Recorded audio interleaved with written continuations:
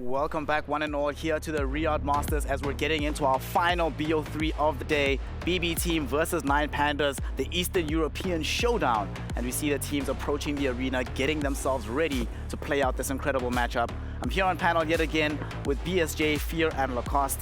Mr. Lacoste, talking about this particular game, right? BSJ mentioned earlier they have an incredible amount of skill on the side of BB team, but one thing that does come with skill, unfortunately, is that when things start to go wrong, right, questions can really be asked because then you're like, guys, we're better than everybody. Why the hell are we losing?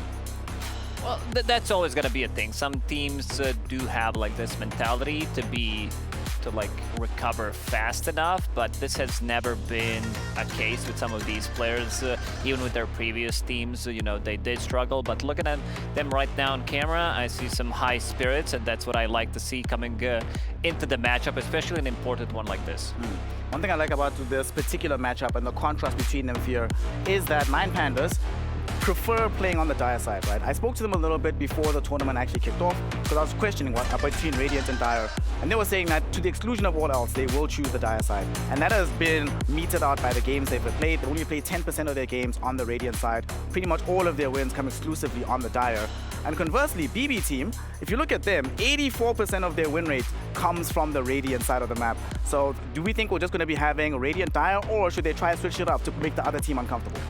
I think both teams will probably want to play to their strengths, but it's very unusual to find these teams that like playing on Dire, because most of the teams that I've seen that have chose the Radiant, like your Liquid and Gaming Gladiators, they always do better on the Radiant side, but maybe there's a new meta evolving, and the Dire, for some teams, they figured it out.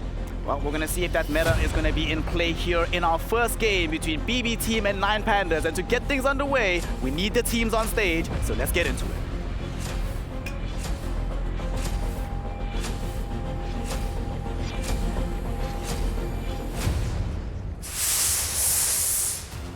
It's time for the final upper bracket series here at Riyadh Masters. Just no big deal, a casual $500,000 secured in prize money if you're able to win this series. آخر جيم معنا اليوم في البلاي اوت في الأبر براكت.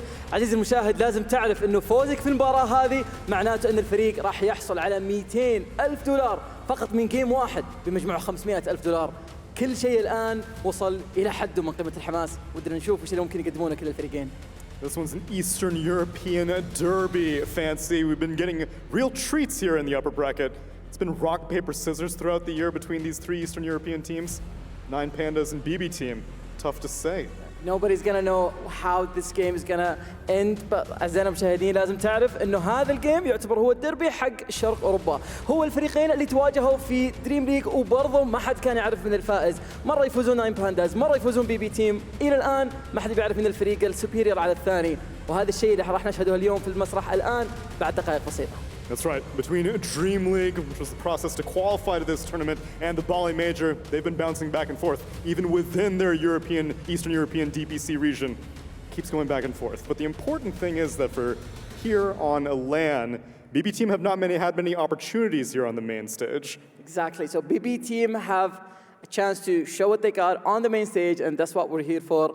لازم تعرف أيضا عزيزي المشاهد إنه هذا الجيم بيكون من أحد الأيام اللي ظهر فيها BB تيم، إنه ما ظهر إلا مرة واحدة فقط في الجروب ستيج، والآن بيكون عنده فرصة يظهر مرة ثانية، وهذا الفريق كل مرة يظهر على المسرح أداؤه يكون مرة مو طبيعي. It's time for the last series of the day. Let's get it started.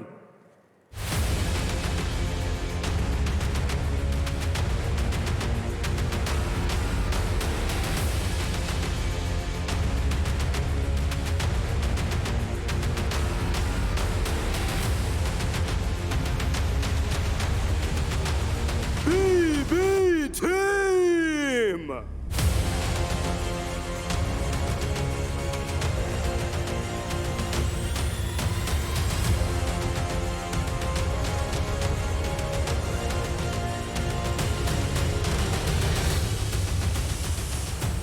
Ever since this roster was assembled, people had sky-high expectations. And as time has progressed, we've seen Toronto Tokyo grow into this captain role. He said in an interview, Eastern Europe needs another Miposhka, and he's trying to make that a reality by himself.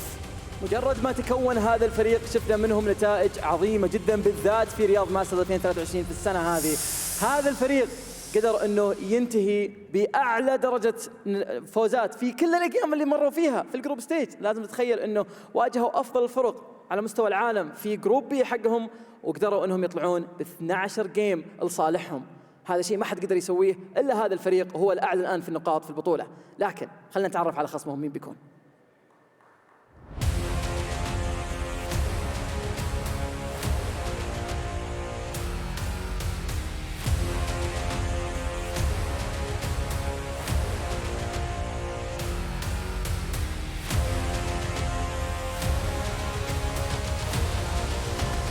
رحبوا معنا في المسرح 9 بانداز.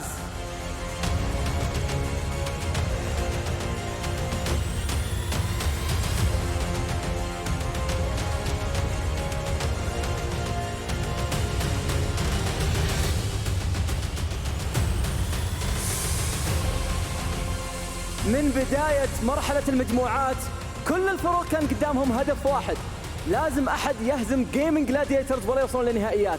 الفريق الوحيد اللي استطاع أنه يحقق هذا الإنجاز هو فريق 9 بانداز. 2-0 كانت جدا قوية وكانوا مجهزين لهم أتم التجهيزات، لكن الآن قدام بي تيم، قدام الفريق اللي يعتبر من نفس الريجن كلهم من شرق أوروبا، أكيد أنهم بيكون جاهزيتهم أفضل وأفضل. Flexible, cheesy, annoying, it doesn't matter what you want to call them. They put numbers up and they drive people crazy doing it. So why not get this thing started? I want to see what heroes they whip out in this series, last series of the night. Gentlemen, to the computers, to the draft, to the Dota. جاء الوقت اللي نشهد فيها الدرافت الجيم الأول، لأن زي ما سمعنا في كل المقابلات اللي احنا شاهدناها مع جميع اللاعبين، إذا تكلموا عن 9 بانداز يقولون ما حد يقدر يعرف وش بياخذون، ما حد يعرف وش الدرافت حقهم، لأن كل بيكاتهم جدا تشيزي وكلها فليكس بيكس. ودنا نشوف وش بيكون قرارهم في هذا الجيم. توفيق لهم. خلونا على طول نروح للسيد التحليلي. Thank you very much, Tsunami and Fancy. We are about to get into it. This first game of the final BO3 of the evening. Only a cool $500,000 on the line. Fear, as the only one here who's been able to compete for that degree of prize money, talk us through some of the emotions that might be happening with the players right now. From these two teams, I think they're both pretty cold, just like I was, you know, like when you played, it's just another game of Dota. They seem pretty chill. Some might have emotions. You would argue bbteam might be one of those teams, but I think their emotions only really show when they start to lose, and they haven't hit that spot yet, so I think they're feeling as confident as ever. And you've got soloed Ramses on the other team, veterans. They've been in this position many, many times before, so at least for game number one, I think there's probably not going to be any emotions deciding this one.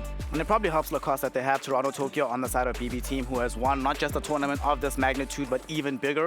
So he knows how to calm down the nerves when there's that much money on the line. Yeah, most definitely. Toronto Tokyo, it's like he made the shift because he has experience. He did go all the way through to the PI and won the whole thing in, I'd say, unexpected fashion, considering that they went through the qualifiers and everything, so you have to be strong to do it. But yeah, the shift that he's made in his career, it's that many times you see this mid laner transition to position 5, which is a bit of an unusual one. Like the whole team is just swapping positions, and seems like this is the winning formula for them, because Pure, he went to carry, now he's playing the offlane, Nightfall from carry to offlane, back to carry again, and these seems to be the role that are working out the most for the team. Why doesn't this happen all that often, BSJ? The fact that players are able to be this fluid within a team. In terms of their roles? Yeah. Yeah, I mean, it's really hard to swap roles in Dota. I think a lot of Dota is all about the fact that you're not necessarily tied to your role, but you're tied to a specific playstyle and also a set of heroes that you've played hundreds of times. There's really no replacement for just experience and situations. Like, yeah, you can learn to lane a hero after just 5 to 10 games, but when you're getting into those hyper-situational late-game team fights where specific heroes that you're supposed to counter have 4 items and you have 4 items, if you haven't been there before, you're just not going to know exactly what to do. So when I see people going from 1 to 3, I do feel like in the last few years that transition has become one of the easier ones, simply because 3 has turned into much more of a farming role than it has been in the past. A lot of summons heroes who play the map like a carry does when they push lanes and do the map maintenance.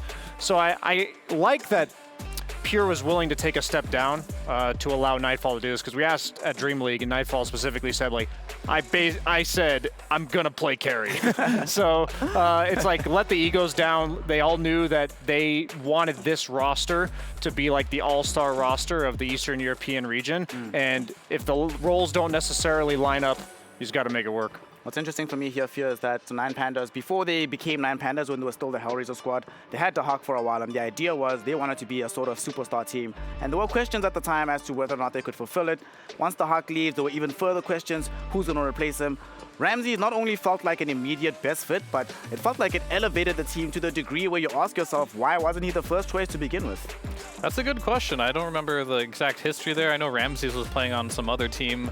Maybe he got off of that team and became a free agent, and maybe it was just a natural choice at that point. But I do remember when the Hawk left, I was afraid for this team because I think they were using, was it OG's carry player? Uragi, yes. Yeah, Uragi. It was the Lima major or something. They're doing really well. It's like, this is kind of cheesy. They got such a good player. How are they going to find someone to replace Uragi now? And they get Ramses, someone that's probably on par, maybe even better. Who knows at this point?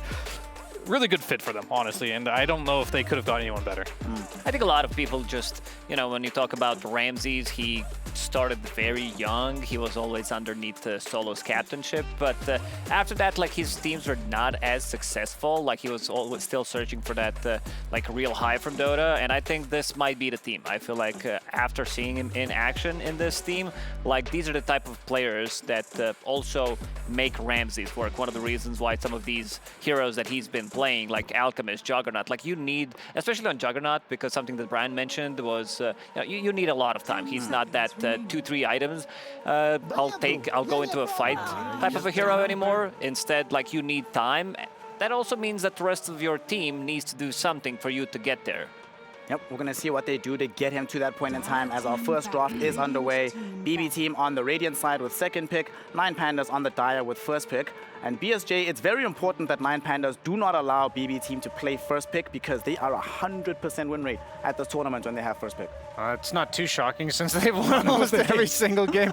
But I will say I respect this Legion Commander ban. You've been hyping up the win rate of this hero at what, like 75% and 25, 77%. Jesus. Pure was playing Legion before it was cool. He was one of the few players at Dream League Season 20 that picked Legion relatively frequently. So respect banning it in the first round. That says a lot about the viability of this hero, and it's also a shout out to Pure's prowess on it.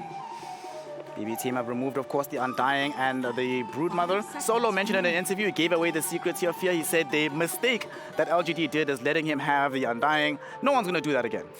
Probably not. This guy is the king of the blood grenades, and Undying is the hero that uses it quite well. I guess we could use that stat now. Solo is the player that has purchased the most blood grenades of anyone at this tournament. I don't even know exactly how many blood grenades, but this man loves to buy blood grenades, and I believe it was Antares who was like number 3.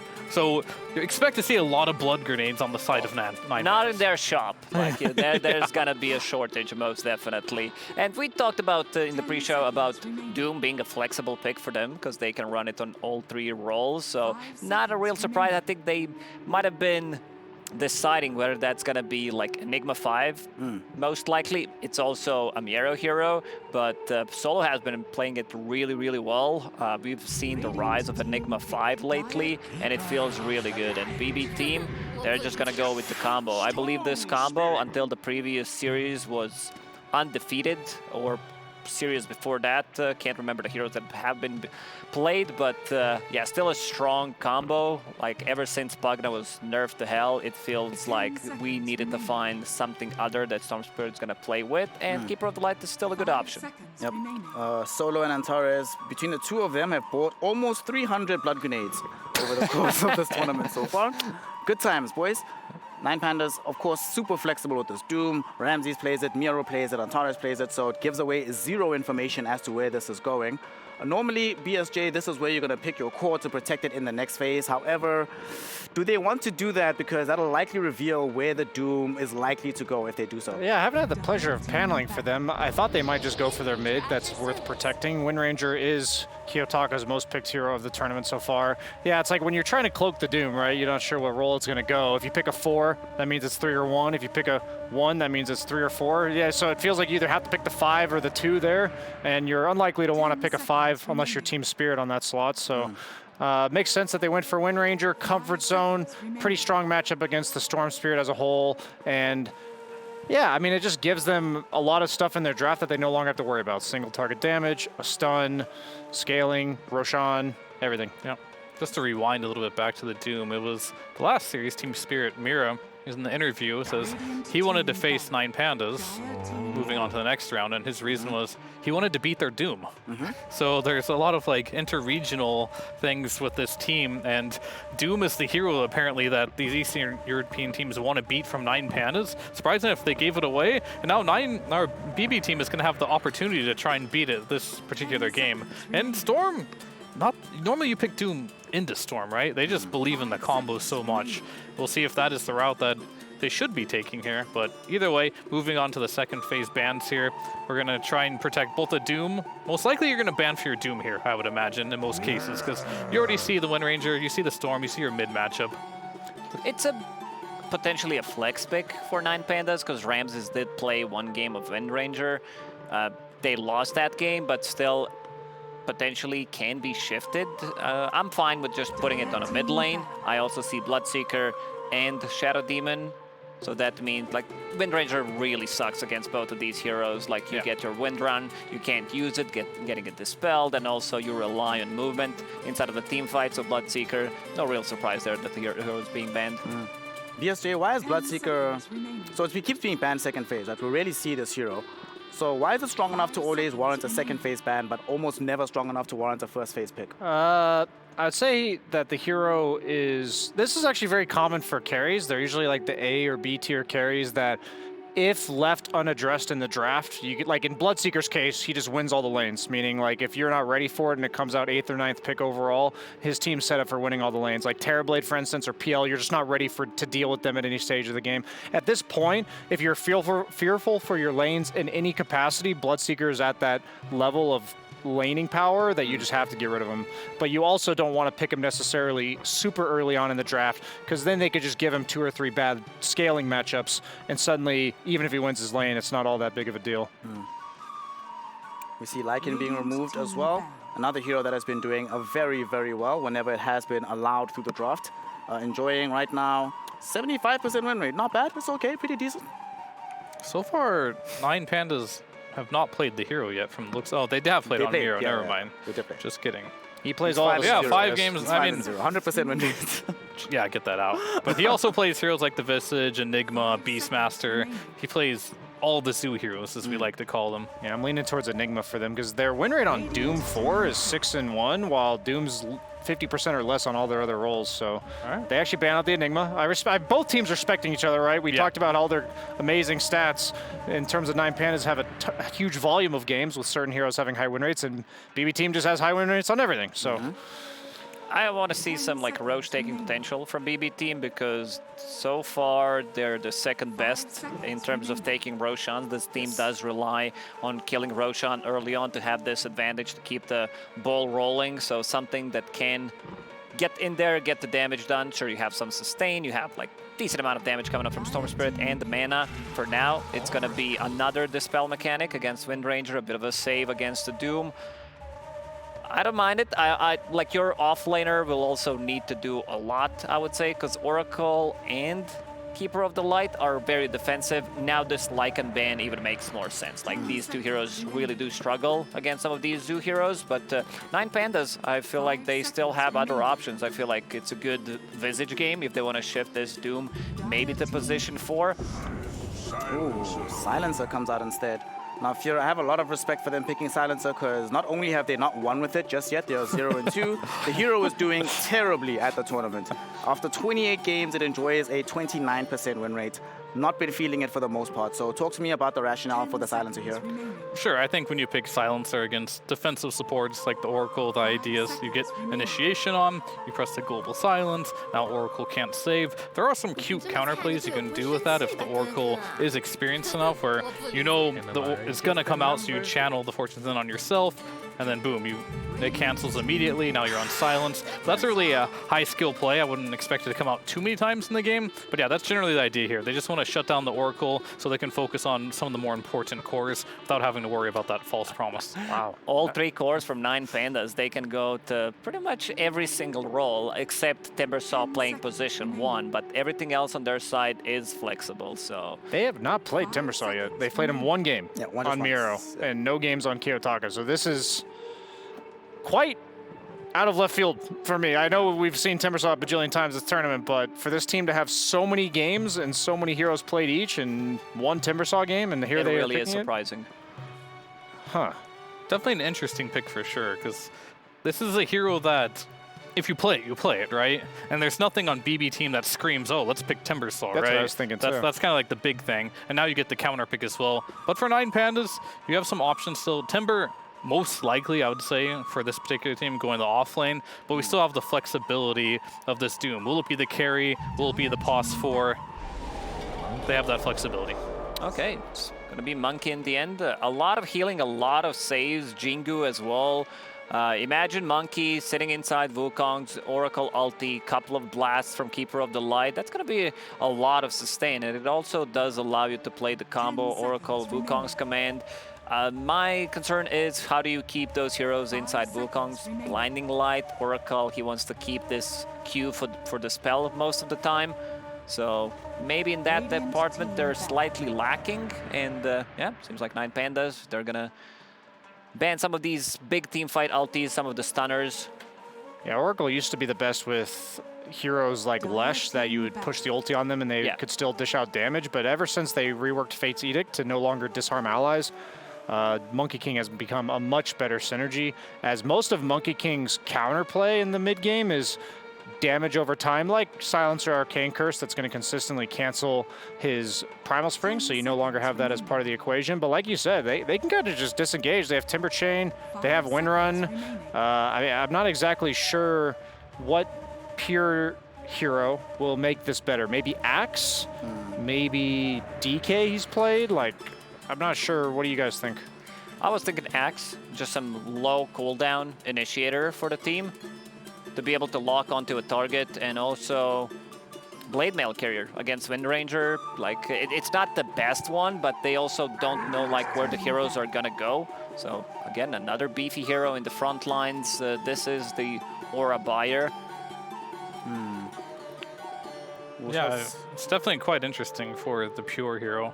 He is very well known for, I mean, I guess he will see at the end of the day what he gets to play against here, as 9Pandas still haven't revealed. I'm a little worried if they do Timber plus Doom against MK Oracle. I feel like Monkey King is one of those heroes that really thrives against these double melee lanes. Someone that doesn't really do that chip harass to keep him low all the time. I feel like they're just going to go Visage. I feel like they're respecting this Doom to be a core by banning the Enchantress, but maybe they were afraid of the Enchantress off lane. I don't know. That's something they whipped out themselves, but I'd imagine you don't want to give them any melee heroes to lane against. You can put... The question is, if Kiyotaka's never played Timber mid this tournament, does he play it? Does he feel comfortable in a game with so much on the line, having it whipped out for the first time? How versatile are they? So they have picked this one time. Versatile. They are the only team that has picked this Hold hero. on. Yeah, and they This picked it means- against Storm Spirit. Does this not mean support Wind Ranger then under the circumstances? And But then then, they're going to put the safe lane Night Stalker? What about 4 Doom, 3 Wind Ranger? It's also a possibility, but I'm loving this Night Stalker pick. Against Oracle, against Storm, like, who's going to stop? Like, how do you stop Night Stalker from going in? You know what's a good hero against Night Stalker? Viper, but... No, do not do that. Let's It's not good get in there. individually, but like you said, they have the getting ran at problems. They need somebody that's going to, like... Stand their ground. Yeah, stand in front of the Night Stalker and dare them to walk in. I'm not sure what that is, but... How would we feel about a pure Pudge in this situation? Against Timbersaw, probably not. And I'm thinking a hero, like, when I think against Night Stalker, if you want to help your team, like Beastmaster, sure, you're not going to the Helm Dome because of Night Stalker, but you get that long-range war, you get the Hawks can kind of see him in the trees. You always want to be that type of hero that can stun from a distance, where the silence won't really affect you. And that could be a hero that could help a bit with that. Out of the question now of picking Axe and stuff like that, you just blink in and instantly get silenced. That's not going to help your teammates at all. And they need something to protect these two squishy supports and Storm Spirit if they get in trouble. Here's a carry player, just put Monkey King off lane. I would be down with that, actually. And then they pick something else to try and punish. I mean, Timber has limited counters. They do go with the DK anyway. I mean, that hero's similar, right? When you're in their dragon form, you have a long-range stun that you don't really have to worry about too much. This is the only other hero that he's played at the tournament of the ones that were available right now. And he did end up winning in that game. So let's see. Very tanky hero like you guys want, can stand in front and give protection. Also, you know, if I'm looking at these heroes, if I breathe fire anybody, the amount of physical damage drops off of a cliff almost immediately. It does. It does, but I'm feeling 9Pandas here. I feel like this Dragonite pick didn't really fix their draft.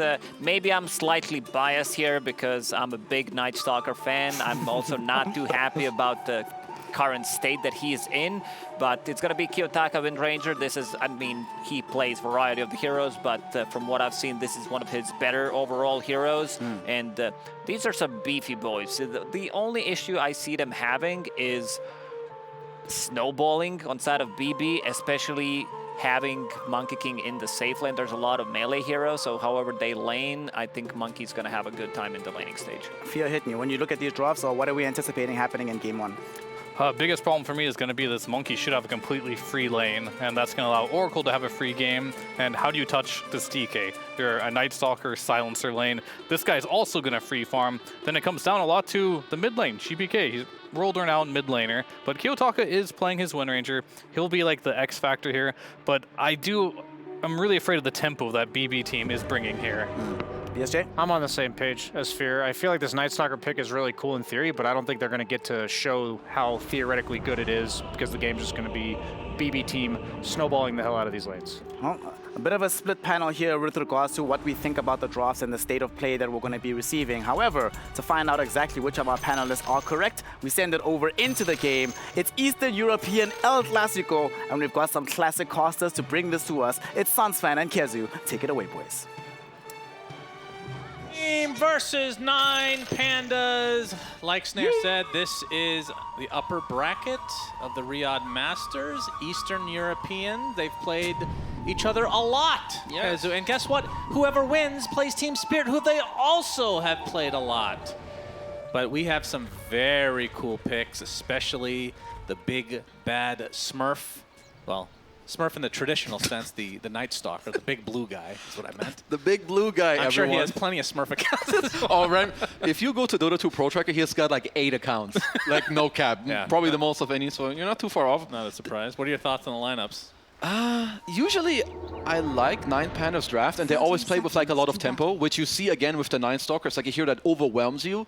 But I think Silencer and Timber, I mean, they kind of share that, but not the same amount of oomph that you usually have. They have like an Undying Eng5 or like an off-lane Lycan, so they still have this tempo they usually have, but I'm kind of in agreement with the panel. I think this BB team draft is pretty damn solid here. But they have to get through a lot of heft on the 9Panda side. You got some big, juicy boys. Yeah. And then Wind Ranger and Silencer on top. As the runes come out. Really now? And it looks like it's going to be split. Is victory. Easy for safe. Silence, fool. With the blinding light. As you know, 9Pandas should be pretty happy with their offlane dual lane. Sure, I would say that BB will kind of free farm there with their Monkey King, but Antara is on his post for Doom. He's going to be pretty free to kind of do whatever he wants, and this mid matchup between Kiyotaka and GPK, as it usually is with the mids, it is incredibly important to kind of push your draft forward for both of these teams. Yeah, like the panel talked about, Kiyotaka has played the crap out of this hero in the Wind Ranger. I feel like when we've seen, maybe it's a small sample size, but I feel like the Wind Rangers in general feel slightly underwhelming. I agree. Kiyotaka's hand is kind of the opposite story. It just goes to show how good he is on that hero, as we see Nightfall getting pressured a bit. But yeah, talk to me about, well, we'll get to this mid lane in just a moment. We'll just assume that GPK will not die. Talk to me about Night Stalker. Ramsey's playing that position 1. It's only been played once in this tournament. This hero has kind of just been deleted ever since what was it that they changed? It was they changed the Aghanim Scepter so that it's targetable, I mean, they But we changed, haven't like, really seen anybody build that, even when he was big. yeah, I mean, even when you like play this guy carry, I don't think you generally want to go for Ags unless it's like super good in the game. I think it's just a lot of things. As Pure's taking a lot of damage. Like, I think Night Stalker is fairly underrated. Like, this is a type of hero, if you just have a draft that can go in and you can fit a Night Stalker in there, even if you don't have the best matchups, he has a lot of like overwhelming potential where sure, even if you play against the TV, which is like one of the worst matchups, if you can just own the mid game, which this hero can do, and that's always how 9Pandas play, it just really fits their playstyle. Similarly with Jug. Ramses has played like 11 games of Juggernaut alone in this tournament, which is like an absurd number. Well, are you afraid of the scaling aspect in this game? Because Night Stalker, at least traditionally, falls off really hard at a certain point. Like, they have a bit more of a, I would say they have more of a timing team fight, whereas BB, they can take more like prolonged fights. So how Night Stalker always works, you need to cast your ult, they're gonna cast Global, hope to get on these backline supports or maybe the Storm and get the fight going that way. Like, that is the main reason why Ramses wanted his hands on the little Nightman, the Night Bat. See how that works out. I mean, like I said, these teams have played a lot against each other, and Boom Boom Team, of course, they have had a lot of success at this tournament. I mean, they've only lost 2 games in the group stage. Yep.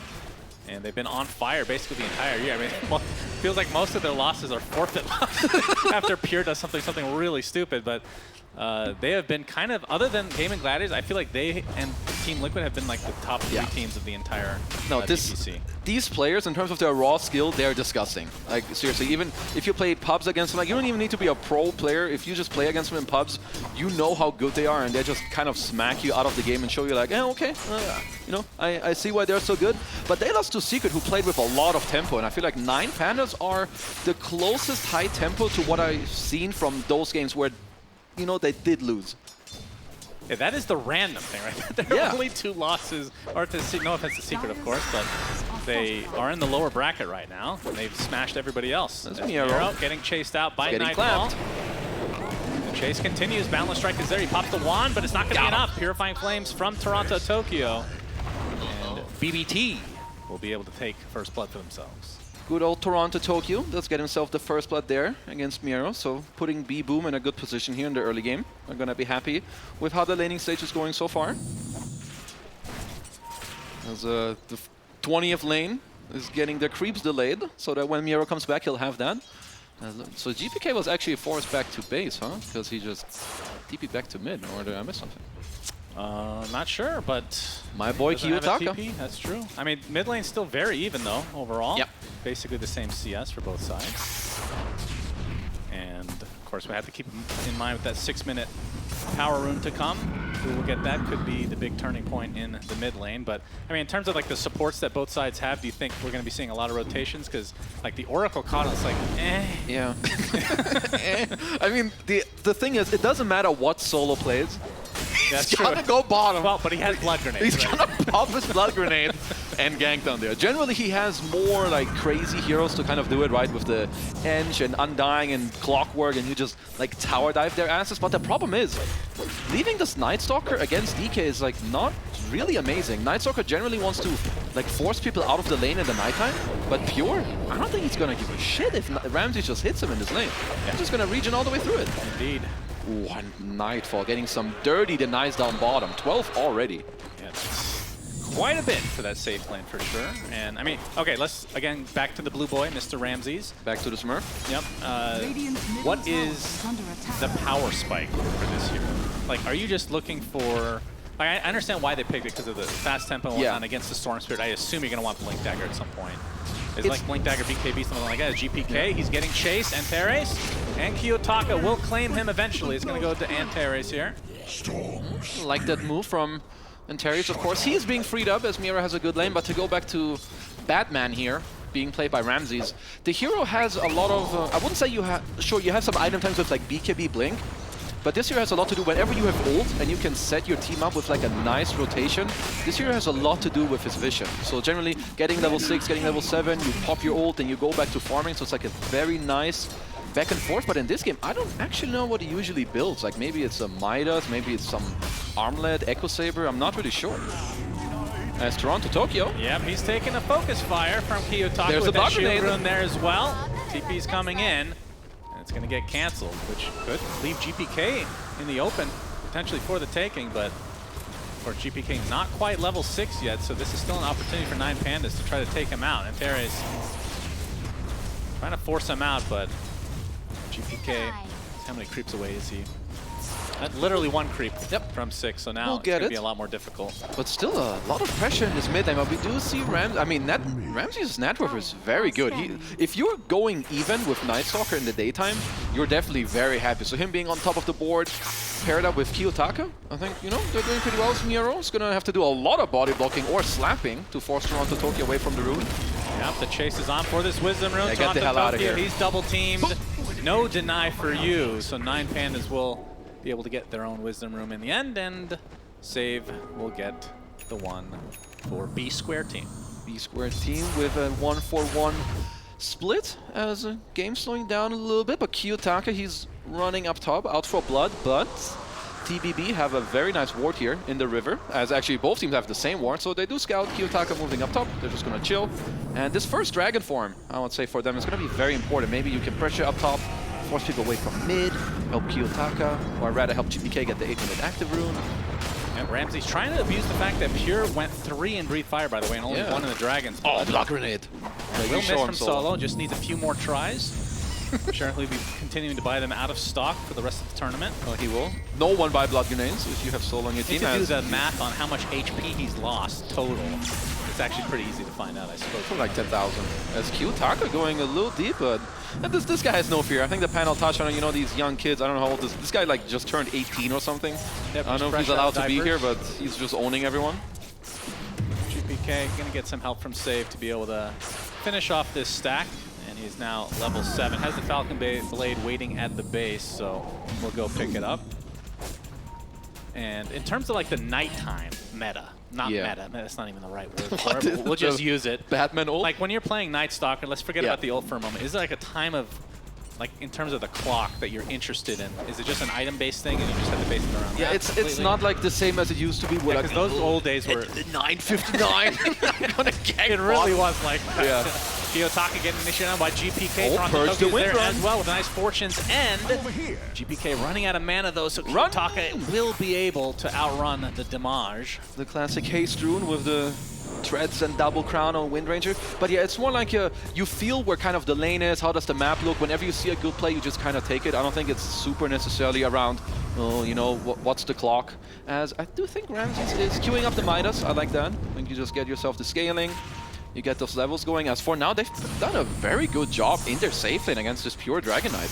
I thought this safe lane tower would take more pressure because Night Stalker, he needs to lane in his own lane. Like he wants to stay here, get all these levels, get gold, and when eventually you get forced out, then you make a move. Yeah. And Ramses right now, I was going to say probably going to be going for the Midas, and yeah, that's exactly what he's opting for. Pressuring Pure again out of the lane. I do wonder if he's going to go for Shard early on. That's something that people used to get along with the Midas. It's kind of like having a double Midas in some respects, to be able to just kill these things constantly. Plus being able to do that in the middle of a fight, potentially, to gain a lot of HP.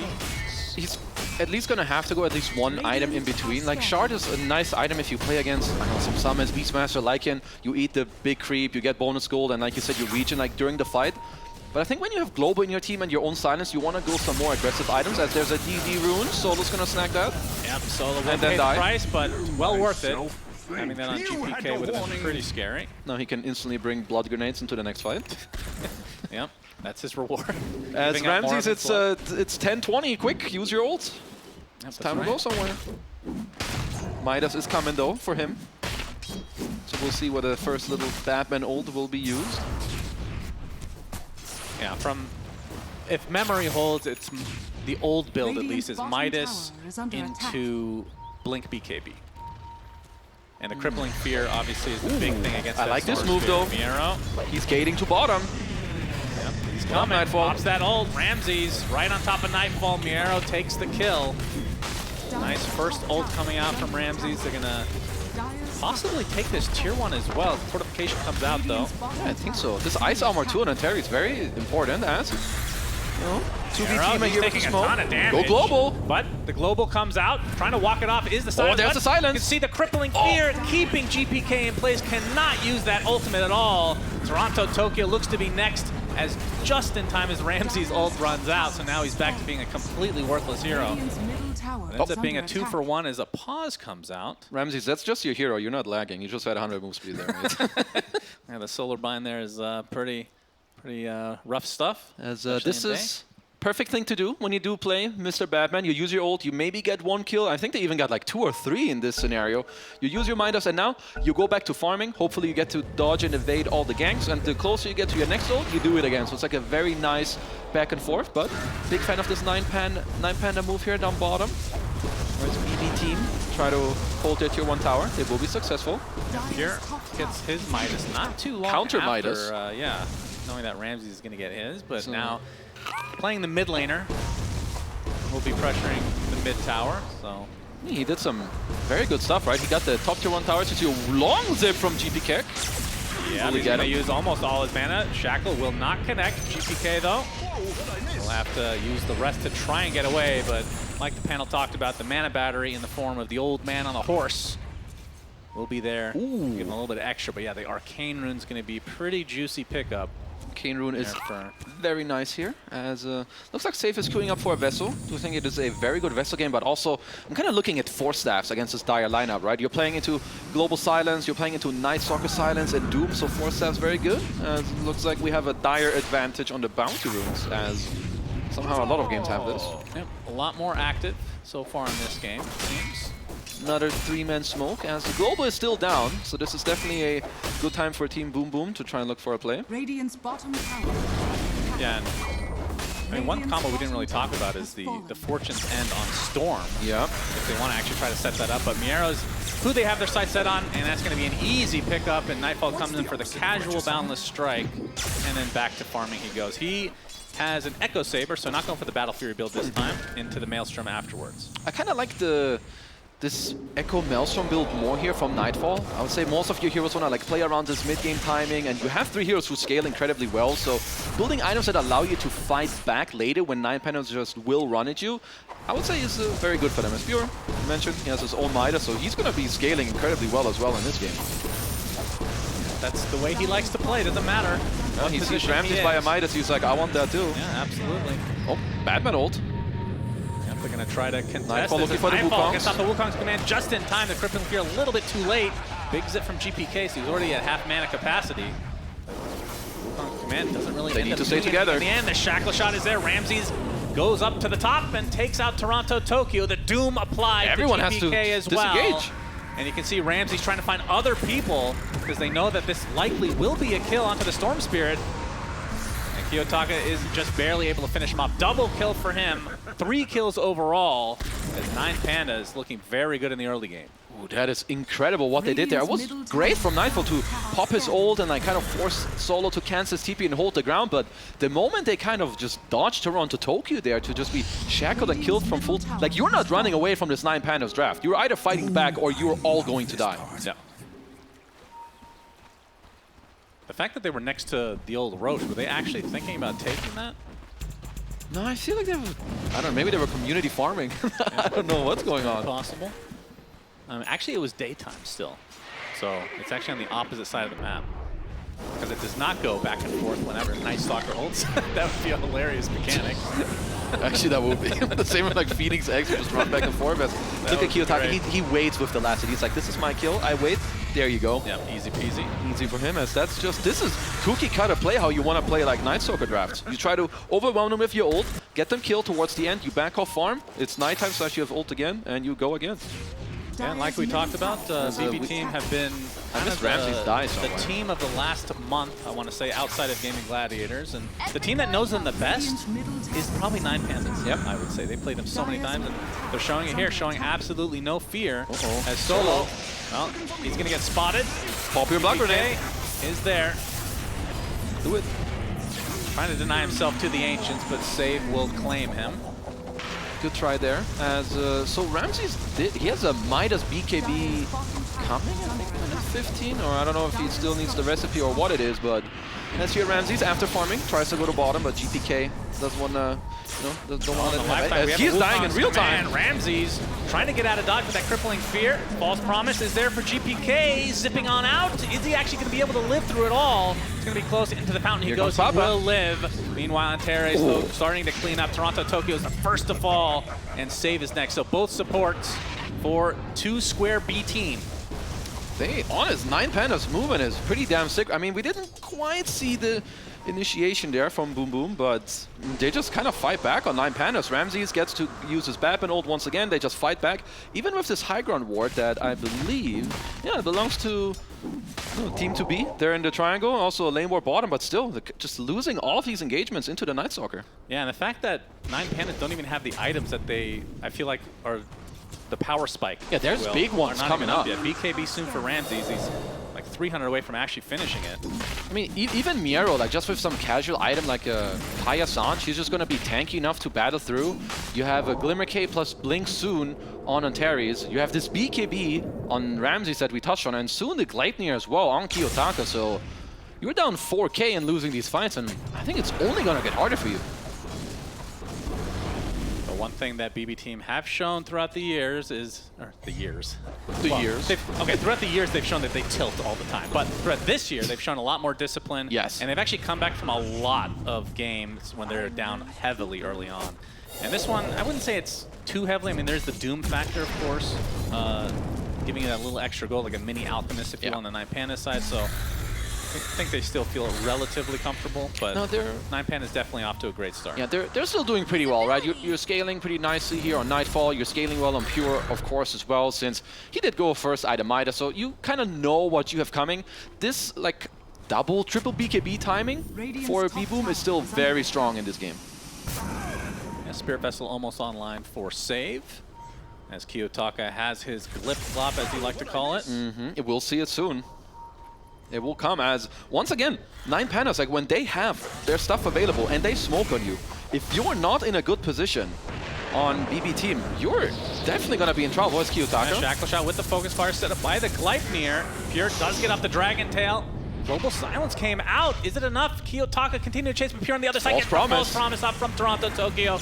Now trying to turn it around. It's a big zip from GPK again, and Kiyotaka will pay the ultimate price. Solo is there as well. All for naught, though. 2 dead. And 9Pandas giving BB team a little bit of life here. The return tip from Pure. I kind of like Kiyotaka. He's kind of feeling himself. He wants to go in, get the kill, global, maybe secure it, as Miero now in trouble as well. GPK getting some more mana. Looks like he's going to be... Like, this is a very high reward, or like high risk, high reward play from Kiyotaka. You don't need to make this play without your Night Stalker. They were just barely off with the global there. So, Team 2B, they're going to take that.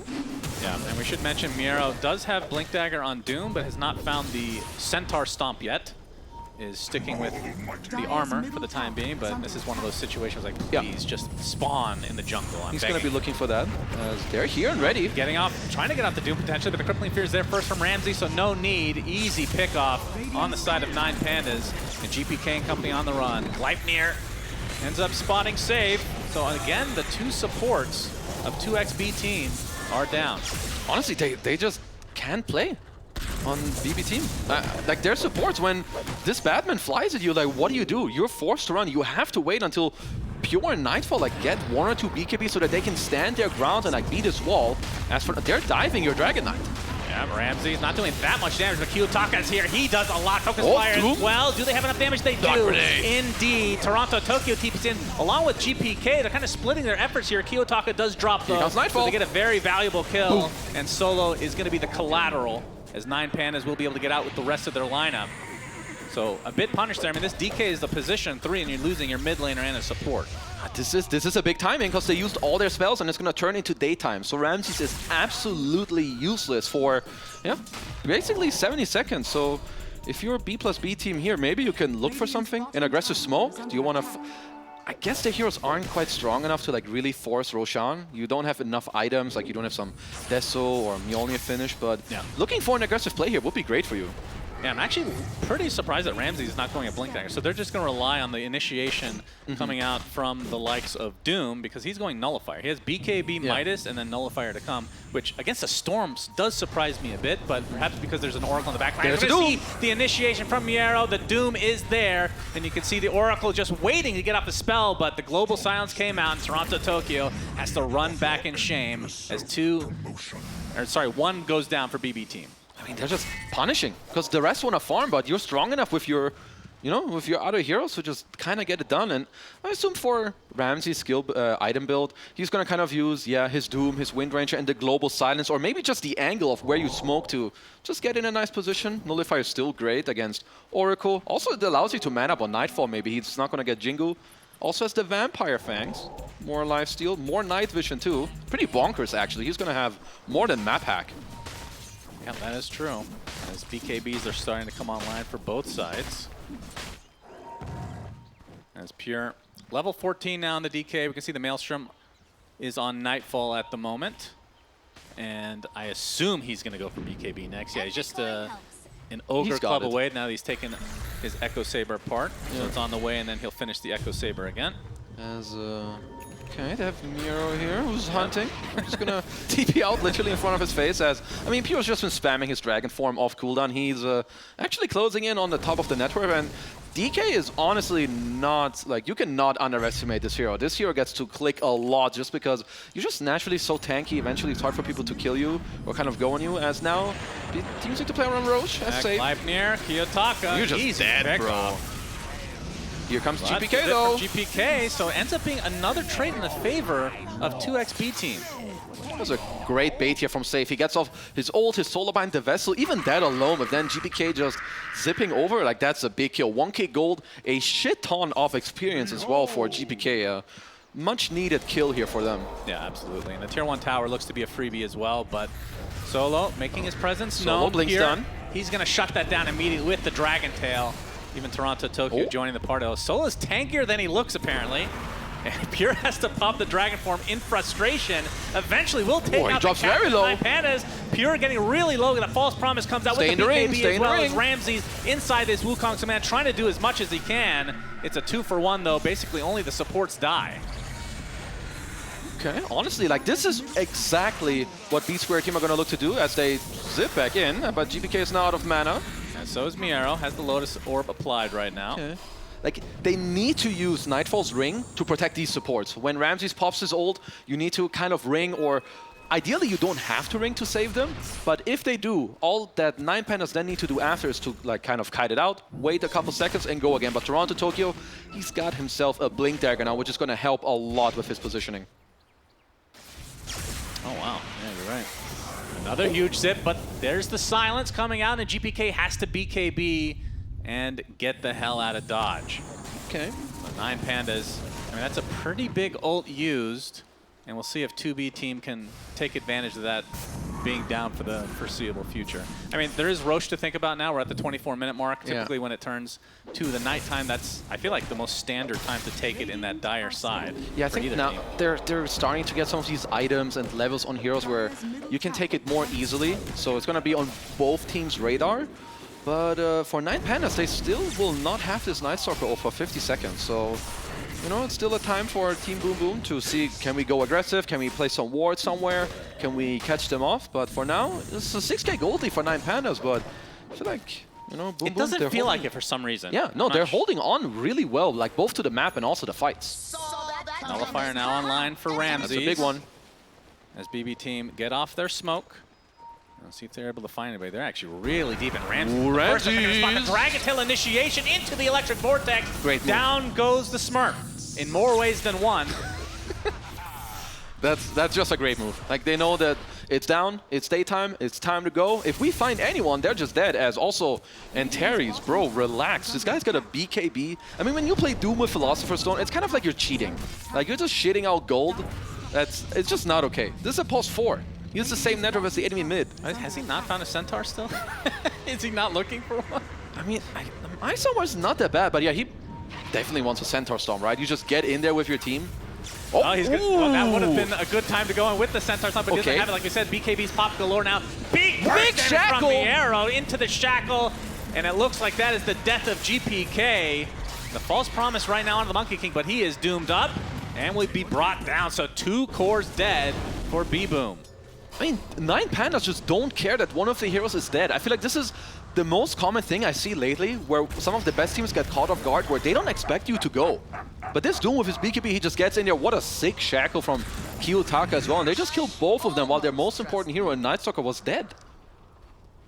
And into the Roach Pit, I assume they will go, and likely to be uncontested. So 9Pandas will be getting that first Aegis on their side. Yeah, as the kind of BKB now there for Kiyotaka. just kind of looks like a free run, right? Like, what are they gonna do about this? And by the time that this is over, sure, you don't have Doom, but you have all the other spells to just continue to play aggressive on the map. It's also nighttime, so yeah, 9Pandas. The type of tempo they always play with the heroes and how they collapse on the map is just really top tier.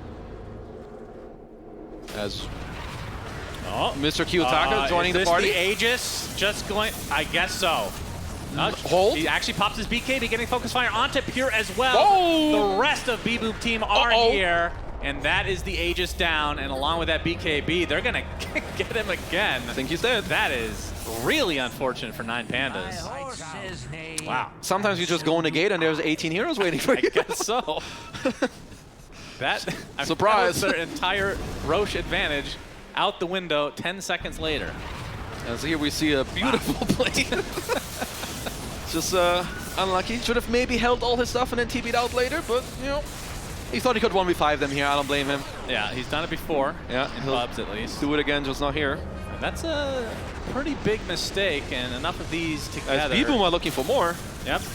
Looks like they're going to take out Solo pretty easily. Still has that global to work with. And B-Boom team still trying to work into this lead.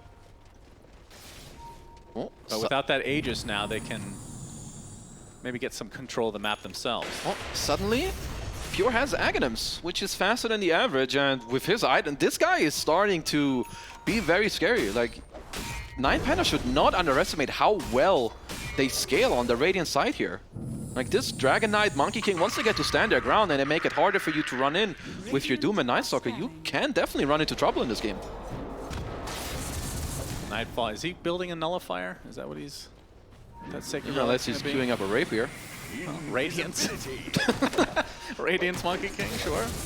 I'm up for it. Yeah, even if you build Radiance like these Zoomer bros, they do some Radiance into split it for the nullifier, so you have the evasion. And then Albert or something. Yeah, so Miero has a Scythe himself now.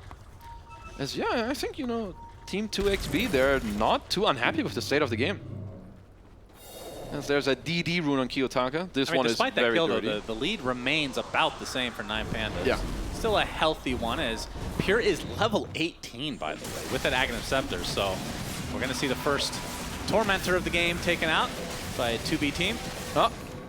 And the Reign of Toronto, Destiny. Tokyo, yeah, that is one of the better shards in the game for sure. Yeah. We just don't get to see Oracle that often. It's picked a few times here and there, but we also don't get to see him cast very many spells this game. That's true.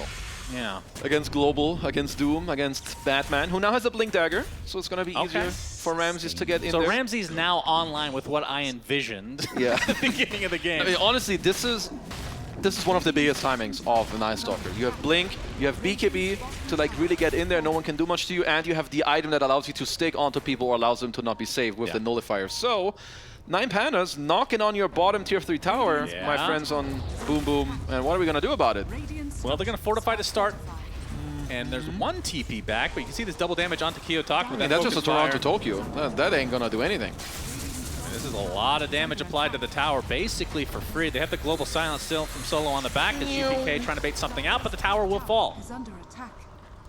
And 9Pandas is going to be relatively happy with this, as it is 16 seconds till daytime. You don't really want to fight during the day. I mean, you do have your ult, so if you have to, you will, but if it's like an extended fight, it just ends up being a disaster. Yes, I would say they still did a pretty decent job on bbteam here to not bring too many heroes back to the base, but 9Pandas, they got themselves 2 very aggressive wards in both the mid tier 2 and in the bottom lane that maybe they can use later. Could potentially scout a smoke here. Nope, Pure's just gonna pop his form. Oh, he's got the form of the illusion rune, so map is gonna be put into a good position for them, but now they go for the smoke. 9Pandas should maybe sniff that something's coming their way. And Mira with the sheep stick. Lotus, SNK, he is very farmed right now. Top net worth in the game. And it is definitely showing. As Ramsey's in a pretty good spot to pop this smoke. Pure actually jumps in, he gets hexed, and he's gonna get doomed and brought down instantly. Look at the call Huge as well. reaction from 9Pandas. They're gonna go for save as well. He's gonna get saved though for the time being, no pun intended. Big balance strike onto They're all three dying in the back. heroes, and 9Pandas, they're gonna lose their Wind Ranger along with their silencer. And it looks like Solo will buy back at the very least, but another jump in from Ramsey with that crippling fury. He has that ult still activated, but it's going to be daytime against fairly soon, and that turns into a double kill for Nightfall. Now this is extended fight. Ramses has no BKB. And Ramses, well, he's going to get purged. Top tower is under they still have some chase. GPK is out of mana though, but Ramses, with the cover of the night, will find the distance, but the Boundless Strike does connect, and Nightfall and company able to take out the position 1. Look at Solo. I don't know. Pandas. I don't know if they're gonna look for Solo, but he was stuck on the high ground without a TP for like 20 seconds. But They don't care. he's gonna walk it off as just this Wukong's command dealt so much damage. I'm pretty sure he just crippled down these heroes in the back on like Kiyotaka lost all his HP there. Ramses maybe going a little too deep as Toronto Toki just barely scraping in his ult there onto save to get him out of harm's way. And that fight might have single-handedly brought bbteam back. Also, to this the game. DK illusion, by the way, it just gets all the effects on the Illus to like slow them down in the backline here while Pure's dead. So even though he died, he's playing this goddamn illusion here in the background, scottying everyone for no goddamn reason. Yeah. So with that, bbteam are able to take the tier 2 top, and ever so slowly getting back into this game. Who's as that, Jack? Timmy Who's the this? Turtle looking on. I was about to call you Jenkins. I was like, who's that, Jenkins? All right, I'll try not to be offended by that. Thank you very much, Cinderin. Okay. As Pure very happy that he got to murder people while being dead with his glorious Black Dragon illusion. Very well played by him. And now Mjolnir online for Nightfall. He's a big boy. Top of the net worth now. I mean, we're 32 minutes in, so 9Pandas still have a lot of life left in them, but a lot of their lead has been kind of dissipated with that last fight. And we talked about the scaling issues with their lineup. Position 1 Night Stalker only lasts so long. I mean, 2bbteam have done a very good job at, I would say now, with this position of the net worth and the map, I would rather be their draft at this point. This is Monkey King and DK, they're scaling and just being able to hold their ground. Like, getting these items to stand your ground and make it harder for 9Pandas to run in, it will change the entire course of how this game is going to be played. You're continuing to keep these lanes pushed, and the next Roche we won't know about until about a minute from now. And likely will turn into a very important Roche off. Getting close to that 20 talent for Pure, as Kiyotaka is hunting, but won't find anybody initially. Yeah, looks like he's gonna want a blink as well on the Wind Ranger, because honestly for 9Pandas, it's all about the initiation. When they go in with this Night Stalker ult, they need to blink in with literally everyone, pop your global and hope that, you need to kill at least the Oracle, maybe do a core and keep the fight going. So for bbteam, it's important for them to be able to stand their ground or maybe have buybacks and fight back during this timing. But the Lincoln Sphere online for GPK, so doesn't have to worry about the instant sheep, the Doom to follow, unless this Axe comes out at some point for the Doom. And he actually does have the mana burn, so that is literally just there for the Lincoln's break. Yeah, he can trigger it as their 5-man smoke. Toronto Tokyo gets to blink out. Up that blink, but he's going to get sheeped after the fact, and see if he ends up false promising himself. He does, to try to buy himself a little bit more time, or at least waste a bit on the side of 9Pandas. Good cancel, as he's died like 10 times there. Batman is hunting, but there is a BKB and TP available on GPK. He doesn't know yet who's coming, as they're bringing more. They have Doom coming to try and get the TP. Yeah, but that's a big I mean, that's like a global He's TP. You ain't catching that, man. I mean, what do you think of the build on GPK? It's very, very defensive, but it feels like it is needed. Do you think that hurts the damage output of his games? We're going to see the Focus Fire come out with that Shackle from Kiyotaka. He's going to pop the BKB. Miero jumps in with the Sheep as well, and they rip right through Pure. And actually, Nightfall, he has to use his BKB, trying to jump away now. Looks like he will get out, but that's also a valuable timing on that BKB. I mean, just nice movement here from Kiyotaka. Goes down bottom, sets it up already. Miero comes by and just kind of cuts through this DK like it's honestly paper. And back to GPK's item build, I think he kind of needs these items to stay alive, not really get initiated on, because they need to prolong the fight. I'm pretty sure if they get to do that, they will be able to win fights against 9Pandas. There's Ramsey showing himself will blink before GPK catches up. This man still has quick fingers, still a young lad. It's gonna get your mana battery refilled from Mr. Save.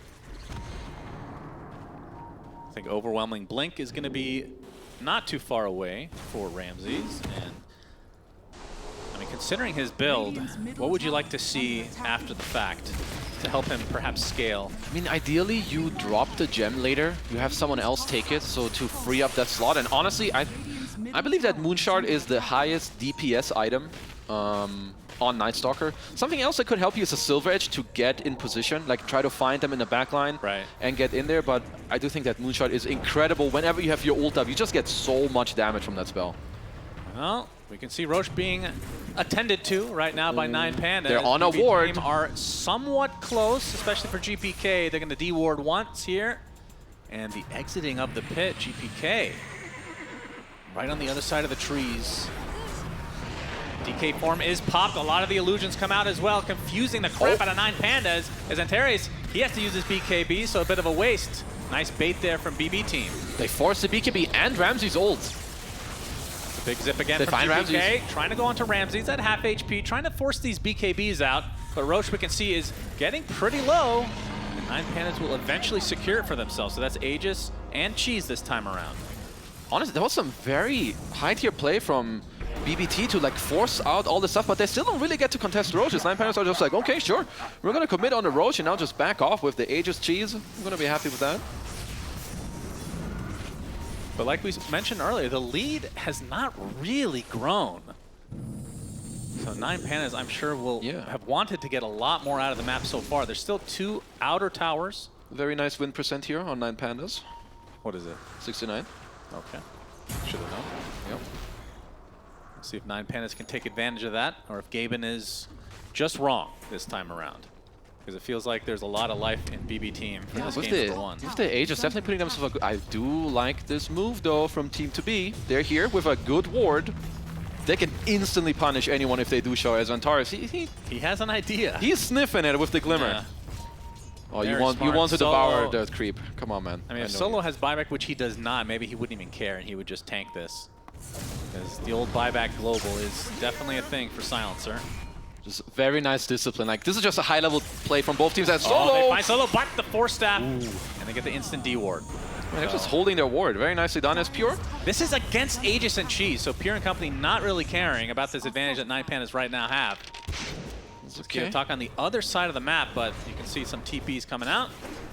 As the barracks are exposed in this bot lane, so 2x bbteam do need to keep that in mind. I mean, if B-Boom can stay aggressive, at least with just Pure on the map, where you get to Manta illusions around with the big black dragon, they shred through towers. Like, all their dot damage, it just goes there. So if he can stay aggressive, he can not only cut waves, but also start attacking some of these buildings. So very important for him and his team to stay aggressive on the map. Now, if you're 9Pandas at this stage of the game, are you happy with the state? Like, am I putting too much emphasis on this window?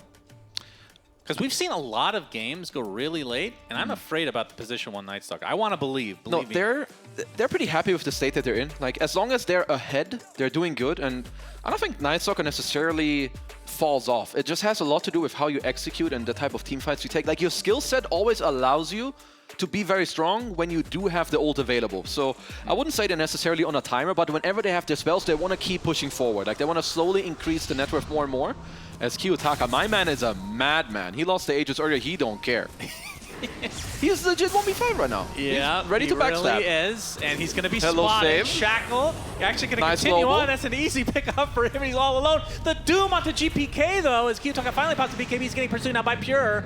And Teres, can he actually finish the job? Here comes Batman. Ramsey's focusing on the backline support. That's a dead Toronto Tokyo. Now continuing on here onto GPK, who's still doomed, and finally it runs out.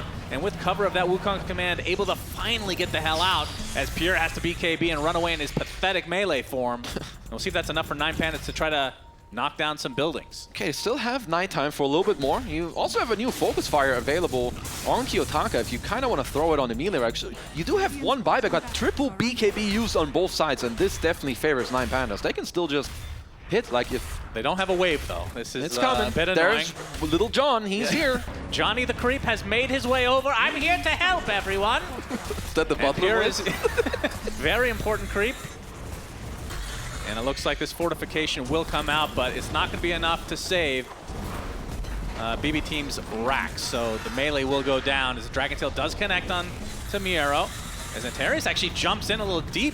It's off the Glimmer, though, as the Agno Scepter now online for GPK, trying to show this off, but the BKB from Antares is able to TP out. GPK's Lincoln's now popped. And Solo, if that's all they can get, this is not the greatest. But they'll take it. Solo See if they will can find more on the map. give his life away as 9Pandas. They're just going to try to chill. Mr. Batman will have his ult in 30 seconds, so Ramsey's pretty happy if he just gets to walk it off. This guy doesn't know what back means. He's going to stay aggressive. Honestly, this guy, he's just a chat. I think there's a lot of players where when he gets ogre Keep the bold is not going to put up with your shit. Oh, man. When they die once or twice or 3 times, they just change the way they play. This guy doesn't care. He's just sitting here on his own. He's like, if any of these clowns run into me, I'm just going to clap them. See if that's actually the case, though, as he is, well, oh, somebody is near. Save. He's actually going to blink in, and the focus fire. With the the Agno Scepter going to work as well. Save is dead, but will Kiyotaka pay the ultimate price? He goes for the BKB TP. With the high five, by the way, you need to Yep. call that out. He used it while tipping. It was not reciprocated, though. Yeah, of course not. Pure gonna do what DKs do, which is push waves. Yeah, Get this gold. build is pretty annoying to deal with. Yeah. I mean, there was a time where people were buying Octarine as well, right? Yeah, I'm sure BSJ is yelling at him to buy Octarine Core. Yeah. But I think one thing that lacks of that is damage, and once you get the MKB, now he starts to hurt as another Tormentor for the side of 2x square root B team. Which will go to Mr. GPK, who gets the overload triple bounce. Yeah, that's a good one. So Team B-Boom team gonna be even stronger in the fight. Maybe get it onto your DK, get it bouncing around as we have still not even all tier 4 tokens being picked up, or, you know, for our Radiant team here. 4,400 HP on this Timbersaw. That's disgusting. As Toronto Tokyo getting himself a ninja gear. They just want to stay safe. I mean, Miero's really 4.5k HP. This right guy now. ain't dying. Yeah. That's for sure. That's a tough kill. His item build is very good. Another nullifier here for 9Pandas. Yeah, you are not safe. If they see you on 9Pandas with the Smurf Man and the Wind Ranger lady, you are dead. I don't know how you live. Grouped up, but 9Pandas are the one that are fully smoked. See if they can find an opening. Okay, they're looking on mid. The MKB is there for Pure, so his damage output is going to be increased pretty dramatically, considering he was hitting like a baby. Well, depending on the baby, they could be really strong, I guess. You've got strong babies in NA or what? I mean, we're thick. We're really thick over there. I wonder what they feed them there. This McDonald's at birth. GPK. Okay, careful, my He's friend. showing himself. I mean, this is a tough kill because of the Lincoln Sphere. But Kiyotaka continuing to push that bot lane, and of course, that is always a thing you have to worry about.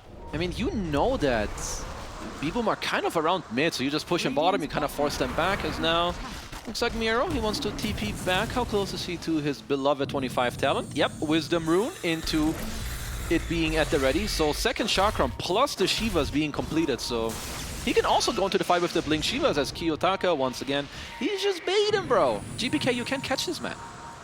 Yeah, and straight back to the wave. We should mention that Kiyotaka has his 25 talent. The win run cannot be dispelled, and that's pretty big. That's pretty good. I mean, the Fortune's End has been used the entire game to counter that. And there is a nullifier on Nightfall as well, so effectively we'll do nothing against that spell anymore. I mean, even with the MKB on Pure, Kiyotaka still takes reduced damage from the Ag, so Pure has to hit him a lot. And Terry's, he's overtaken Ramses in the network simply by, well, pressing Q, so he's doing a good job. I mean, this is what I'm talking about. I feel like when we see Wind Ranger, I mean, Seb plays it supports, that doesn't really count, but in terms of cores, like, nobody is playing it like Kiyotaka. This guy just takes over games. First of all, it's how he plays, but also how his team plays. Like, you need other people to follow you, because you're not the tankiest hero. Like, you need people to go in with you, so they drafted very nicely as a double square root B team. Gonna take a 5-man twin gate into the Dire territory. They have some wards available, so they need vision during this Night Stalker ult to just try and fight. Wow. Big man Solo Boy. with a refresher orb. Okay, this is a very... I mean, if there wasn't the Force Staff there, this would be a Slacks build. Like, just Brown Boots refresher, it feels like. This is My disgusting. Goodness. I don't want to be Oracle in this game. I don't know how Toronto Tokyo is going to manage to have a good fight. Maybe he has to AFK in the fountain or have a buyback, but it's not going to be easy. As there's nighttime and Miro. Yeah, You don't give a damn Shivas. either. Now this guy is very hard Global to kill. number 1. Lotus is there. Yep, first global. They don't know Maybe about he the should second, give of a course. damn. They have the nullifier applied to him. Miro gets the Chipper Chain, but it's not going to work. And down he goes despite feeling unkillable. Oh, Antares. They find a way, and Antares gets pulled back into the fray and Ooh, will what a drop as shackle. well. Ramsey showing us some of the Gleipnir from Kiyotaka is there. They're able to decimate Nightfall in the time being. But the buyback coming out from Antares as well because he does have the Doom still available. But a nice good pull. GPK stun onto 2 with that Aghanim Scepter, and Solo left with no mana. But of course the focus is the Wind Ranger. Antares does get the Doom up, but the instant false promise and the heals from the Shard of the Oracle are there. So 9Pandas end up losing this fight. Few buybacks here and there, though. Oh, that's a big blunder from 9Pandas, but Boom Boom Team just setting up properly, like having both these lane wards around and just being like, okay, we can commit on this Timber. So I think there's many other players and teams that wouldn't dare to go for that. Now there's 3 heroes dead without buyback. Yeah, let's see how much they can get out of this. Of course, they don't know about the buyback situation completely, at least from the core perspective. 500 gold away for Kiyotaka, and they're definitely knocking at the door here. GPK, they don't have that much building damage, I guess, without Pure being in the DK They form. might They're just going go for the more. Yeah, they could, absolutely. Mid lane is available. You can see their base is getting pushed. The Ranger Axe was eventually taken, but that lane was effectively I think taken Ramses out has a to go while push. ago. Pure in the DK form now, getting their second lane of racks, and now they have a good idea that there are no buybacks for 9Pandas, and all they can do is just watch their base get destroyed. Okay, that's of course, there is a tier 2 bot, so that's as far as they can go, unless they wanted to go for the throne. It's a double racks for 2B team. Big for them, as Roche also, it's about to respawn. It's going to be on the Dire side as well. And Kiyotaka, he's not up for 25 seconds, and Roche is just going to die way quicker than that. Yep, the Abyssal Blade now online, and the 25 talent for Nightfall. Keep in mind, he was one of those cores that bought back, so yeah, he will almost certainly take the Aegis. Although, I mean, GPK, does he currently have buyback? Let's see. He does. He does indeed. I mean, let's see. I'm pretty sure that Nightfall could just drop his boots and pick it up, but let's see how they want to play. If he just feels like, okay. Ramses and company, they want to contest, They're but gonna be it's too late, gonna though. be too late. Aegis, Cheese, Refresher Shard. I say it's too late, but they still want to fight, apparently. Lincolns. Shackle shot blocked by the Lincolns. BB team on the run, trying to reset, good but silence. definitely trying to GPK, has to use his BKB. Oh, they tried Gets to lower the vortex. BKB. Acid pops the cheese, so he can definitely get away, but this is an even bigger kill if they can get Nightfall, but the false promise comes out, the Wukong's command to follow, and the Boundless Strike with the harpoon used onto the Night Stalker. Ramses, GPK's barely on the outskirts, will be able to live throughout this engagement. They kill GPK, who buys back instantly. And Solo, the only casualty for 9Pandas. You can see the rest trying to TP out. Big zip again from GPK. Kiyotaka just out of vision. Holy. All right, this is all about buybacks now, especially with GPK the fact using that his right there. Ramses got out like that, like they actually got a buyback out of Boom Boom Team there as Kiyotaka goes on Pure. Yeah, the Nullifier not going to do too much, and the Focus Fire just absolutely he's destroying okay. here, but he has some backup now. In the form of GPK, who is out of mana, but they're going to get the Vortex onto Kiyotaka. Completely surrounded, no buyback for him. He has no buyback. Despite being down this entire game, Oh, BB bros. team are very close to actually winning this game, but there are buybacks now. I guess the bounty runes were just picked up from Ramses. Well, that's a game-winning bounty rune because my bro just died without buyback. Now both of them have it available, so 9Pandas get to Their base. live it. Their base. Shannon, it's dying. Toronto, Tokyo, do something. Do your best. Hold. Oracle very strong at defending against creeps here. Pulled him in the fountain. Probably the Courier will have more luck in defending than Toronto, Tokyo. The GPK is there with the shield rune. B-Square team just kind of bringing it back. And this 25 talent on Nightfall now is going to be a real big pain to play into if you're 9Pandas. Like, anyone gets doomed or Ramses goes in to like try and commit on them, you just drop the ring. It's so big, it will cover the entire team fight for the whole time. Yeah. And Pure is going to have an AC as well, so some humongous items coming out for our double square root B team. And Save has a sheep stick now. And everybody's super farm. 50 minutes in the game. I mean, I feel like these Eastern European games always end up being epic for some reason. Yeah. They're always so good. It's because they're crazy high skill, and there's a lot of like also solo plays going on most of the time that most of the time lead into good plays for Kiyotaka as they have for 47 minutes, but then boom boom, they just catch him off guard once and it turns into a big deal. Tier 2 tower will be taken out. Pure on the outskirts, ready to jump in. Ready to send it the to Dragon. Tormentor, There's the Tormy. Very important. Mr. Torm. I mean, who even doesn't have a shard? It's more important if you were to go for to deny potentially from 9Pandas side, although I'm not even sure how impactful they are. I think they literally don't care. Yeah, I just like to create this narrative. Okay, it's very important, very Shannon. Important. As Ramses, they got the one on Storm, and that one's probably the best on their team. So I guess Recall is pretty good and Reign of Destiny, but I guess they got those before. As 9Pandas, that is a big ball smoke, 5-man. Ramses could sell his Midas and buy a very big item, which I feel like you might just want to do. He's also got the minus 50-second cooldown on his ult, which honestly with the Spell Prism, he nearly has full uptime. Well, not quite, but close. Yep, close. Close. NMF. GPK is the one holding the refresher shard, by the way. He just, wow, that's a really late SNK. 51 minutes in. I mean, just trying to stay alive through the burst of 9Pandas, so I kind of get behind it.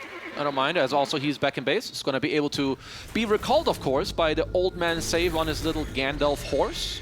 Should mention Antares. I'm not sure how long he's had it, but he has the Aghanim Scepter, so AoE Doom is online. Sheep onto Pure. Solar Refresher ready, Kiyotaka. Yeah, he used the Refresher. Kiyotaka really deep over the Focus Fire, and now all the pressure is applied to this Coddle. That's a big Wukong. But Kiyotaka gets brought back in. He's extremely low. Can they take him out? They do. Buyback still intact, of course. They took out Ramses as well. Oh, got some off the tree. They break down the tree. AoE Doom from Antares. He's going to pop the BKB as well. Double buyback from 9Pandas now. And remember, this false promise on the Monkey King, he will not have buyback, I believe. Maybe he does. I might be making that up. AoE Doom continues off, but they have the damage from afar. Triple buyback. Pounding into him. Doom is dead. As GPK completely out of mana, they get an instant glide onto the Monkey King, but Ramsey is the one taking the damage, trying to get away with that BKB, but the control is there, and the damage from Kiyotaka, too much to handle. Nightfall is dead with no buyback. And now Pure completely surrounded by members of 9Pandas. He will drop to the deck as well. His buyback remains. And this is such a back and forth affair between these two teams. Big double buyback from 9Pandas. Very much needed. As we can see, Nightfall, he's pinging out. Yeah, these two nerds on Wind Ranger and Night Stalker had to buy back for this fight, but my god, all the damage, the shackles coming out, the long fight, even Pure. Actually, the one dealing the most damage in that fight with just his DK form and Mantas and getting to hit as... Yeah, we can see that Boom Boom team, they just have to hide in their base and kind of wait it out, because Nightfall, he ain't got the buyback. I will say this, though. 9Pandas, I mean, they are very farmed. Their building damage is not like the craziest. So, like, Focus Fires one building at a time. The cooldown is relatively long. As Kiyotaka, he's going to be found out by GPK. No way. Doubt they have the damage here. Oh, what? I say that, but this shard is absurd from GPK. How in the hell? He got the 25 talent as well on top. And that is essentially a dieback for Kiyotaka. That is that's an illegal play. He was not allowed to do that. Oh my god. Oh, as B-Boom, it's time to go down mid, bros. As okay, he's here. This damage is absurd. Okay, hold. Overload is used. That is insane. This is through a global silence. I mean, that's just buffs the BKB there, but holy jeez. Witchblade, Solar Bind, and him just hitting with the Overload as now Kiyotaka is down for 90. If you're 9Pandas, you have to... They know this. They know this. Yeah, and you have to push out these waves right now. You have to make time in this game, because they can already position now on Boom Boom, because they can recall Random DK illusion just flying all over the map. Must be the most annoying thing to deal with. But yeah, they have 70 seconds. Monkey King is up in 10, and they have recall available. Okay, they will only have it in 20, actually. Yeah, Save's ult is on cooldown. quite important here to note. As, never mind. I thought it was going to be a long zip. He's debating me. Miro showing himself. So they have Miro. a full minute to work with. Miro, bro. For BB team, Electric Vortex to start. But Miro, super duper tanky, as we've discussed. Takes at least 3 to 4 members of BB team to take him out. Well, they get a fight out of this on 9Pandas. Damn, I thought the whole game was blown open when he died, but 35 seconds. And they're gonna have a glyph for this too. Yeah, they will. As Pure is looking and cooking. Miro trying to slow this down as much as possible, but here it comes, that's the just a straight up ring. Nightfall ult. Forcing everyone back. The fortifications there, 20 seconds on Kiyotaka. This tower, at the very least, is dead. But This has will got to they be try to Megas. go into the back line 10 seconds. to get more? Yeah, they. Okay, I can't JK. believe they actually defended, even though they didn't do anything. Damn, they get to live? Defended. Well, my bro Kiyotaka, damn, he gets to live another day actually. I mean, that would have felt so bad for him to lose that way. Alright, so we have some A on the screen queued up as Solo already has one. Ramses, I really think I guess he really needs to hold the gem to stay on top of the supports because of the Glimmer Caves, but I really think they need to help him. He needs another item to deal more damage and like kite in and out of the fight. Dire are scanning. Roche is up in 1 minute and 12 seconds. Arcane Rune on GPK. Refresher on Nightfall, so double Wukongs available, of course, with the BK. I mean, he has a lot of active items as well, actually. I mean, if GPK can hold his buyback, that's also really big. Like, buyback for the Radiant team is so big with the recall that they have, because for 9Pandas, 2 of their major cores and the Silencer, they don't even have buyback, even if they had the money for it. Yeah. As they're smoking up, they know the next fight can just break the entire game open. Like, you might just GG on the next fight. Well, we can see on the minimap that they will not be running into anybody initially. And not towards Roshan either, for now. Are you surprised that Miro did not go for... Boom. Yeah, boom. Aghanim Scepter. I mean, maybe he could have gone it instead of Axe, but I don't blame him not buying it now, because... I said Ags. I mean, instead of what? Instead of Heart. Okay. Sorry, maybe I misspoke.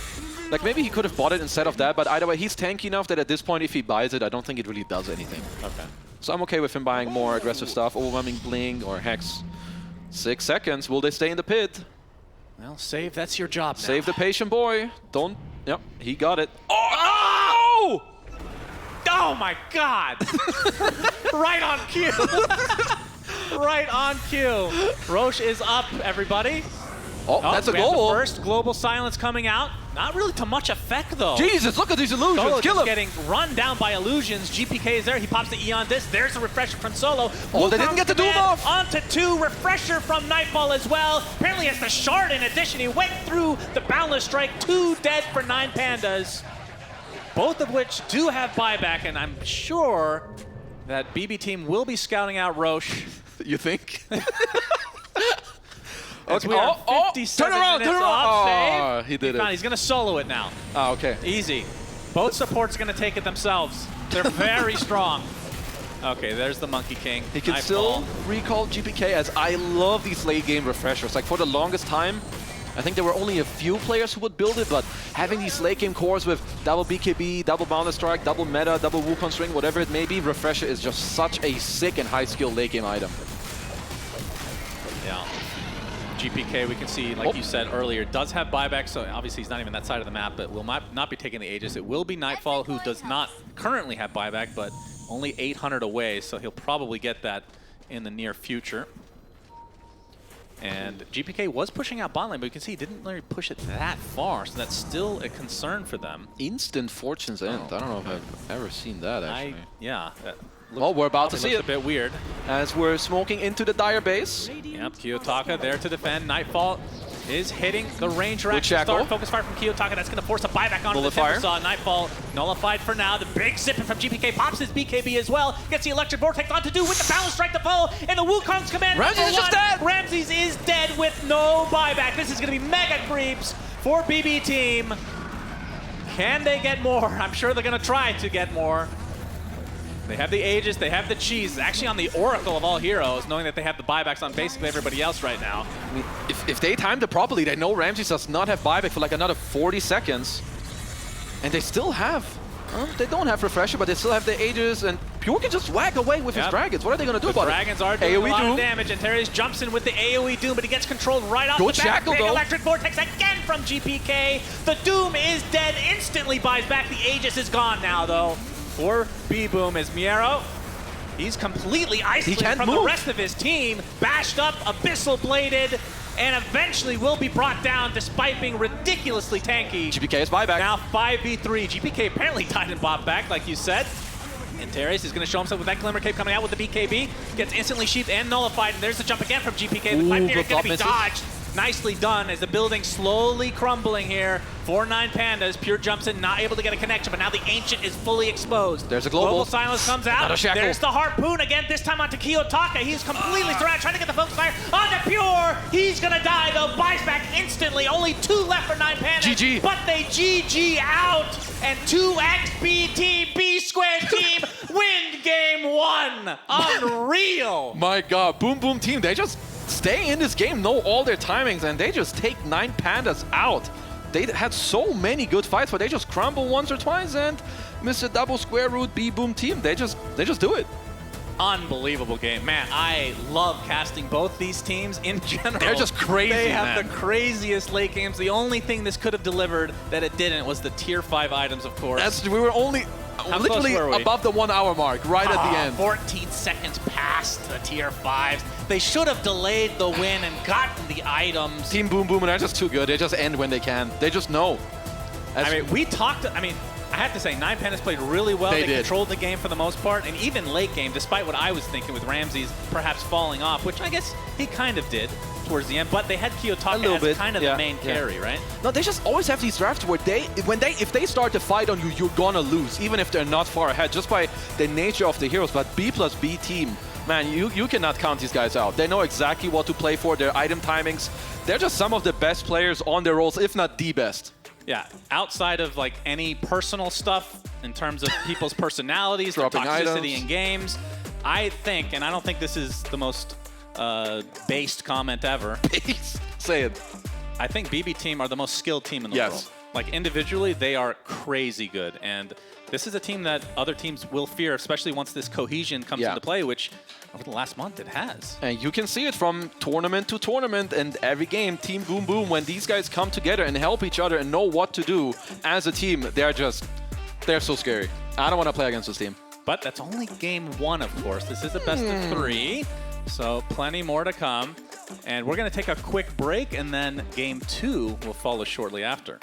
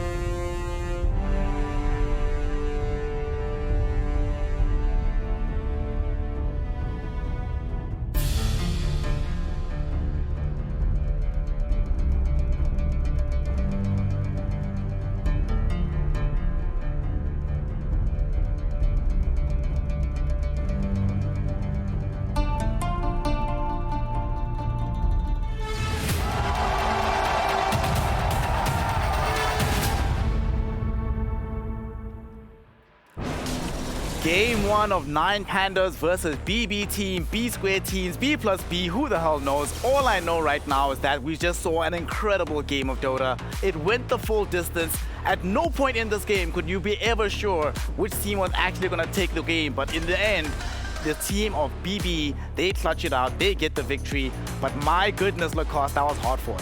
Absolutely. I mean, this game, we expected it to be a really good one, and it was better than we expected overall. I mean, it was wild game overall. Just like ups and downs, the way it started. 9Pandas, they had a lot of advantage early on, and well, if I wanted to sum it up shortly, like what happened, I'll go with Kiyotaka, a bit of an inexperience, I would say, on the main stage. A couple of like his stats, especially at the early stages, pre-BKB, were like really unnecessary, but great comeback from BB team because they managed to salvage it. And I feel this Dragon Knight pick really worked out well for them, and just the itemization, because he understood that he might need to be that like scaling third core in this team, going for Hand of Midas, Manta, then MKB as well. And it's very difficult to deal with these Dragon Knight illusions in the late game. Unfortunately, it is quite so fear, and at some point in time, it becomes very obvious that they just don't have enough in the tank to deal with the DK, the Monkey King, and the Storm Spirit. You gotta pick your poison, but fighting through all of this is extremely hard, especially with the Oracle as backup. Yeah, for sure, and maybe that shows a little bit of through Kiyotaka's gameplay. Like, he had some of the best and the worst plays all in one game. Kind of reflects in the score. He ended up getting the triple-double here with 13, 10, and 10. So having some great plays across on at the same time, like what the hell is he doing there?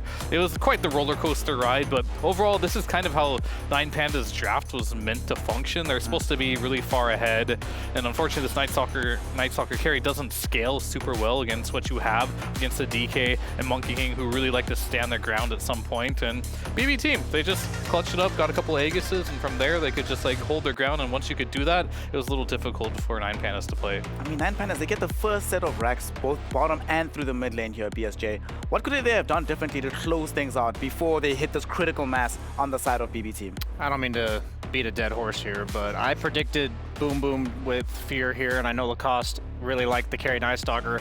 Even though I predicted their draft and they won, I will say that's probably the most incorrect I've ever been with a draft prediction that was correct at the result, because I really like what they had on the side of 9Pandas, and I think they should have won that game. I think if Kiyotaka played a bit cleaner, they would have just won. I don't think there should be any overcomplication. I don't think they should obviously critique him or flame him or anything. Just tell him reset. Like, he should just say, hey guys, my bad. Then you go into game 2 and feel confident with the strategies you came into this series and run it back. Well, one of the things that we have outlined is the power of this DK that came in from Pure. Lacoste was talking about him. Let's take a quick look at a moment in the game which was pivotal as our STC play. Here at this point here, Lacoste, we get this DK. They're going in for this engagement. He feels like he's not the most farmed hero in the entire map. You know, they probably think, you know, it's actually kind of killable. We have the advantage. We have the numerical thing, but you kill him, the rest of the team are very different story. And look at the illusions. He's like, yeah, we killed Dragon Knight. The answer is, did you actually kill him? It seems like not really, because he was slowing them down in the back line. It's like having free Scotty on the heroes, and they surprise him with that.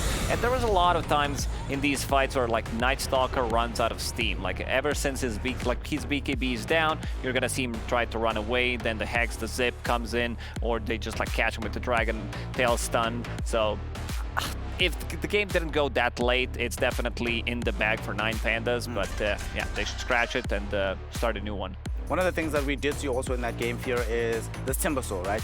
It got ignored fairly deep into the draft. You know, they pick it up for the side of 9Pandas, right? 17 pick Timbersaw, you're normally thinking, oh, okay, you know, they may have some tools to deal with it. The 18 pick Monkey King, we can try and deal with this in the laning phase. Somewhat greedy lane that might not be the strongest. But Miro had an all-star performance on this hero. It actually feels very bad for them that they lost, given how well he played. Yeah, I don't have a lot of critiques for him. He had a really tough lane, came out with more than he probably should have got from that lane. He ended up scaling. He was a big reason why they won a lot of their mid-game team fights, going for that early blink into Hex, into Heart, so he's their initiator. He's also their frontliner. He's also getting a lot out of this lane, which he shouldn't have, and he's their damage. He did so much for them in this game. It's just unfortunately all the pieces need to come together if you want to win a Dota game. He didn't really miss a beat, but it's a team game. Dota 2 is indeed a team game, and of course right now the team on the side of BetBoom, they find themselves with a 1-0 advantage. We're going to be finding out if BB Team do have what it takes to turn this into a 2-0, but we also have another member of our team standing by on the ground to give us an update of what's happening around the arena. Hello, ladies and gentlemen. Jenkins here. I'm in the crowd with a BB Team fan. Ultimate Dota, thank you for being here. I appreciate it. You knew they would win the whole time. I was sitting next to you. How did you know? How do you know what's a BetBoom win? Yeah. I know Pure, I know another guy is so great players. I hope he win, and I give the save to mouse office. Cost this mouse $3, I think. Yeah, he pretty much told me that Pure is using a $3 office mouse. So if you want... Save. Oh, save it, okay. Yeah, he love office mouse, only play office mouse. $3 cost, yeah. I say, you need a mouse. He say, I use my old mouse. I give the new. And he plays Pudge. He plays Pudge with a $3 office mouse. Keeper of the Light too, so great. Buy School Basher and just try win this tournament. He did do that. Do you think this is going to a game 3?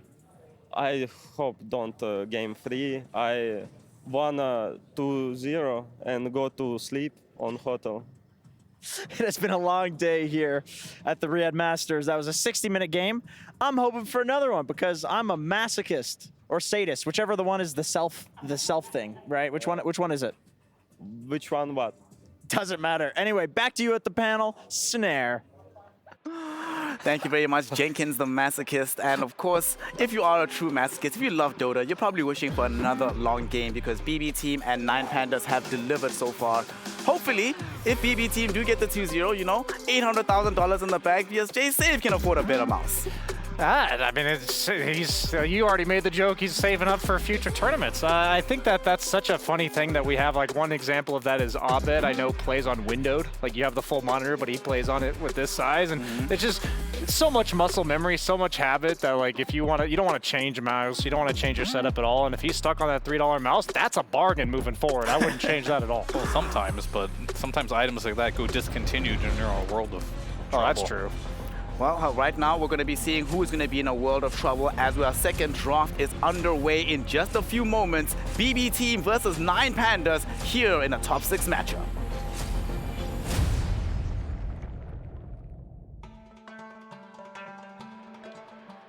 Game 2, 9Pandas, BB Team. Game 1 obviously did end up going in the distance. Lacoste is not a surprise because 9Pandas do have the 2 longest games in this tournament played so far. So these guys are very comfortable in the late game. Didn't necessarily work out for them, but you know, a couple of things, like you mentioned, could have gone a little bit better for them. So going into this game, should they be trying to accelerate the timing? Should we try and see some alchemists coming out of them? Or should they try and still angle for the late game? Yeah, we might see it. I don't know if this is going to influence the way they draft in this one, because it definitely felt they needed something else, some kind of a late game carry, because Night Stalker ran out of steam at one point. But looking at the drafts, looking at the bans, same bans from both of these teams. 9Pandas again having first pick, and they're going to open up with Doom. As we said previously, it's a flex pick for them. They played across multiple roles, so not really a surprise there. Let's see if BB Team wants to open up with the same Coddle Storm or if they want to show something else different. Yeah, BB Team, they had a pretty conventional draft, I'd say, and 9Pandas, they kind of showed their cheese that game. I mean, the carry Night Stalker, that could be considered cheesy in modern day Dota right now. And of course, Doom and 9Pandas' hand is, they played on 3 different roles, right? So much flexibility there. So when you play against this first pick Doom, I think you just got to come out with your strategies that you're comfortable with and not really worry about where it's going, because you just don't know where it's going. Well, something that they haven't been necessarily deploying at this tournament for the most part has been this Enigma. Of course, 9Pandas utilize this to great effect, but BB Team, this is going to be the first time, BSJ, that they are whipping this one out. And of course, the techies, Save is no stranger to this hero, thus far undefeated. But talk to me about this Enigma. Where do you think it's going, and is it a good idea to deploy it for the first time in a playoff game? I would imagine it's probably off lane simply because Toronto Tokyo's had a limited amount of time playing 5 position as his new role. So I just doubt out that Enigma's not really a hero you play 5 times and you're like, okay, I'm good to go. This is definitely a specialist type of hero. I'm also, I mean, I don't even know at this point, actually, now that I say it, because Pure also switched positions, so I don't know. Yeah, I don't know if he practiced carry Enigma back in his carry days. The jungle Enigma, I'm sure there are a few low-profile games in there somewhere. Well, he's got 1 pub on it of Toronto, Tokyo in his pubs. 1 pub. He won with it. Okay, that's good enough for me. A lot of confidence. It's going to Toronto, Tokyo. Good enough. Unfortunately, though, Lacoste, it is being played into a Rubik.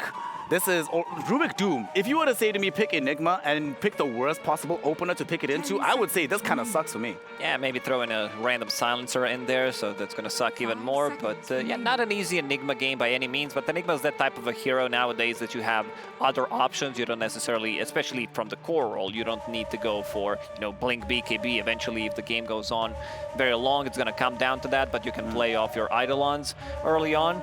I do like 9Pandas opener, like Doom, Rubik. It's also a strong lane. It's been like that for a really long time. And there's that hero that you mentioned, Juggernaut, that was banned in the first game as well from bbteam, because they do respect Ramsey's Jug, one of the better ones out there for sure. I just went through the stats, gentlemen, and no matter who plays this Enigma, it's going to be their first professional game on this hero. No matter who plays it in the entire team. What do I even say to that? Yeah. I mean, that's like, it's 500K on the line for a single game, potentially more, considering the rest of the tournament. But, I mean, I would recommend they're going to do it 5 then, just because it's more about the lane and you can buy utility items rather than worrying about being the Blink BKB Refresher Octarine, because you just don't get that many items. That's my thought. Pure's pubs right now. Currently, no games on Enigma.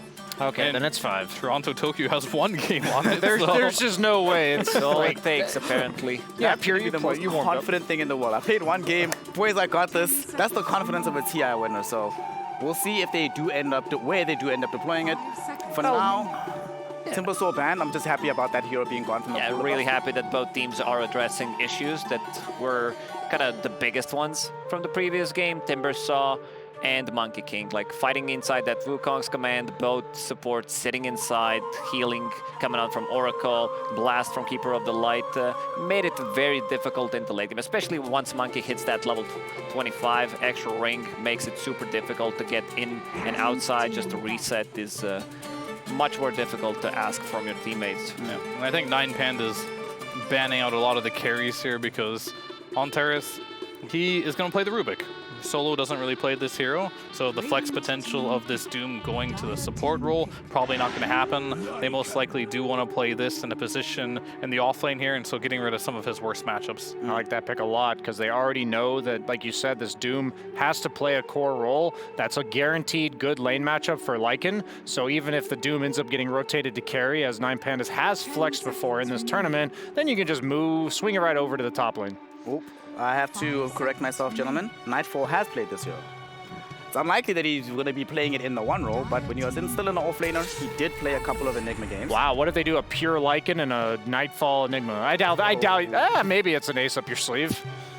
9Pandas, of course, they've played quite a lot of Alchemist, and this is the hero I was expecting them to play. This is what they always whip out whenever they lose game 1. It's happened at Bali, happened at Lima, well, after Lima, at the Dream League, excuse me.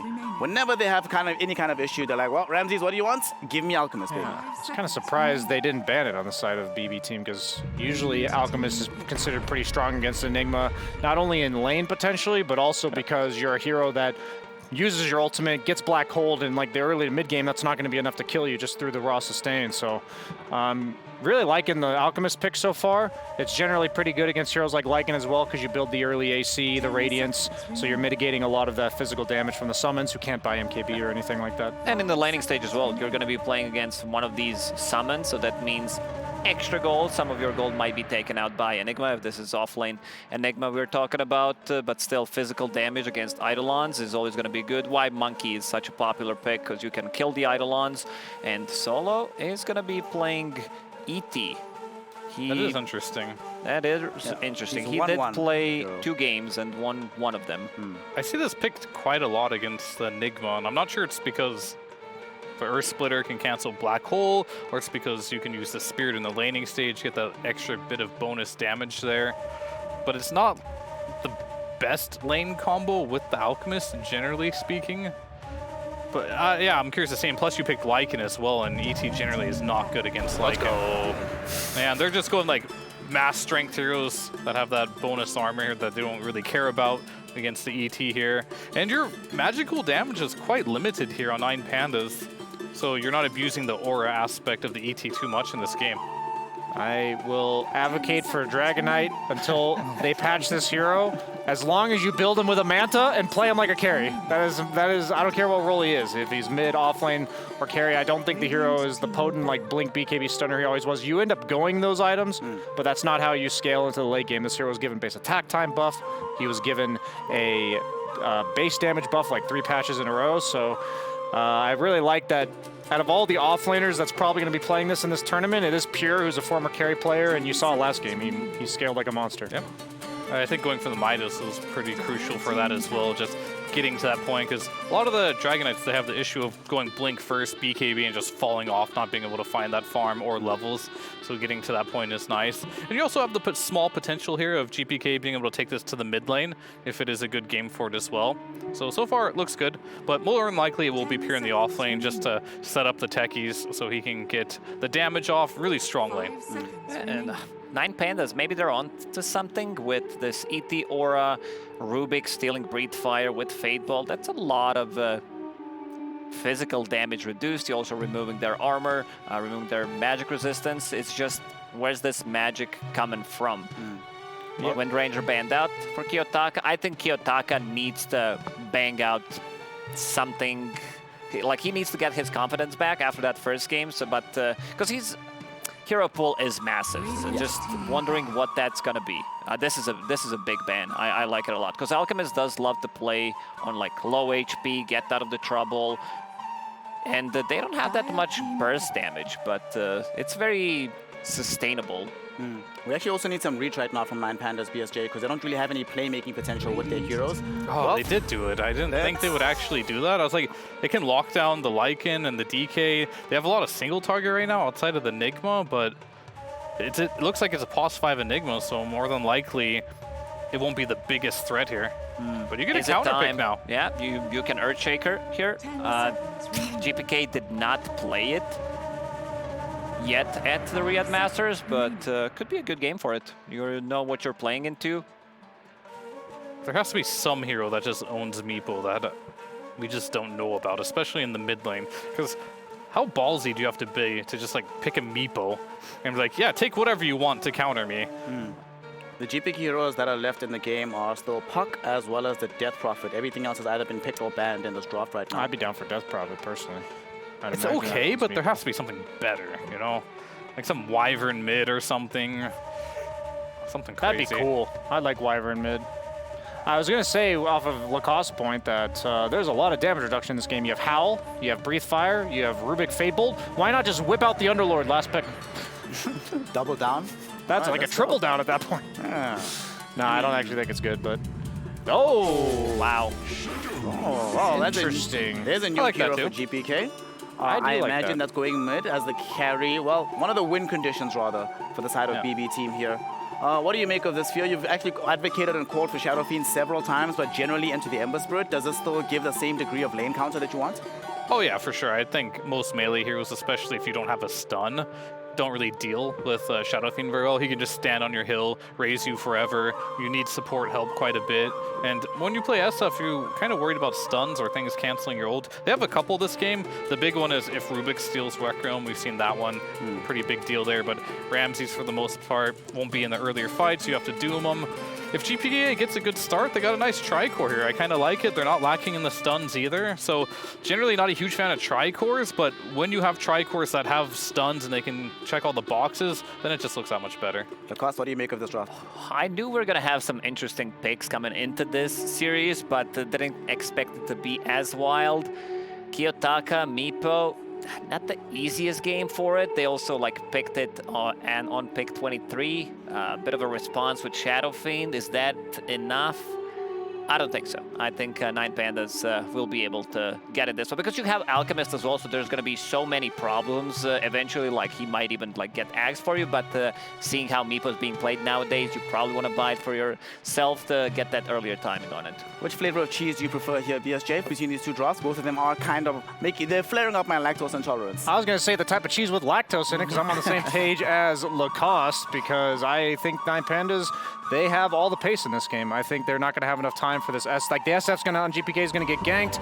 The DK is going to be farming with the Midas. You have Alchemist hitting a timing, Meepo hitting a timing. I really like the draft coming out from 9Pandas. Well, I'm going BB team. Well, 9Pandas at this point in time are 6-1 with the Alchemist. They always whip it out when in danger. So let's witness if this time around it'll get them into a game 2. It's 9Pandas versus BB team. And to bring you this action, I've got a Boomer, I've got a Bozo, it's Sunsvan and Kiss. Thank you very much. BB Team versus 9Pandas game number 2, best of 3 in the upper bracket. First game was godly. Yep. If you guys missed it, Watch it. watch it now. Don't watch this. This one is Tune out there's now. no way this game is as good, surely. But they did pick some crazy stuff again. We see an Alchemist, which I love, as you know. We see a Meepo, both on 9Pandas side. And on the other, we see a Shadow Friend.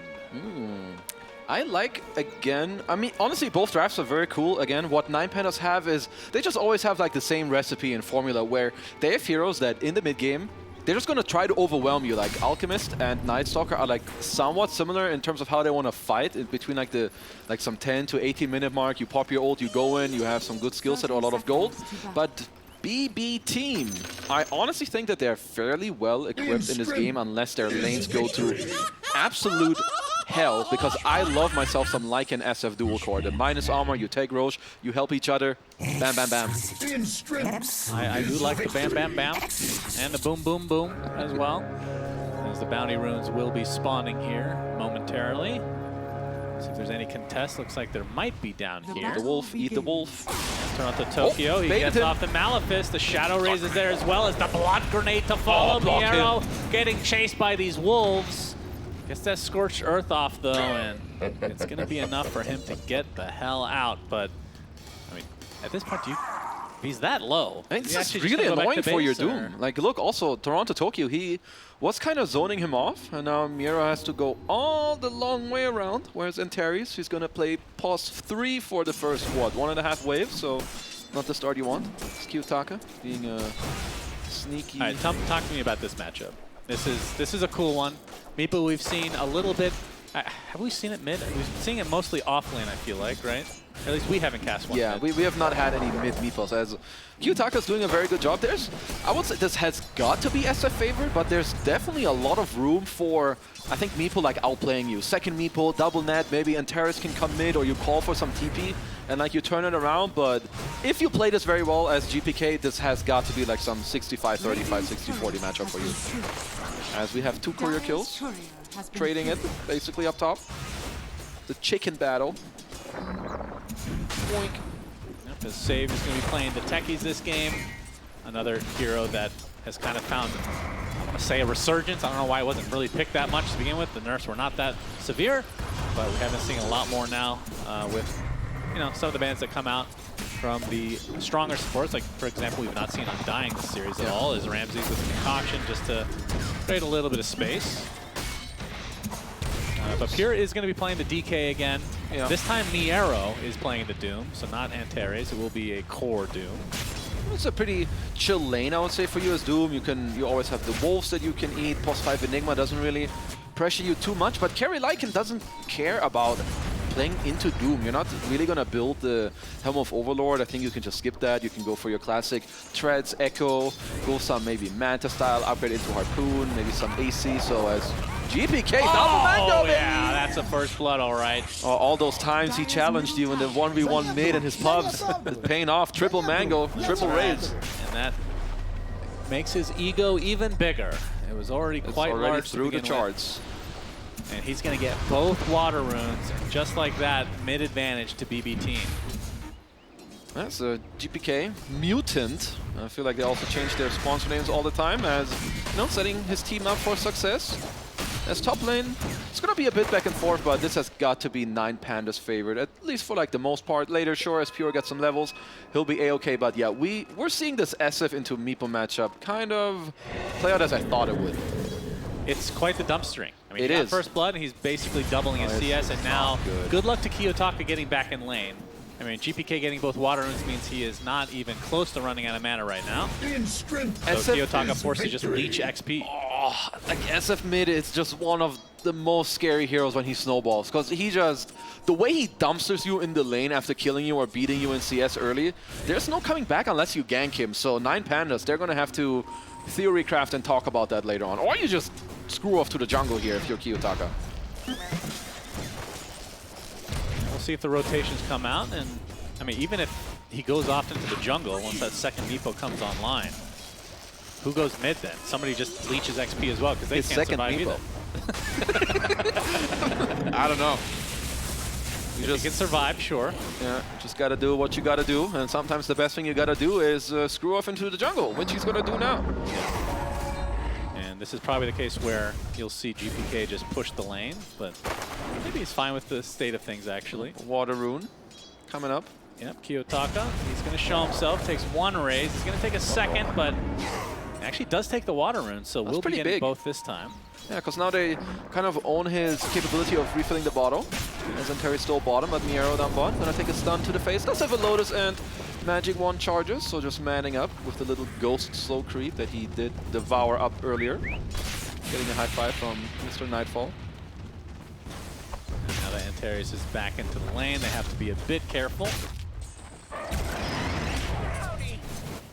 I did hear a stat from Lacoste earlier. So bbteam are the team with the most pings in the game.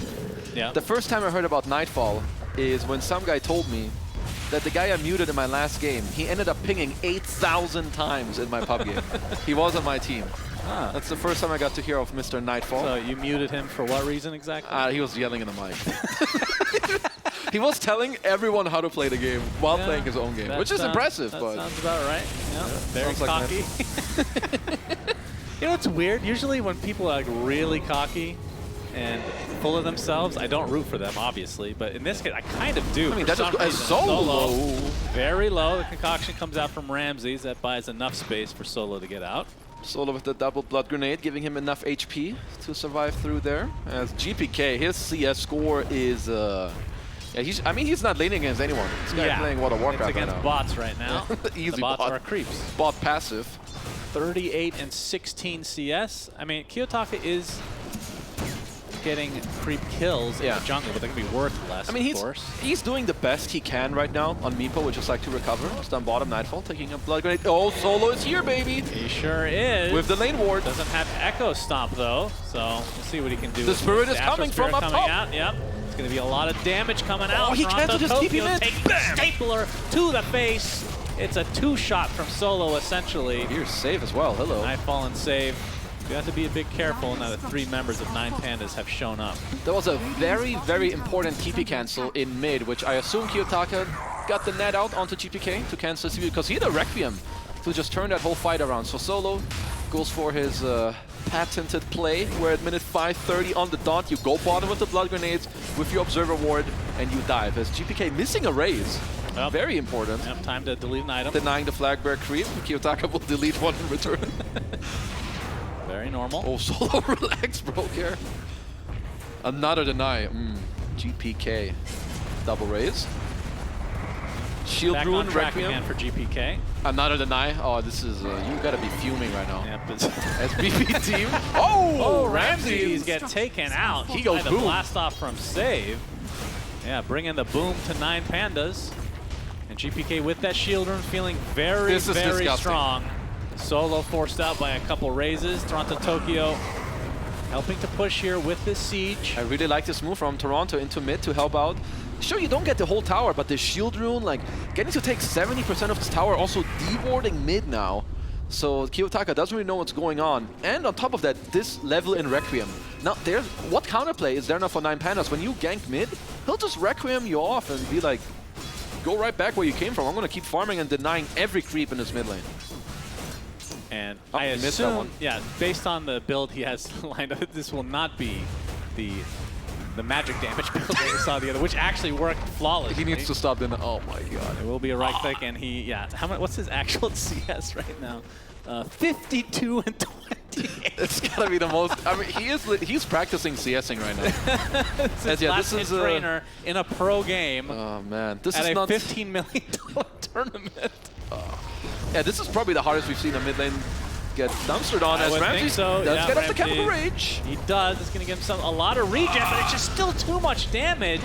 Second death for him, and now the tier 1 tower is going to take a hefty amount of damage. Solo's there with an Echo Stomp, but he has to run away shortly after in shame. Uh-oh. He's not there in time for Ramses. This is not what 9Pandas want in this game, because Nightfall is just getting to sit bottom. Maybe he will slowly lose his tower, but he's doing a good job at holding this, whereas 9Pandas are losing their mid and top tower. They're going to lose their captain as well in a moment.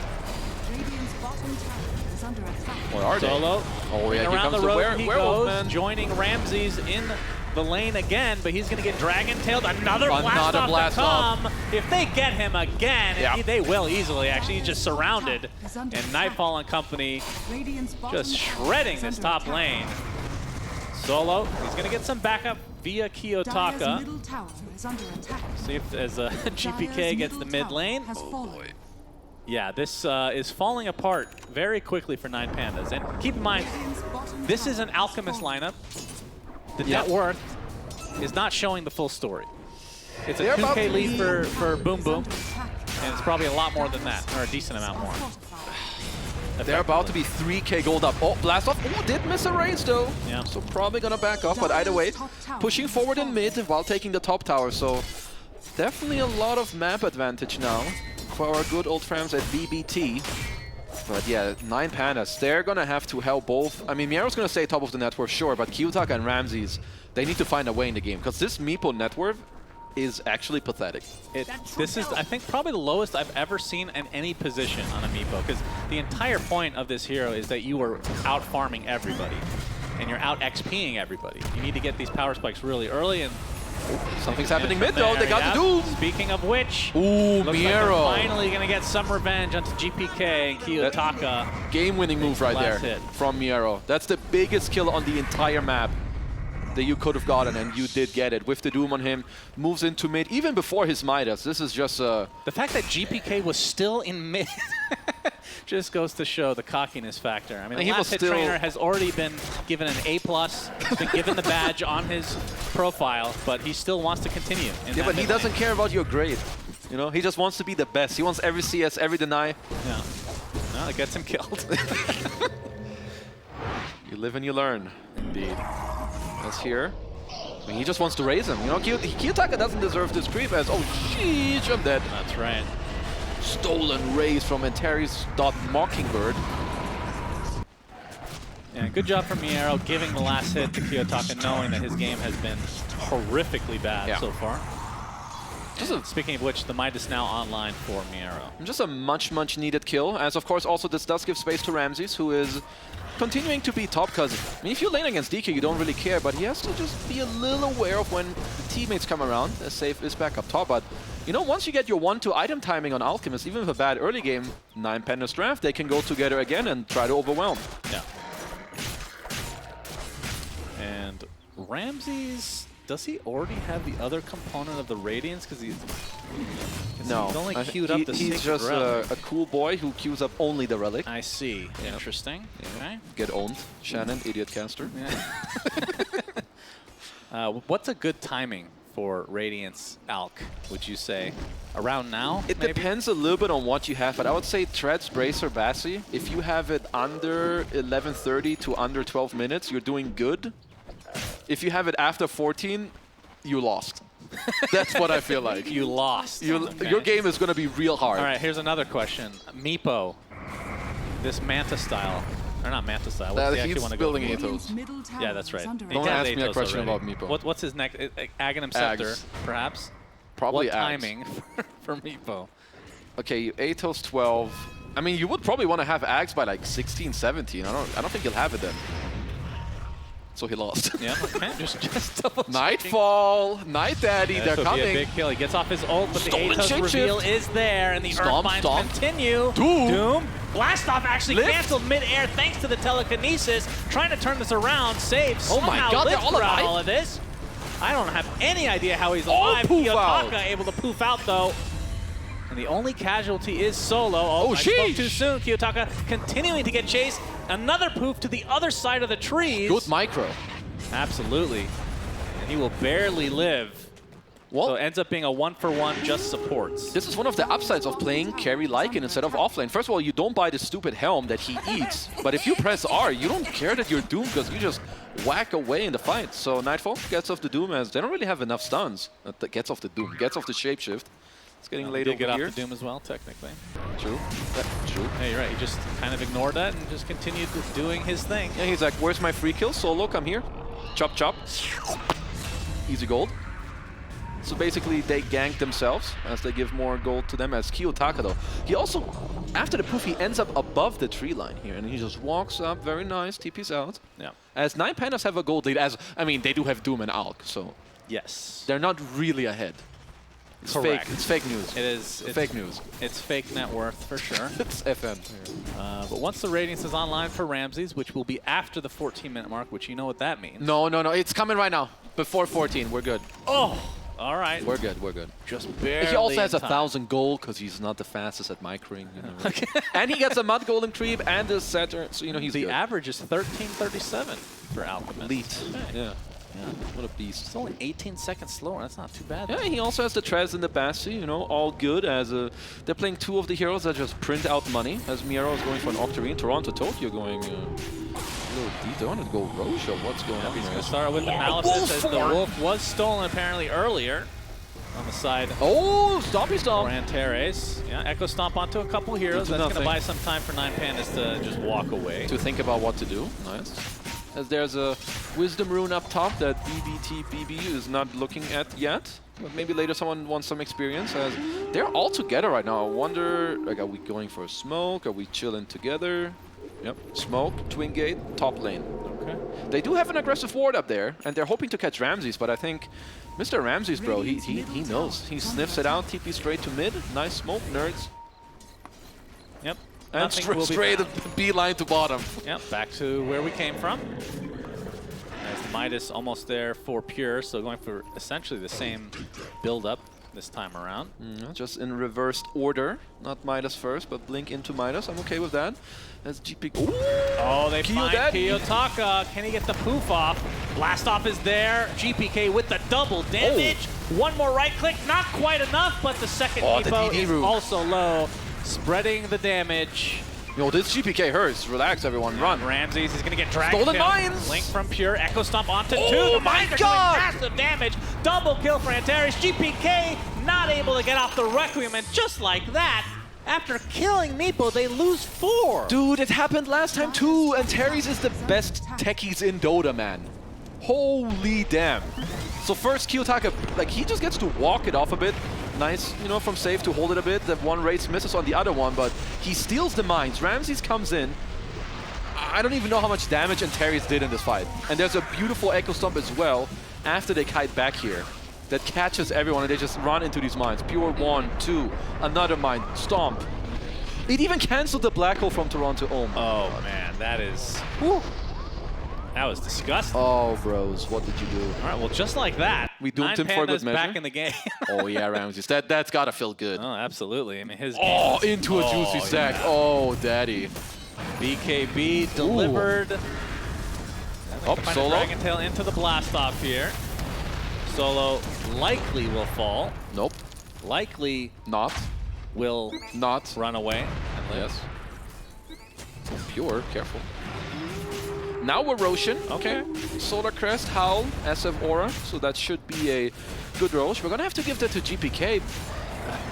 I think he needs a BKB in this game to kind of fight back, right? On SF, you want to, unless you get doomed, you want to be able to Requiem and like kind of fear back the Meepo and maybe the supports. But now suddenly this game, 6K deficit.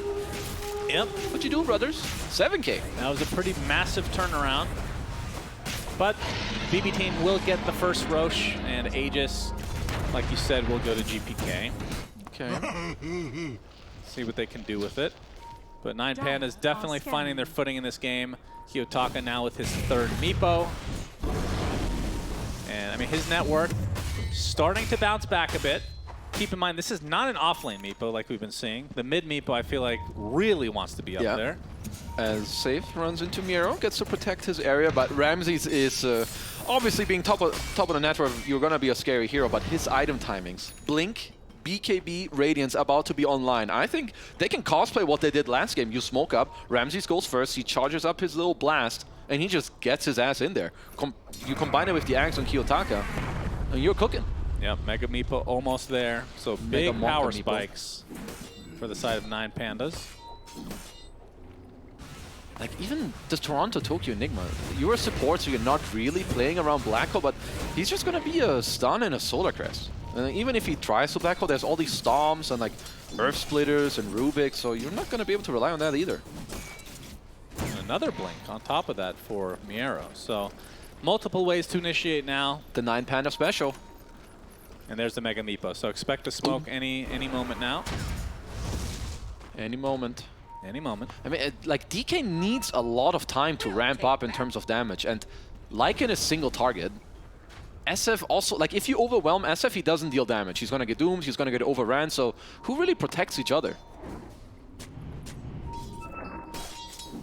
All right, we have some movement now. 9Pandas grouping up towards the top. GPK on the outskirts. They're going to find Toronto. I thought they did with the Astral Spirit. Oh, They're going to cancel the TP. Easy pick off onto the position 5 Enigma. Ramses is still looking, as Antares does get to steal Eidolon, so we're going to get some more farms, some more tower push. He's going to be happy with that. This Alchemist. It's a scary one. What's this? Probably AC next. Incredible against this Radiant team. If you paired it up with the Crimson Guard on Miero as well, I don't know how people are going to die in this game. Radiant's top tower is under attack. Yeah, but bbteam still have that Aegis, you know? They do. But how can they use it? That is a good question. As Philly Stone, the best tier 2 support item for Enigma. Honestly, I feel like it changes support Enigma. The fact that you can choose your item now, let's hold that for a bit, Pure. Gonna get stun locked forever and die. The poofs are kind of destroying him. Earthbind's continuing to be applied, and Pure eventually will drop. Without a teammate nearby, that's an easy pick off. Kiyotaka doing him dirty. Okay, we got the tips coming out. It's okay. 2 minutes left on his Aegis, but how are we using it? I'm not seeing them like really connect to each other. And it's also a little bit awkward. They need Pure to start the fight, but even then, if you go too deep into this 9Pandas draft, I feel like they're gonna just destroy you. Yeah, maybe it's one of those Aegises where you don't feel too pressured to have to use it in a certain way, because in some respects you denied it from a Meepo. Yeah, it is good that they denied it, but I don't know if they feel good about just sitting back, because... Okay. Okay, save, not able to connect on the blast off, but the dust is going Miero's to reveal looking. Antares. And the right clicks are enough. Miero, though, gets off the initiation.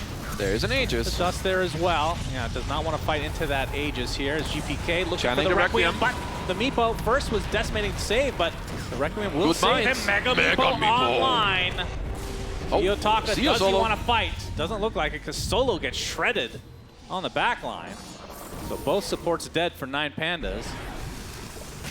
Okay, nicely done from B-Square team. They do get to pick off some Antares maybe not in the right neighborhood. GPK just shreds him down. Nice Requiem as well to save. Mr. Save at the same time. Only a minute on this Aegis. And really their only, other than Blast Off, which they've been trying to use, it hasn't really been the best, because, I mean, Antares on that Rubik has been he's a monster with the telekinesis.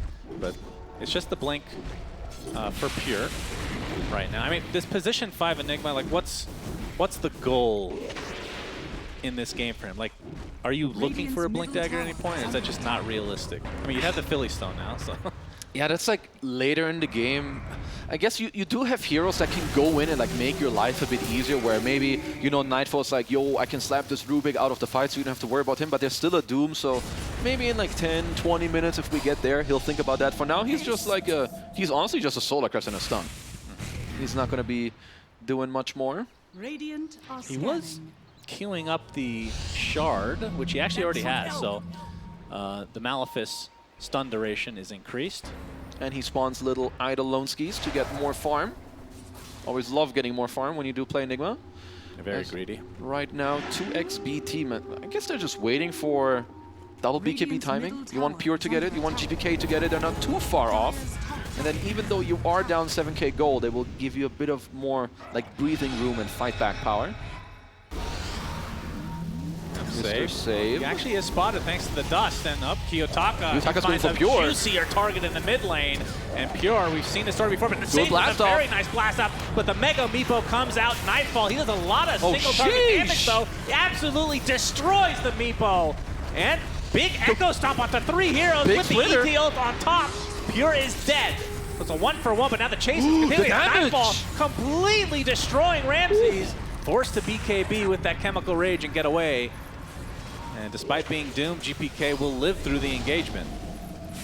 I do think right now, if you're 9Pandas, you want to keep striking back. I don't know how much you love this trade. Like keeping the game even while Mr. Boom Boom team are getting closer to some of their big items is very big for them, as we have a pause into a disconnect. Nightfall does not want to wait for his teammate.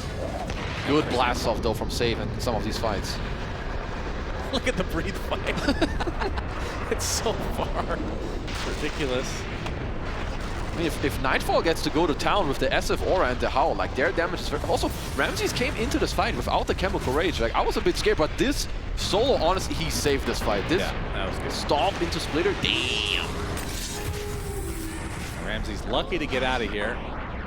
The crits coming out from Nightfall. Does get to walk it off.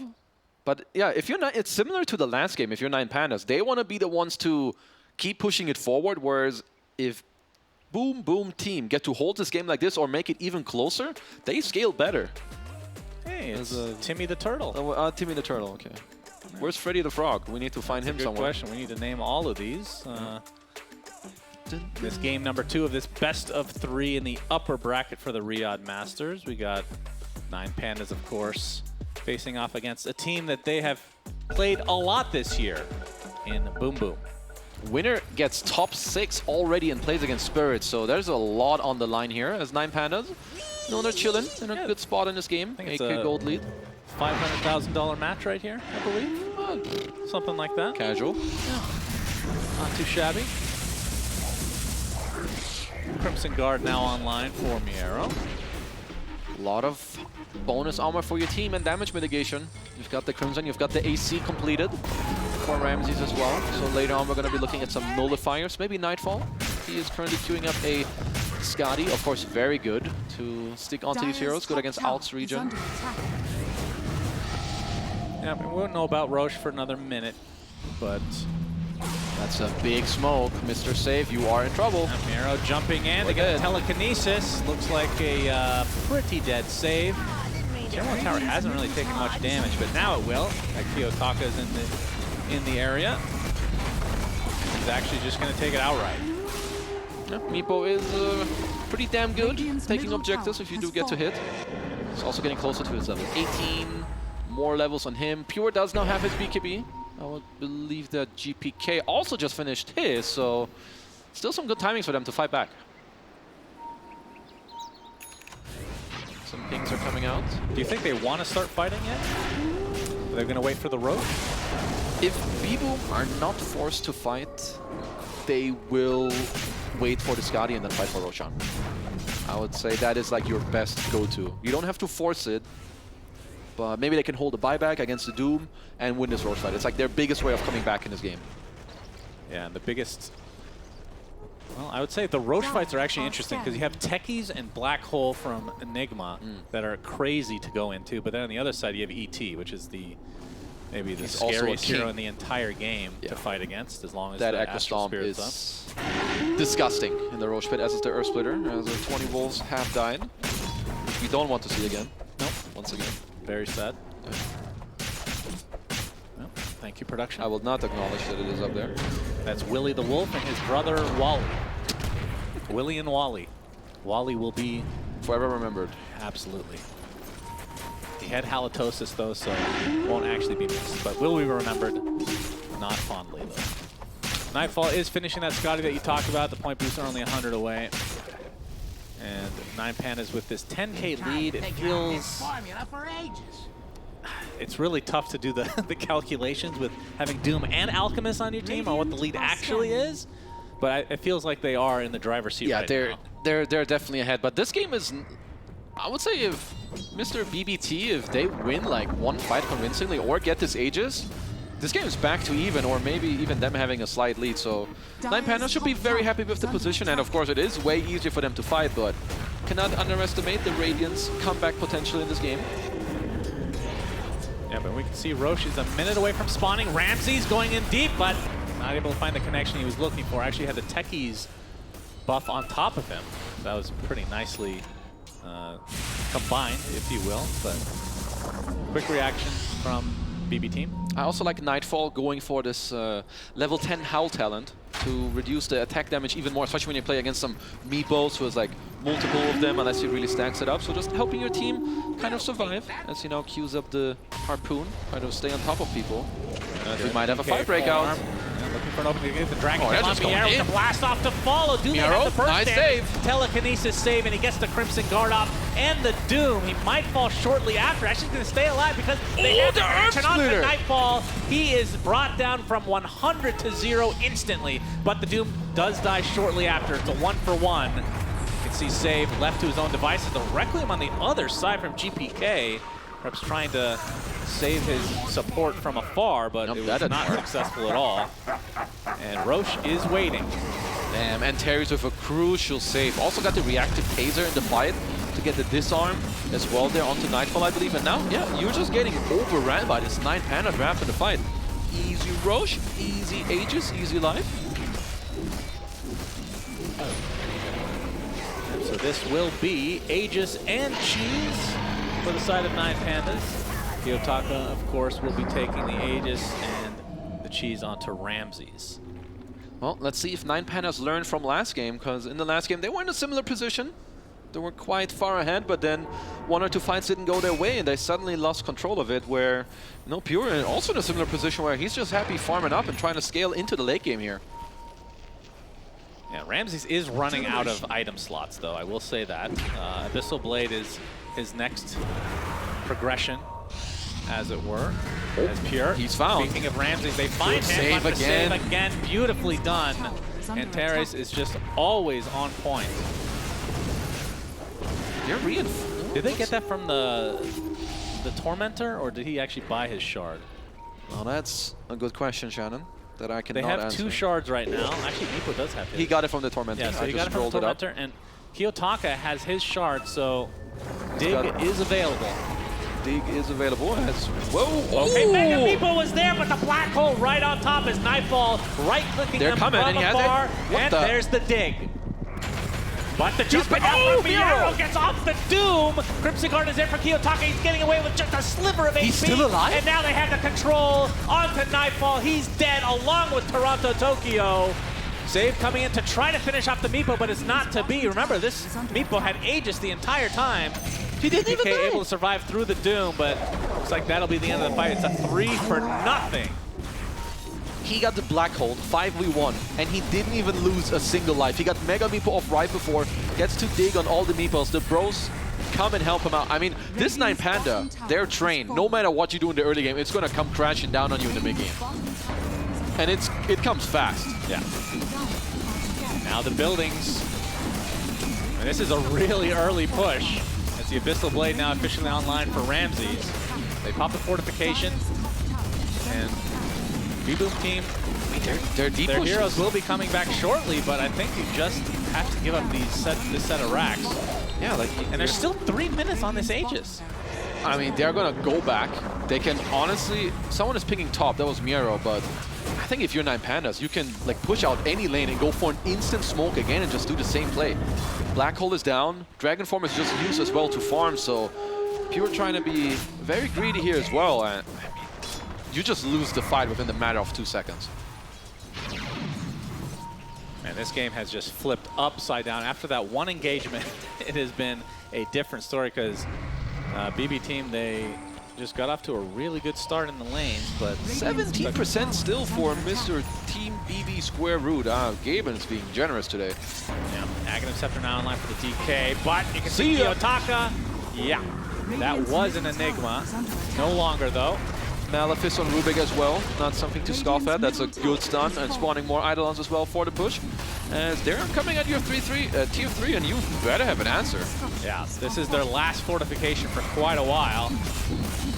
Looks like they're making the call to sack the racks. Yes, there is still a tier 2 and tier 1 top, so they cannot get megas. But, I mean, with the Aegis, maybe they poke at the tier 4s to force some TP back, but... Radiant's middle barracks. Kiyotaka's already top to like try and like hunt and scout for the rats up in the top lane. I see he's getting closer to a swift blink. I mean, looks like they're just gonna try to go cleanly into the top lane and push it all the way from their own tier 2. Just 11 minutes on the Aegis. I mean, Miero's even gonna have buyback and travels in the fight as well if he wants to hold it, or at least soon. Yeah, now that we look at the Meepo net worth, this is what we're used to, right? Definitely very high up there. Yep, Gonna solo the enemy Tormentor as well. Yeah, steal that shit. Let's see who even could get a shard at this point. It's gonna be Ramses. Oh, that's how good nice. because I think yesterday or another day when he played and he had 80 billion net worth, he didn't even buy himself one. Yeah, well, he probably won't use it then. It's 100 mana. He's giving an Ag. That's too much mana for Alchemist to spend. Yes. Who's getting this Ag shine to make the call? Oh, crap. Doom? Wow. Oh, putting so much faith into Anders. I cannot blame him. I don't blame him either. A freaking beast. This guy's pogging off in this game. He's going to steal Black Hole. He's going to get Requiem Black Hole. Yep, together. Yeah. That would be pretty hyped. I won't lie. His Octarine. Oh my god. This feels like a mid Rubik. He's 4th in net world. I mean, the Ag was gifted. He is kind of a mid Rubik at this point when you just get a gifted 6,000 gold. Yeah, that is dirty. As B-Boom, what do you do here? You just kind of have to hope. You're down 30k gold. It's not really on you to try and make some aggressive play. Maybe you do some miraculous play where, well, you contest the next Roche, or you defend your high ground with buybacks, bait them in to a 5-man black hole that gets instantly cancelled. Yeah, I mean, that's the problem, is your Enigma is a position 5, so you're not really putting your hopes and dreams on a hero that won't be able to afford the items needed to actually get off something good. Yeah, it's pretty hard. You can't really expect him to get off any good black holes at this point. As, the old Force Staff in the black hole. Oh, that's a good one. He gets the Glimmer next, so he's not detected. Oh, yeah, that's actually smart. All right. Can't give away black hole if you can't be seen. Looking forward to that initiation to come. It's coming very soon. And 9Pandas, I mean, considering how important this series is, I would not be surprised for them to just wait for this next Roche. It's still 2 minutes away from even knowing when that will spawn. But they have so much map control. Their lead is ballooned to 32k. I mean, if B-Boom just chill in their base, like, you don't need to do anything. You can farm the entire map, get 80 billion gold lead, feed everyone in Ags, you know, be chill and have 8 items, put a refresher in your backpack, wait for next Roche, and then you go. Yeah, I think, needless to say, uphill battle for Boom Boom team. Very uphill. They're on the bottom of a mountain looking up. There's Ramses Alchemist. Nullifier there for GPK, but it feels like they're just going to need so much more. Everything has to go pitch perfect for them. Kiyotaka has his E-Blade working on the heart next. Everything has to go perfect for them, and 9Pandas need to, like, someone's got to disconnect on the spot or something. Yeah, well, we have seen that. That is true. There was actually a team that lost their carry before they all disconnected somewhat recently, I think. Not sure if they actually decided anything, though, but hopefully that will not happen here. It does require something else at this point. It's okay. I mean, what do you think of their high ground defense in general for bbteam? Because if you're looking at the other side, like the ET, crazy good. Yeah. I mean, Rubik, with this much farm, crazy good. Sure, like if... Oh, hold on, solo. Yep, Nullifier on him, he's dead. Maybe he, but is he dead or is he baiting? Pandas want to continue here. The concoction's there. BKB from Ramses, more than enough as GPK melts under the pressure. Save eventually going to get chased. Just getting burned. As Miero did get pretty low, but just like that, 3 dead for the Boom squad team. Boom. Boom. That was genius indeed, as Ramses, you know, solo just runs in there, baits it up for his team. I mean, it doesn't matter about the high ground defense when you just bait your enemy team to fight you. 35k gold down around this area, and then just go in, clean it up, and now you go straight into the high ground. Yep, Mega Meepo's there. 6,000 HP, Force all fast good. galore with the Crimson Guard. Good luck killing the Meepo, but they find a target in Ramsey that actually is killable. Pop the BKB from Nightfall to try to shred right through Ramsey. Okay, they do got so. him. Good kill from Boom Boom team. Unluckily for Mr. Boom Boom, Roche is not quite respawning in time. Yeah, it's a minute 20, so it aligns perfectly with Ramsey's. Yeah. They did get a lot of golden experience, which is much needed from their side. But they have to pull out some crazy go team fighting. Maybe this, like AC, like, maybe you can outplay 9Pandas in a team fight, but being down 36k gold, I'd have to reach very deep in my copium tank to give you a clear fight for them. Yeah, this still not looking great for BB team, of course. I think you need to bait 9Pandas or catch them off guard. And like somehow allow Toronto Tokyo to play a slow fight where Nightfall runs on the Rubik and Pure just gets in their faces and like cancels Doom or something from running in. Kiyotaka has 4.1k HP on Meepo. On his own. And then when it's a Mega Meepo, a lot more. A lot more, yeah. That's the amount, a lot. Very difficult. Swiftling running in, he's just clearing some mines. He's minesweeper duty. I mean, lanes are slowly pushing. 9Pandas, they can just play the clock here. They're not on a timer. Creeps are in the base. They see Miero. Lycan ult comes out. Nice telekinesis save. Dodging saves initiation for Kiyotaka in the himself. back. As Kiyotaka goes into the backline, absolutely destroys Toronto Tokyo. Nice ET ult onto one to continue to control Nightfall on this Lycan. He's popping the BKB, though he'll eventually take out Miero, but no! The Glimmer saves him. Buyback coming out from the ET. As Nightfall now trying to run away as Kiyotaka throwing the Meepos left, right, beautiful. and center via his Aghanim Scepter. And there's the Sheep Stick, and down goes Nightfall. Wait, Glimmer Cape? Can they find the distance? He's going to go to the high ground, might be able to get out, but in the meantime, they're going to lose Pure. So Nightfall does actually get out. Jesus, back and forth. But JPK He breaks some ankles, but GPK not as lucky. and the rest of his team not going to be having the same fate. So 4 dead for BB team as 9Pandas can, well, they can go for Roche, they can go for Megas, and we can see only one buyback here. Oh, GG is called. DK, and GG is called. Man, this game absolutely fell apart for BB team with that one engagement. I mean, they had like the sickest early game or like the sickest mid lane with GPK, but some game-winning moves from Miero early, getting that kill. Antares with some sick saves, coming back and forth. And honestly, the 9Panda drafts, they just come crumbling down on you at some time. And if you're not ready, I think it doesn't matter how well your lanes go. You gotta be ready to fight them. This is what I love about their drafts. Yeah, and remember, I mean, you did mention the early game. This was the worst start Meepo I think I've ever seen. It was horrific. Like, we actually can't see the end game stats, unfortunately, yet because it has yet to load, but I would love to see the net worth discrepancy at that point between GPK. 2K.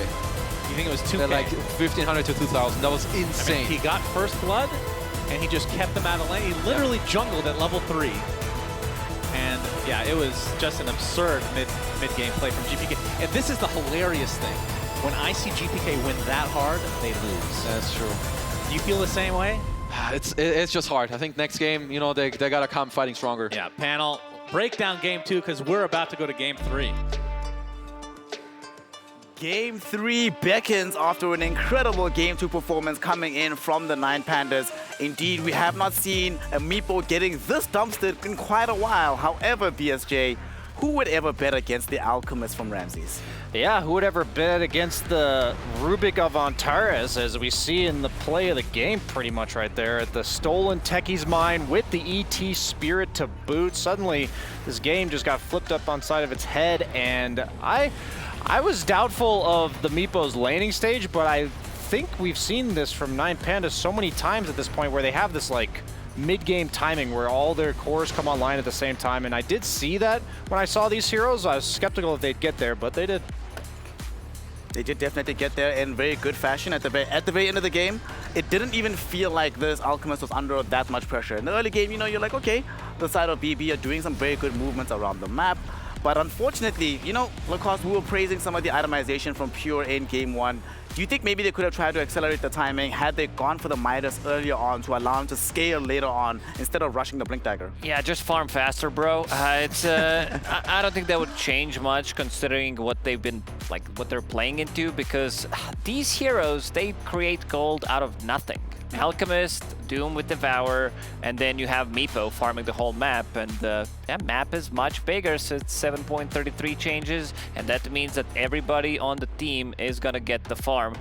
I think it comes down to like this Shadowfiend pick, because in theory it looks good, but I think this hero just doesn't carry the games. There was like one game where Kiyotaka, when he played it, it looked really good, but also some of his weaknesses as a hero that he does have, he's like very sustainable to be ganked. Like you gank him once, you gank him twice, you kill his timing, and then you just don't feel the influence of the hero. Yeah. Now, one of the things we didn't see in this game here is, unlike in game 1, didn't really feel like bbteam had playmaking potential past a certain point. GPK obviously couldn't really do it on the Shadow Fiend. This DK, you don't really rely on DK to be the one to do that for you. In retrospect, could they have played this any differently, and could the results have been different given the draft they assembled for themselves? You can always do things better to play better, and I think there's no excuse. If a Doom is ganking mid lane and killing Shadow Fiend before the Doom even has a Midas, anything is possible. I think that's like one of the big parts of this game too, is like Miro on his Doom, he's making plays before you. Most Dooms just sit there and farm, but him killing GPK mid lane after you have such a bad lane on Kiyotaka was a big part of why Kiyotaka could get back into this game. He was able to use his first Doom on the highest priority target, and that's the part of the game where I thought like, wow, GPK, he's out of control. It's not going to stop, and that's the beginning of like, I'm not going to say the end, but GPK's game really slowed down from there. Yeah, and I think Rubik did some heavy lifting with that shard, no pun intended, because these saves were really, really good when it comes down to like, he picked it up, and then the fights were much more difficult, because what BB needs to do is like they need to lock onto a target and kill it, but there's so many problems around. Like you have a free roam Alchemist, you have Meepo, like who do you decide to focus? They're relying on Shadow Fiend to cast ulti every single time, bam. He gets targeted by Doom, which means that he's out of the fight, and when the Doom is gone, the fight is already over. While the Rubik just didn't do amazing things in terms of saving his allies, also did incredible things in terms of killing the opponent, and of course the STC play is going to involve a moment with this Rubik here. So walk me through this, BSJ. Tell me exactly how good this play was coming in from this team. Yeah, I may have already spoiled this one. As we see, Kiyotaka with some pretty sick micro throughout the entire course of the game, and here you see, like, even though he ends up going down, that he manages to basically force bbteam out of position slightly, and then we're going to see here, they're going to bait them back in. This may be a little bit overzealous on the side of Pure. That early blink, if that was just a Midas, I swear. But get up, Brian. But yeah, the Rubik play was beyond sick there, and the supports carrying this early game. When you have these three greedy cores, the Doom, the Meepo, and the Alchemist, you definitely need a little bit of a lot of heavy lifting in the early game. Yeah, that was definitely. Are you saying his teammates were heavy, so that's why heavy lifting? Or exactly. I mean, those are pretty fat heroes. You got like 4 Meepos, Doom's pretty large, Alchemist pretty large. I mean, and Terrace did so much lifting that game. Like, he stole the mines there, which did most all the damage. He did all the big saves as well. He just played out of his mind that game, I would say, for Rubik. You can't have a better game. Well, even though 9Pandas had an incredible performance on their 2 supports, elephant in the room, we sort of have to address it. Toronto Tokyo on the Enigma. First professional game that we've seen from him. What do we make of it, gentlemen? Tell me, not the negatives. Tell me what you saw positively in terms of why they would be picking this, especially as a first overall pick for their draft. The positive that I see, I think this is going to be the last Enigma that they picked in this tournament. It just like wasn't working out. Like positioning, it's like Enigma 5 is very difficult hero to make work, especially if you don't get much out of the laning stage. If like all your other lanes are bleeding, it needs someone to fix it. Dragonite's not gonna be that guy. You know, maybe there's gonna be a rotation from Lycan, but you also feel like you need to get more involved, and as a 5, like you do tend to get killed early on. Yeah, one of the things that did end up happening as a result of this win, Lycan, Techies, DK, all of them prior to this game fear undefeated in the hands of bbteam. Now they have suffered these losses. That must be a major confidence boost for 9Pandas going into game 3, knowing that their comfort is capable of defeating the comfort of what's up until this point seemed like the best team in the tournament.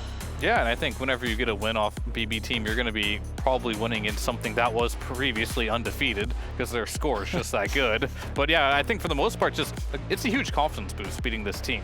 This is a team everyone's looking at. If you can get a game off of them, you're in a best of 3. why can't you do it again? Just keep the confidence up, and I think this third game deciding match, they've proven it's 50-50. Well, this is the Eastern European El Clásico, so it obviously has to go to the third game. It has to go the full distance. We're going to be going to a short break, and when we return, the finale, the third game, the final game of the day, the side of 9Pandas taking on bbteam. Do not go anywhere. We'll be right back after a short break.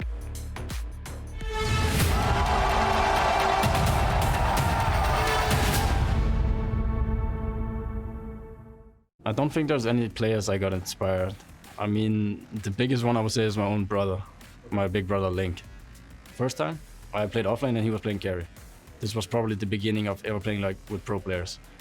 And then later on, when I played carry, he played some support actually, where we also played in team together. So we also laned together. It's never really gonna be the exact same bond that you can create with a teammate, like for example a brother, like a family member.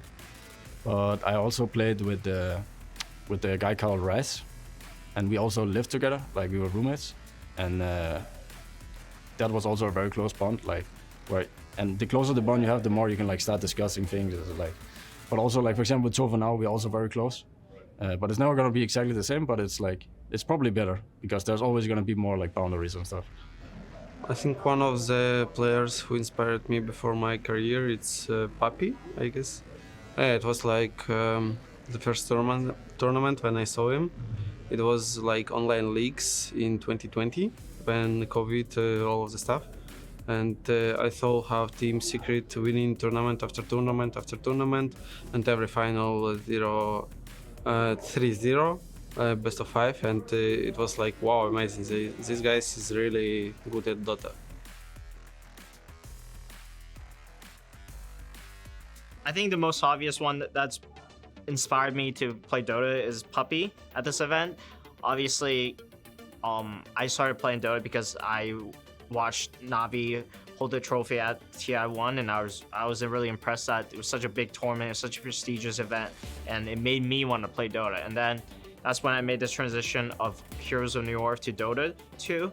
Right after the first international, when there were still closed beta invites out, I was fortunate enough to get my hands on one, and then I started playing ever since. I do remember the first time I played against Puppy. It was in a tournament called Raid Call, Dota 2 tournament back in the day. It was a small online tournament. I think it was like 50K on the line, and we were playing against Navi, which was still like the top dog at the time, and we managed to beat them.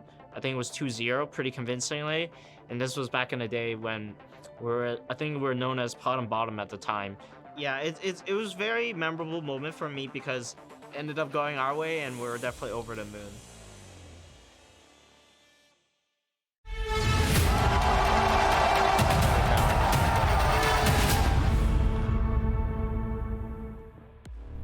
Welcome back, one and all. We are here to witness Game 3 of the Eastern European El Clásico between bbteam and the 9Pandas. It has gone the distance in very expected fashion, honestly. You see a Ramses Alchemist, you probably expect 9Pandas to pull out the W.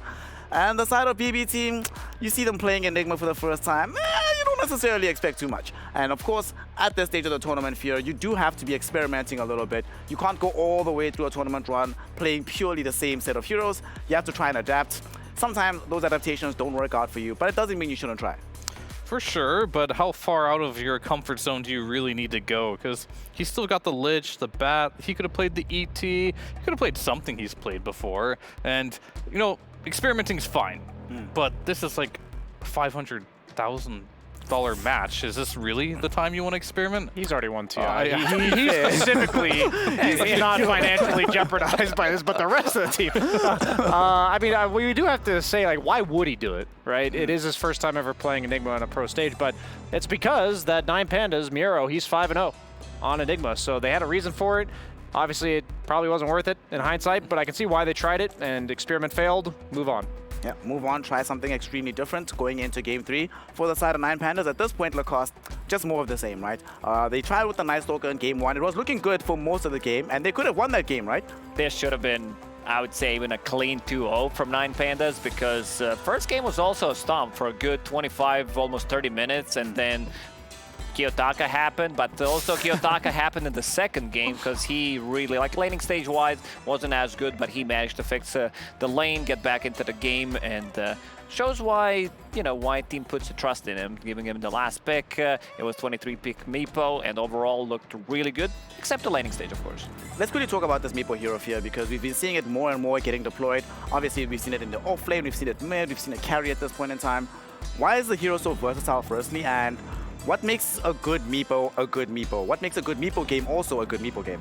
Well, what makes a good Meepo is a good Meepo player, to answer the first part of the question.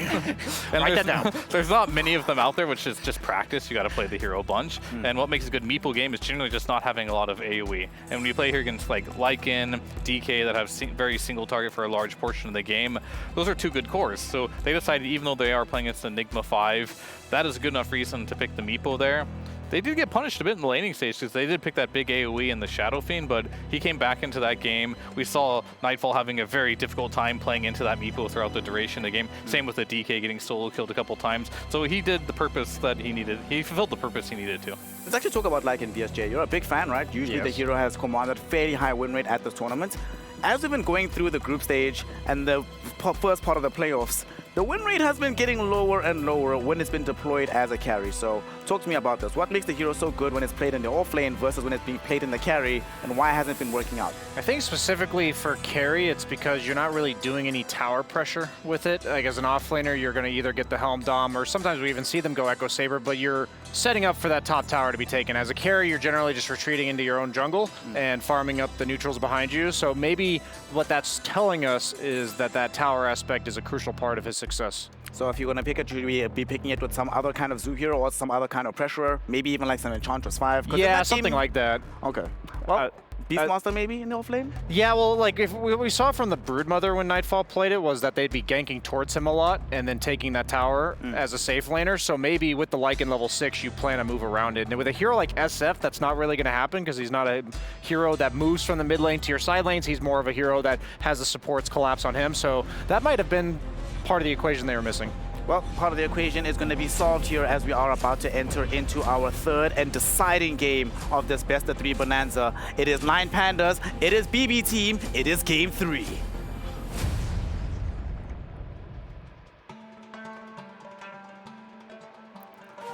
Game 3 underway. 9Pandas yet again going to be on the dire side. They have the first pick.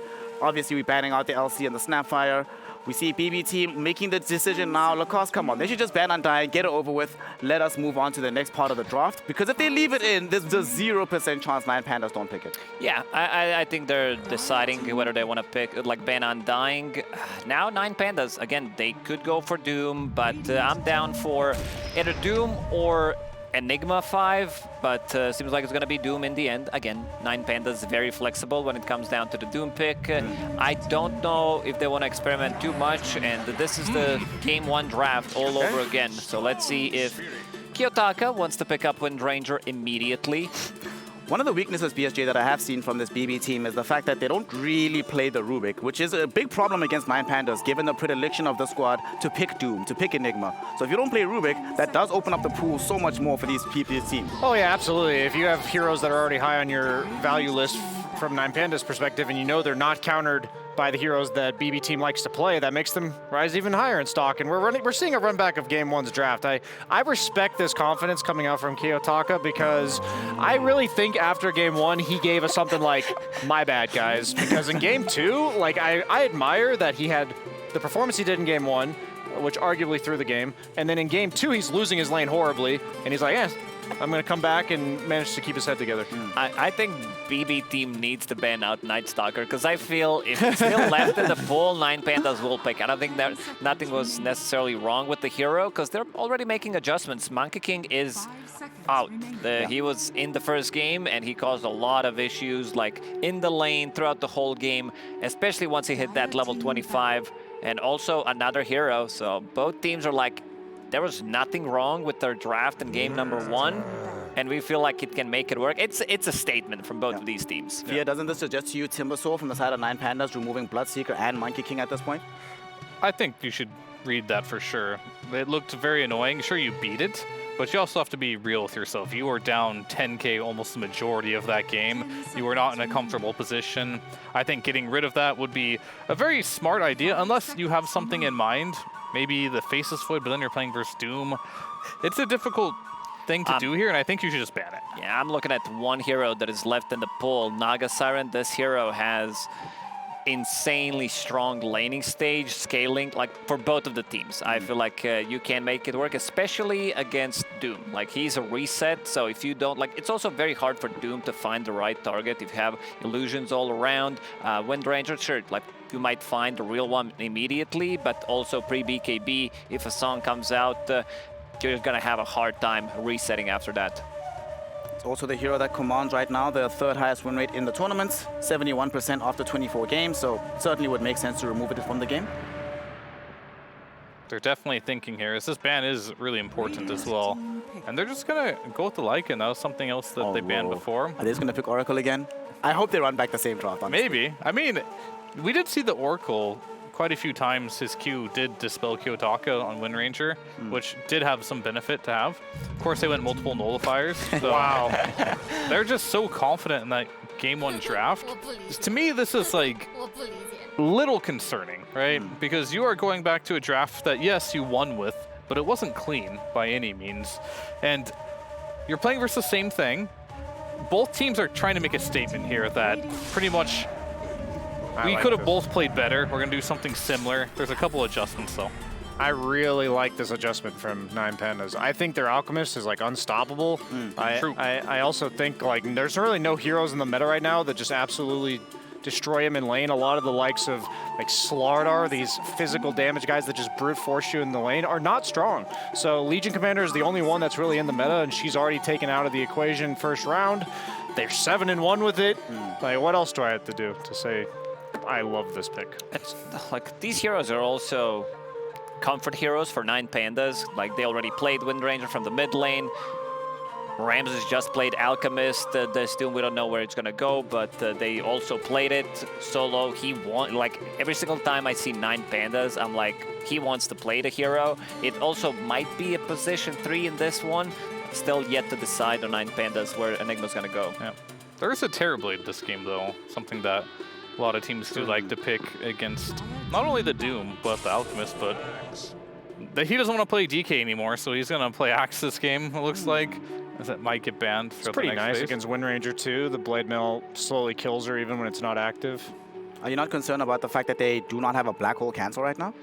You know, if he positions that Blink Call really nice. That's a lot of copium. They do have a lot of heal though with the Level Coddle. 25, yeah. What do you mean? Coddle can buy a Basher. We talked about We've these guys. seen that before, actually. Well, to be honest, like the ult does give you cast range enough to make it so Abyssal Blade would be a reliable cancel. Yeah. But I highly doubt we're going to see that. But they do have a lot of heal as well, so if you get tanky enough, and we've seen these POS 5 Enigmas, which is, we don't know if it's going to be POS 5 or it's going to be offlane or it's going to be POS 4 necessarily, but if you are in a support position, sometimes you don't have the opportunity to get the best black holes. But I think this would be a great opportunity to just put Enigma in the offlane for sure. Yeah, it's going to be the solo Witch Doctor. That hero owns all these strength guys that have to tank the creep wave. You know, the Centaurs, the Axes. Yeah. It's going to secure top lane. We're going 4-position Doom, 3-position Enigma. He likes the blood grenades too? Yes, he does. He has the sustain on his W to counteract the negative health loss. There's one position 5 I like if they want to go with position 3 Enigma. That's Disruptor, Solo's most played hero. Works well against the Storm Spirit, against Axe. He jumps in, you send him back to another dimension. Nah, boys, it's going to be solo Enigma. Antares is going to be playing this Doom, and we still have Timbersaw very free in the game right now on the side of the 9Pandas. That's true. I wonder if your ban's going to be here. Because, like, you need to ban the... I thought TB may have been the pick instead of Axe there. Obviously, they didn't pick it up there. It's going to be banned out. Naga's gone. They're setting up for this Enigma to be 3. Yeah, they are. With those 2 bans. Give him the Witch Doctor solo. Show him which Doctor you are. What if it's what are 3 his choices? Enigma, I don't know. I mean, still Medusa. Death. Medusa for BB left in the pool because you have Coddle, builds into Scotty eventually, like not necessarily, but against Alchemist, good in the lane if it's Enigma 3. And you also have something to stop the black hole with. Going to be burning through. They have quite a lot of reserve time remaining right now, so there's no need for them to rush. Make their decision. Let's go! There we go. Solo Witch Doctor. It's going to be his 4th one being played in the tournament. Completely undefeated at this point, yeah. I'm telling you, all they need to do is secure top lane. I feel like bottom lane, you got 2 bans to protect it. Bloodseeker, Monkey King already did protect the Enigma. I don't think there's like too many carries. They might even go like the Bristleback that we saw from Team Spirit earlier, just as a way to counter this Enigma, because I don't know what else you go for. What are you feeling here, Fio, for the last pick hero? It's hard. It's so hard because like I was thinking Medusa, but then you don't have an Oracle partner, and I don't think you just pick Oracle without having some type of hero that can be enabled by it. And a lot of the good ones are gone or stolen. Like the Alchemist is stolen, TB's gone, Juggernaut's gone. Gyrocopter. I've heard now we're talking. Yeah, like I don't know. They need something that can frontline, and Oracle can just play around that buys a Satanic. I feel like it needs to be something that doesn't rely. There we go. Gyro is undefeated at this tournament, 3-0 so far. Well, one of these heroes has to drop. They're both 3-0, 9th and 10th picks. All right, Lacoste, let's hear what you think about these drops right now as we're about to get into Game 3. 2-3 days ago, when I first saw Gyro being picked against Eniga, I'm like, there's a good reasoning for it. You know, historically, the hero did really well. Can buy into Basher, Aghanim Scepter, you know, stun him eventually with the side gunner.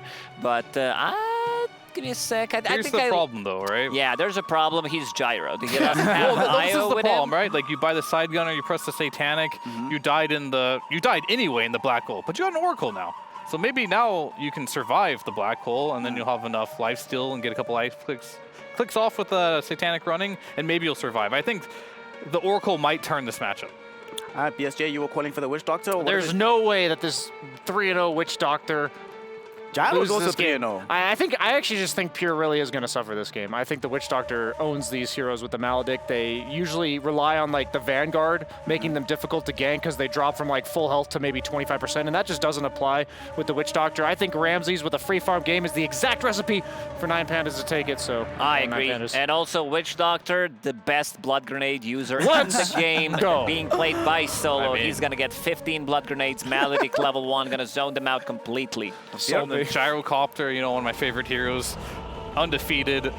Gonna go undefeated here as well. Continue its streak. One of the best carries ever. One of the best carries ever from one of the best carry players we've had in the game. We're going to be seeing exactly how this all pans out in this deciding match of El Clásico. It is bbteam versus the 9Pandas. And to bring you this action, we have a Boomer, we have a Bozo, we have the Bubble Boys with Sunsfan and Kezu. Thank you very much, Snare. These two teams are so unpredictable in both their picks. Sometimes they get disqualified from series after the fact. You never know what's going to happen. Fear actually called the Gyro. That was pretty impressive. Brian called the Witch Doctor. These picks are insane. This is awesome. Oh, man. I don't even know what to expect because this entire series has been batshit insane. But 9Pandas have the type of draft that they want, but similarly for our good old double square root B-team Boom, I think they also kind of have what they wanted. I don't know if last pick Gyro is, you know, like if that's what you're last picking, I don't know if you've set yourselves up well, but, you know, if my boy Fear tells me it's their pick, then I'm down. I mean, the way that I look at Gyro, even though he's not picked very often, he's undefeated, of course, but that Aghanim Scepter, when you're doomed, when you're black holed, you're still doing stuff. Right? Yeah, you could buy a Basher and range bash the Enigma. Well, that's a little, yeah. I think that's more for the coddle. Yeah, right. I mean, he's the god of priming it, so that's right. That's true. You just let Save do it. I mean, once you get this farm, like with Satanic and Ags and one DPS item, the Gyro's pretty scary. You deserve but yeah, 9Pandas lineup, I think, even though there is a Witch Doctor that we have cast a couple times already, theirs looks more standard, I guess you could say, because there's also this Axe that we haven't even talked about. And Axe is one of those heroes that, I don't know how you feel, it's either unbelievably good or unbelievably trash. Yeah, I'm down for Pure to get 18 dunk kills in this game and just be impossible to kill in just 1v5. As in 4 minutes and 22 seconds from now, I would like the camera to be on Solo, because he will twin gate down bottom. They're going to tower dive with the blood grenade and help out his bro Miero. How many does he have on him right now? One. Just one. Oh, easy deny for Solo here to cancel the battle hunger as Ramses. Oh! Concoction. Onto Mr. Save, who's playing Coddle. Easy damage.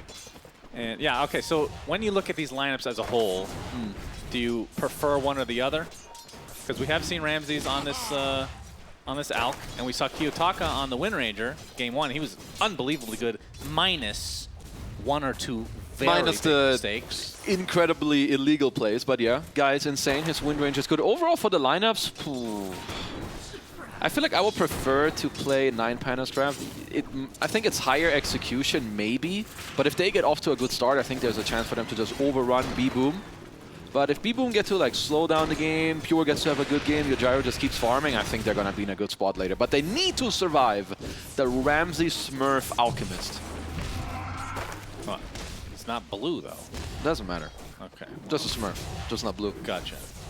Nightfall in that bot lane has the flat cannon to deal with the Eidolons, and I mean, is that the main reason that this hero is considered good against the Enigma? I mean, that was definitely one of the reasons, but they touched on it a little bit on the panel as well. When you have Oracle, it's a really...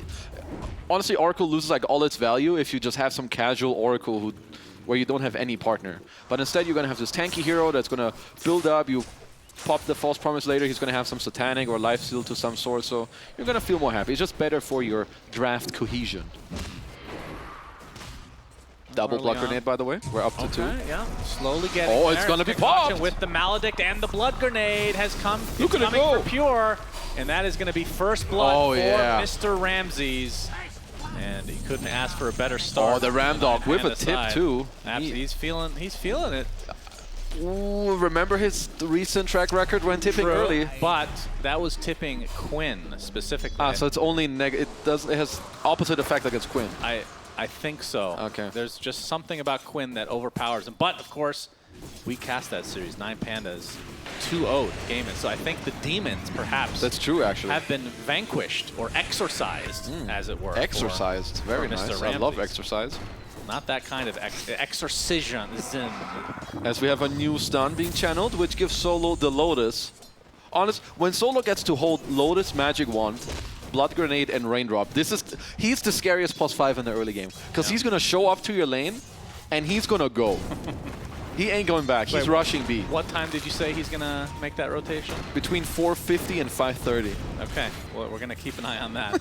Oh, Blood Grenade! Yeah, more Blood Grenades being popped out, which we're still waiting for a good sound effect for that item that has been used very often in the early game.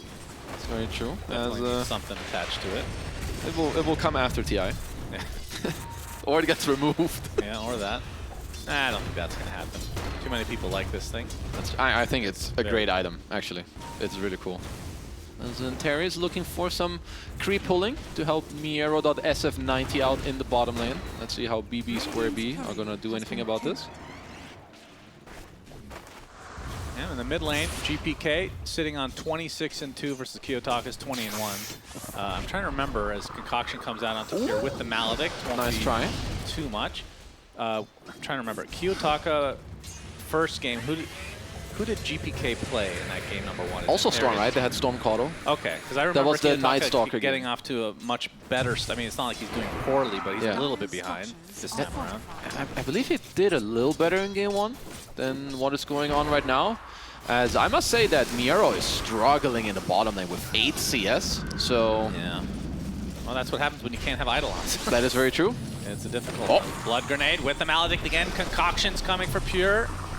Do they have the damage to burst through them? That's 2 levels Maledict, baby! Yeah, Maledict, one more proc will come, Look at and it go! that should be enough for him to pop and solo. It's 450. I mean, he just expanded all his stuff up top, so we're gonna have to delay our play. Can we check his courier if there's a Blood Grenade? Because if it's coming, he's going bottom. Yeah, okay, let's take a look. And no. Yes. Yep. Sorry about that. We're going bottom. Clarity, Blood Grenade, gate up top, and let's go, baby. All right, let's see that gate action. Unless he can kill Pure again, we'll take those. True. We take those. True. That's safe. Warple Swords. Yeah, looking to cancel this pull. And the Clarity. Pot. Beautiful. 20 net worth down. Bottom lane, That's another Nightfall. Blood Grenade with the Infernal Blade on top of Nightfall, and he does get his homing missile off, but Toronto Tokyo not there fast enough to actually assist. So 3-0 advantage early on for 9Pandas. Very good laning station. Maybe that's why they pick Oracle. It can purge blood grenades. It was just that Toronto Tokyo was too far away. Yeah, that's... How long is the slow on blood grenades? It's like 3 seconds? 5 seconds. It's 5 seconds? You're kidding. I'm pretty sure. Wow. Dude, Okay. this item is sick. It's sicko mode. That's pretty good then, I guess. Yeah, 5 seconds. Okay. 15%. GPK looking for the first rune. Oh, Antares gonna get spawn. the haste though, but GPK will find a kill onto Antares. Oh, it's a mana burn creep. I thought he had the mud golem creep. I was looking forward to Anteri spawning 2 little golems and getting them. As Nightfall taking a lot of pressure down bottom, so even though he was winning the lane a lot, he is getting pressured. And similarly to landscape, 9Pandas with the siege creep, dealing some damage. Yeah, we As have Pure. We've seen this twice already. He has a Lotus though this time. Pure. He will pop it. Oh. Solo gets pushed back in the damage. tower. Solo, yeah, good blinding light into the tower. Solo's done. And Pure just barely survives. I mean, Solo is swapping up the script. He's got to go bottom. That's why he's dying. Yeah. Spending too much time in the safe lane, supporting Ramses. Pure now has Vanguard, so if he can get above like 80% HP, I don't really see him dying to these 2 heroes anymore. So I feel like it's maybe up to Solo to check, can I rotate somewhere else? Yep, there we go. He's down to bottom. All right, only a minute and 10 seconds But bbteam have a high ground ward that Solo instantly gonna sniff out. Toronto Tokyo is gonna deny that though. Nicely done. Occult Bracelet on Ramsey, so he will never run out of mana. Very cool item. And the Wisdom Runes were traded, by the way, so no steals. And that feels like, even though we don't mention it all the time, it's big.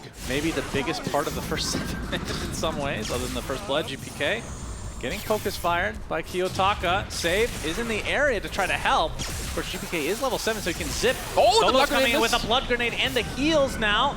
Kiyotaka will die just barely to the Illuminate from Save. And GPK getting a little refresh of the mana. He's gonna get that last tick of the Maledict. Looking for the pull. Gonna go They can give him mana. Tower. The Illuminate to follow as well. GPK. 2 seconds. GPK. Oh, he didn't get the memo. GPK. There's the mana just in time. Saving GPK. Dude, these CIS mid laners are psychos. How do you go in like that? Shaka was on cooldown. Kiyotaka's. My goodness. Yeah, that is. Yeah, these guys don't know how to go back. They'd rather die than go back to base. It's an honor thing. You wouldn't understand it. Yeah, oh, good deny from Kiyotaka. Straight back to mid, straight back to business. Ult up in 5 seconds. He's going to focus fire GPK under the tower. I will say Ramsey's much better timeline with this Radiance. 2K into the first component. Oh, he can maybe get a 12-minute Radiance this time. I think so. And considering how well it went last time at 14, I think that is good news for 9Panda fans. Ooh, Solo, he is finally down here. Nightfall, trying to pull the wave back with the easy camp because he's, map is looking a little sus for him. Nice move to try and just make sure you can play under your tower. Patience usually pays off in these moments. Yeah, it looks like Nightfall will be going for the early Aghanim Scepter. Sometimes we've been seeing the Chrysalis first into the Ag, but this will be the Ags into, I'm not sure what. There was some time where we saw this, 1-1-4 into stats, into Chrysalis and then Ags. But haven't seen really nerdy. Yeah, we haven't seen Gyro in a long time, so maybe this is the new tech. I don't know if he knows what the new tech is, but whatever he does, we will just call it the new tech because we don't see Gyro. Yeah, I mean, Gyro is 3-0 though, so. I mean, he would love to have Spark of Courage over this bracelet. I don't think he needs too much mana. He already has Falcon Blade, but unlucky for my bro. He will not roll that item. Active Rune in 20. Gonna be a big timing for both teams. Yep, 15 seconds away, and from the side of bbteam, Pure on the... You got me on that one. It took 3 games. What was I saying? Something not important. Something, probably something dumb. So anyway. Pure working on the Blink Dagger and about 700 away now. And does he have a teammate? Because it's not like they have a Skyrath. He does have base, teammates, so in fact. Is it the Storm Spirit that has to go with him in these early engagements? I mean, Oracle is actually not that bad, right? You have some damage. Maybe Toronto can get up to level 7. Save is not really going to be your partner when it comes to that. Sure, maybe if he pairs up with Oracle as well, you can Chakra and give him a new Purifying Flames. But yeah, it's mainly going to be Toronto Tokyo or Mr. GPK as... I like the smoke to bottom. You want to allow Nightfall to continue to stay here, but he can't do it on his own. So you smoke here to try and help him and anticipate this Enigma move on him.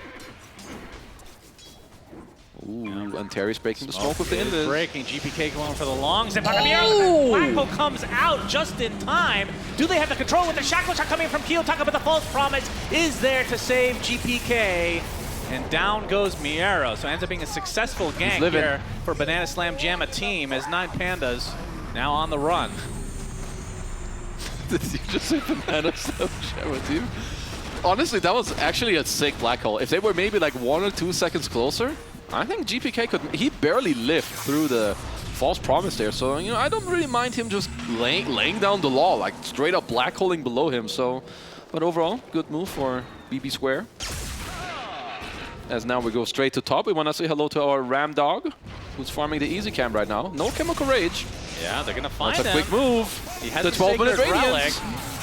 Yeah, this is actually be a super easy kill. Oh, he didn't have the courier there to buy it. That's unfortunate, but I mean, it's like 2 creeps for him, so he'll get the Radiance, no big deal. Great moves though, from B Square. Dire's top tower 1K lead for BB team. And GPK showing in the bot lane now. Looks like he's kind of baiting, or he was until they now showed as. So with this move, they kick Ramses out of the lane as pure. This is going to be the blink reveal. So see if they end up smoking after he arrives. They're going to clear out the vision first. I saw Radiance there. I saw BB team do this against another Enigma. In one of the, I don't know who they played against. It may have also been 9Pandas. Let's hold that. Oh, never mind. Yeah, GPK going in. Initiation onto Antares, zipping back He's out the dead. GPK, able to get that Whoa, kill. whoa, whoa. Derek gets the initiation, blink dagger reveal like we talked about, but the death ward from Solo forcing the rest of BB team back. Oh, the long range alt stun. As back to the point, when they play against Enigma, they love to just play in the safe lane with like 3-4 heroes and like constantly. So they must value like holding their own map against this Enigma, not allow 9Pandas to open up the map here, because they did something very similar. As now Miero, he's like, sure, you guys want to expand 5 heroes bottom, I'm just going to go top and force you to come here instead.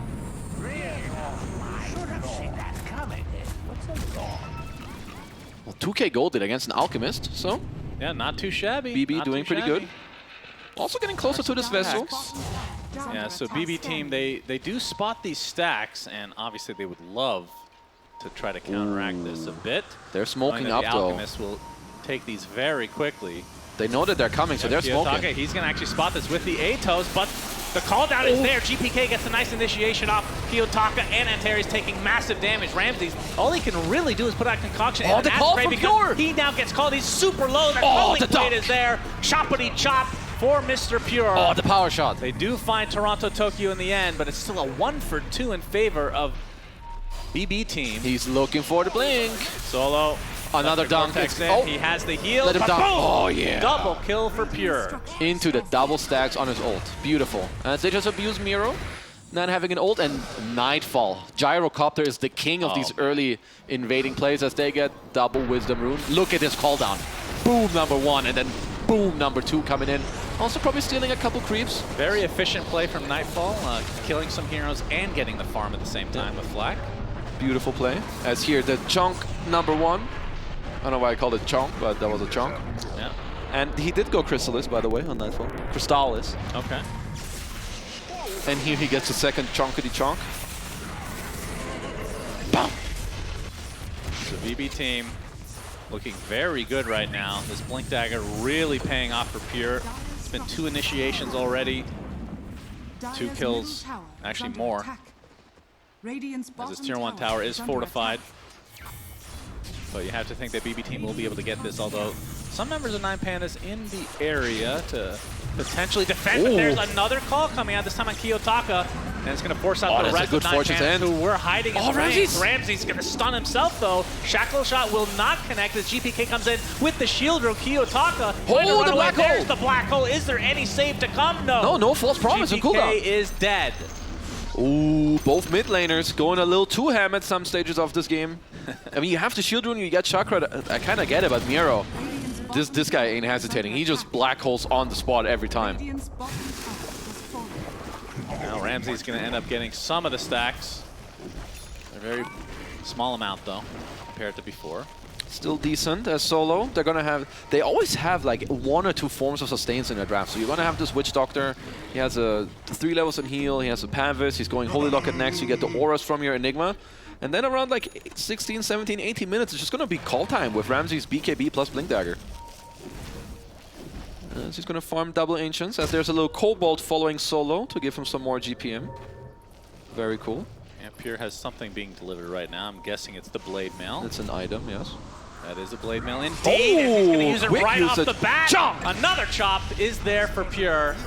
And that is 3 stacks of Culling Blades for him. 3 at 16 is pretty good. Yeah, absolutely. I mean, okay, so when you get to, just a general question, when you get to the 20 talent, when you have asked me this at Dream League. It works retroactive. No, that's not what I was going to ask. How dare you? When you get to the 20 talent, yeah. How do you choose? How many stacks do you? Okay, hold that thought. You actually ruined my entire thought process as Antares. Okay, try again. Taking out. Okay. Try again. How many stacks of Culling Blade do you need to feel like it's worth taking that talent? 8. 8's the number. You need at least 8, and it needs to be a game where you need armor as hold that. As chop number 4 could be on the menu. Yeah, Ramses. Just kidding. Does not have his ult. Just but kidding. He does have solo. He does self-stun. on himself. He goes boom. He could go back in. GPK comes back in. Pure not able to get the Culling Blade, but might be able to get one on solo instead. Oh, Pure in real life even chopped. Did you see that? Pure is having a monster game. I think his actual body moved more than Axe in game while chopping there. I mean, it is the most satisfying spell in the game, so I can't really blame him. Yeah, we have talked about this before, and I agree. It's got to be one of the best. Well, genius indeed, as you're down 4k gold. That was an unlucky spin as he insta-kills Ramses here on the spin. Yeah. But here we're going to see the chop. And not luck anymore. He broke the player cam, apparently. Oh! Freddy the Frog. Oh, my goodness. Oh, he had to witness that. Yeah. Oh, no. Beautiful boy. I love Freddy. Freddy's always looking on in our hearts. If you're 9Pandas, you're going to have to look for a way to fight back. Ramses is about to finish his BKB, so that's going to help him. But without him having the blink, I don't know how easy it is for him to get into these fights. He's been caught out in like 2 fights without Chemical Rage. By the that way. too. That is actually what's gotten him killed the last 2 times. Like game 1, they snowballed more. Like they had Night Stalker. Night Stalker and Alchemist are very diff. For Alk to do the same thing as NS, he needs a blink. So that they have to wait for that right now, and then they have to go ham in the next fight. Yep. Many pings coming out. Talked about Kiyotaka with the Maelstrom gets a nice shackle. Pure's worth quite a bit of gold. Kiyotaka's killing himself. Nick does get the Blade Mail off, but he will eventually tick out one way or the other, and Solo gets a massive payout for that kill. But like you said, Antares is the trade. Yeah, he kind of gave his life away to make sure that they couldn't trade and stay as GPK. Again. They get Chakra. That's so much damage. Miero trying to run away as and the false promise coming out pretty early onto Nightfall with a black hole on the other side for GPK. He's completely out of mana. Now the focus fire applied as well, but those are they both dying? Able to keep him in place, but he's not able to walk away because he has got nothing to work with. GPK overextends again. Nightfall able to get out, luckily for him, but 9Pandas showing some signs of life, getting 2 core kills in the span of about 30 seconds. Yeah, this guy is just ghetto. He just solo black holes your ass every time when you come in, I think. Yeah, he's been on point with that. Yeah, GPK is going to have to think twice about doing that next time. And I think if I'm safe, I'm going to tell my team, yo guys, just chill. Like, the amount of range damage they can deal with the... what the hell is it called? Solar Bind? My god, brain freeze. Solar Bind, Spirit Vessel into just like follow-up damage with Orko. Like, you can just chunk people out of the game without really committing, so GPK is going a little too ham here. He's playing as if there's a Pugna on his team. Yeah. You get 1 Chakra, and that's it. Usually for a fight. Yeah. Maybe 2. There's a Vessel. 1 minute. 1 second. Solo. Jesus. I hear a zip. That means GPK wants to come in for more. It means GPK is in the fight. That's Pure. Easy pick off as Miero showing himself. Nice Pure blink. gets the call off, bringing him back into save, but the TP. GPK. Well, very good. They got multiple stuns, in fact, and that's another chop for Pure. That's 5 stacks. That's pretty good. Look at his armor already. Sitting at 20 armor at 20 minutes. He'll be happy Looks about like that. he'll get to that magic number of 8 before 20. He will.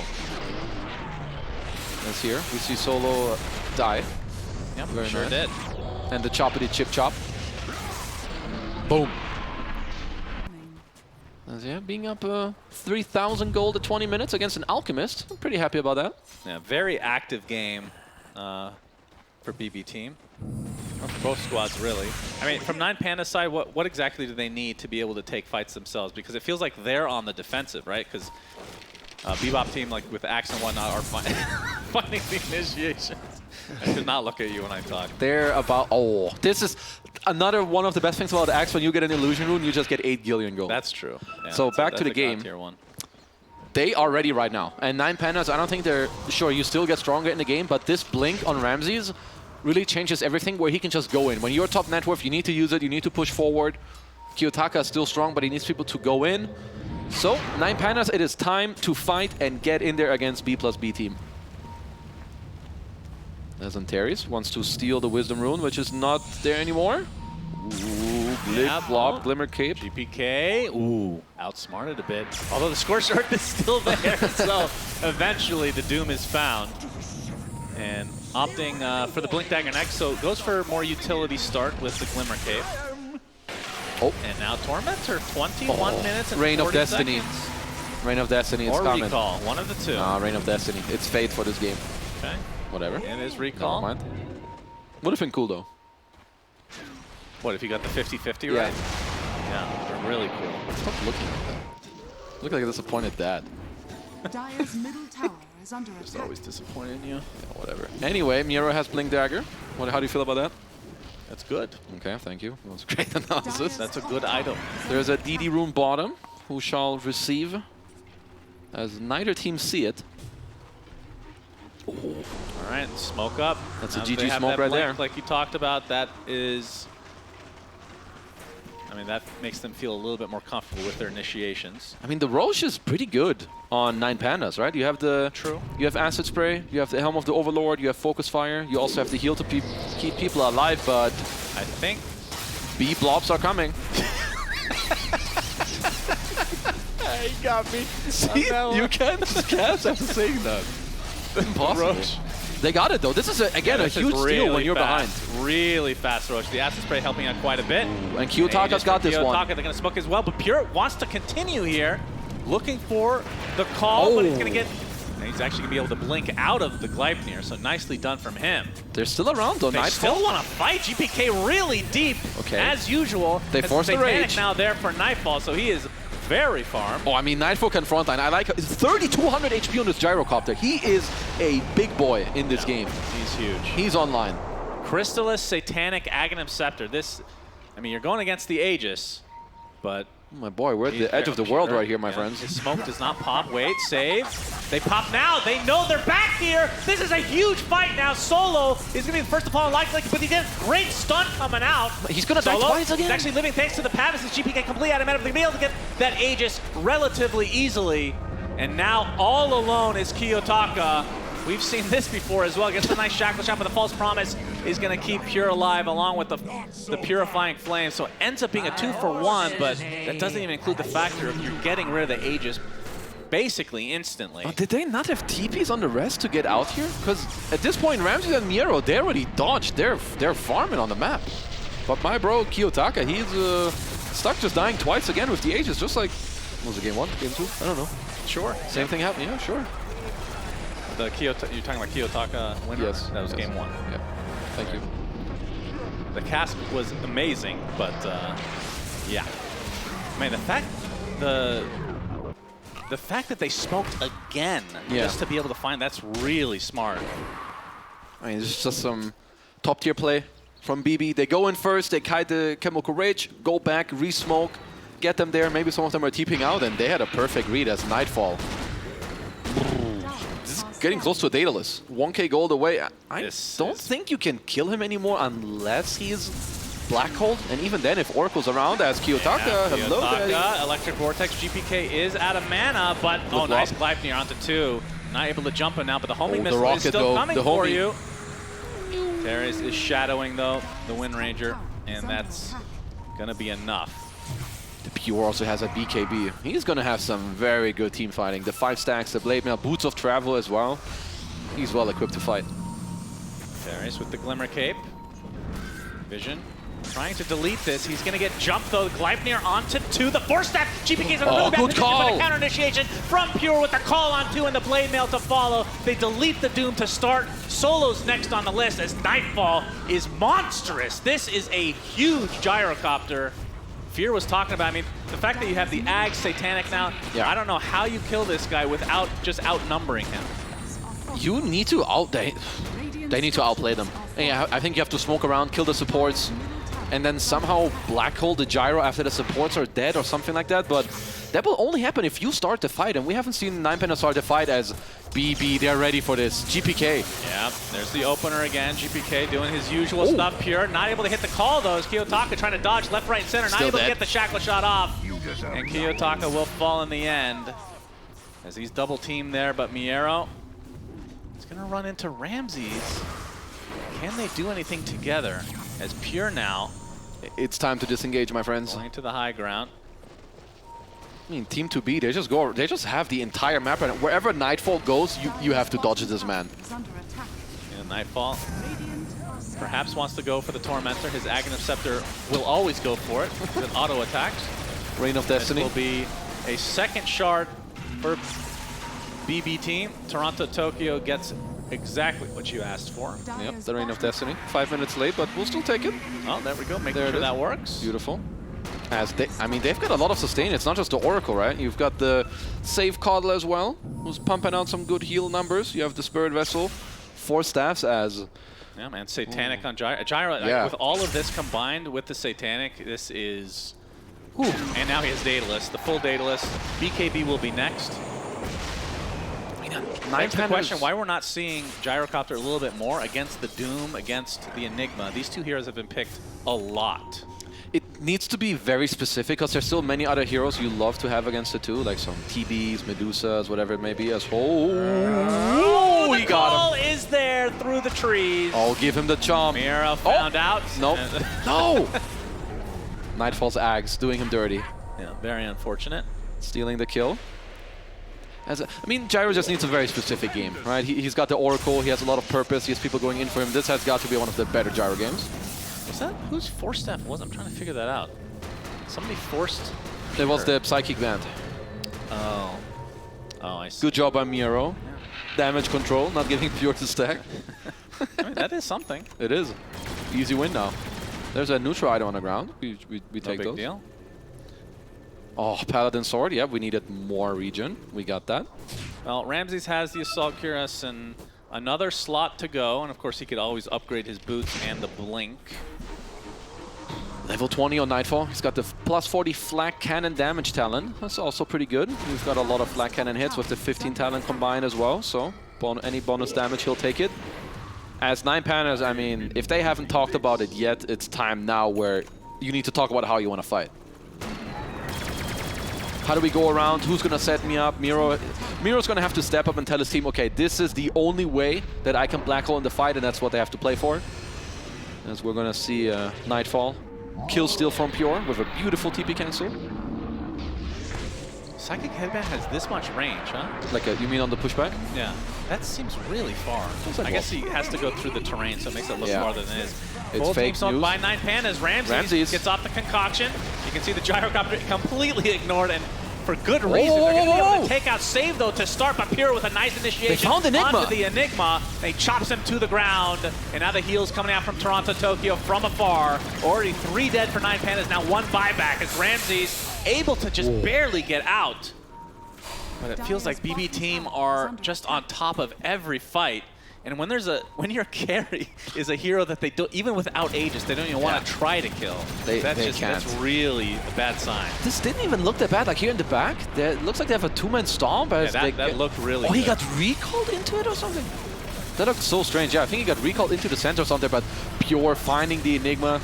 They had the high ground ward there as well, which helped them so much as we're alive into the game, and Nightfall's just chomping down on your tier 3 towers. Yep, that one's just dead. And that's a dirty laugh normally right there. you're only doing this when you have Aegis, but again, Nightfall is just huge. So Roche, 45 seconds away from knowing the respawn timer of that. And likely BB team will just wait and gain control of the rest of the map. 17K lead now for them against an Alchemist, against a Doom. So you can just imagine what that actually translates to. A lot. 2x B team, like just with their supports, if they can keep their positioning, which they have, honestly, safe in Toronto, Tokyo, staying in the back, they've got the blink on the Oracle. You cannot jump this Nightfall gyro. When he's showing like this, if you don't know where the supports are, or at least Toronto, Tokyo, you just can't go. You will straight up lose the fight. Four-man smoke here from 9Pandas. Nightfall in the cover of his tier 1 tower. 9Pandas have to find somebody else. Yeah, Save could be a good target. Even around the tier 1s, maybe there's buybacks potentially available. Oracle has it. Like, you have to be careful. You cannot find around the enemy territory. Oh, they actually do find him. Wow. With Another the call, one. with the culling blade, Ooh. 7 stacks. He's 1 level to go. Oh, he's gonna get it at the same time. Ooh, baby. Yeah. He's going up the Aghanims. Aghanims, Arcane Blink. Oh, man. Yeah, I guess when you're going Ags, you pretty much have to take that talent anyway. Yeah. As even Nightfall has a Blink Dagger. GPK throwing out a high five, going to be ignored by his teammate. And it's a pretty quick Roche, 10 seconds away, and That's it's still daytime here. That's just a freebie. And getting Aegis against Doom Enigma, I don't know if you can have a better draft to get Aegis against. Maybe if Alchemist was Faceless Void.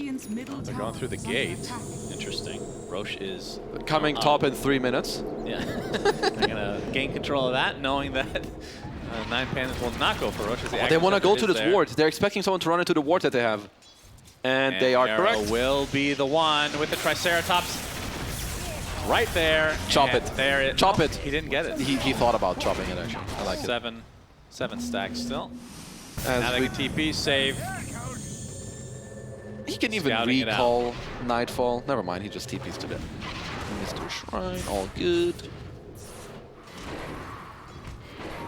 Do you even put the Aegis? I guess you still put it on Nightfall because he's the one hitting the buildings, but Yeah, you do have a Storm on your team who likes to go and rally like, you can nullify GPK throwing the game by giving it to him. Yeah, exactly. I mean, I guess you have like 2 ways. You give it to Nightfall if you want just him to solo siege, but if you feel like we have to jump them, you just give it to GPK so he can dive them as. Oh, look at this. I mean, they saw them on the on the creep wave. Kiyotaka. Yeah, a little surprised they're not just finishing it. You can see 9Pandas just backing away. They were actually just giving up Roche entirely. And this not looking like it will connect with anything. Although Kiyotaka, he is in the area, and he's shown a propensity to be a little risky. Yeah. Much like GPK. I mean, the mid laners are all kind of crazy, right? They are. Which makes them so great at the same time. And also throwy. Yeah. I mean, I would assume that bbteam B will go back to Roche. Soon. Yeah, for sure. I mean, I guess they're just like, okay, the only play 9Pandas have is to like do some crazy contest. So whenever they see them, we can just go do it. They see Solo up top on the ward. They're like, okay, let's hit the Roche. And yeah, with this Aegis, I think Hygron is going to be inbound here. Yep, absolutely. Aegis and Cheese will drop. And the Aegis goes to Nightfall, so he will be the building hitter. Cheese on GPK, if he can get it off, of course. He will. Hopefully. You say that now. He will get Toronto Tokyo ulted, all good. He'll set him up. As Solo is buying a smoke, ready to tell his team what to do. How many blood grenades does he have? 1 only. He is level 20, he's holding. He didn't get the 8. Oh, wow. He didn't get the 8 charges. Yeah, you're right. You were right all along. Of course. As, oh, the 5-man GG smoke. This is what 9Pandas are, I don't know what they're hoping for, but they're hoping for something. They are looking for the initiation Mr. Save. He's getting some dewarding action. He's going to get shackled, and the focus fire is there, but he's going to get force that. saved for the time being. But no, the Double company chop is there from Ramsey, popping the BKB along with the Chemical Rage. The Doom just dies Black with the right hole. clicks very casually. A nice black hole onto 2. Axe is dead, and now Nightfall. Can you kill this man? 1v3. He is so strong. He already popped his Satanic, so they get him once. Very good initiation from 9Pandas. They're going to lose Miara, though. GPK completely out of mana. Now Nightfall is back with that second life. He's too strong. Ramses is going to get chopped down as well.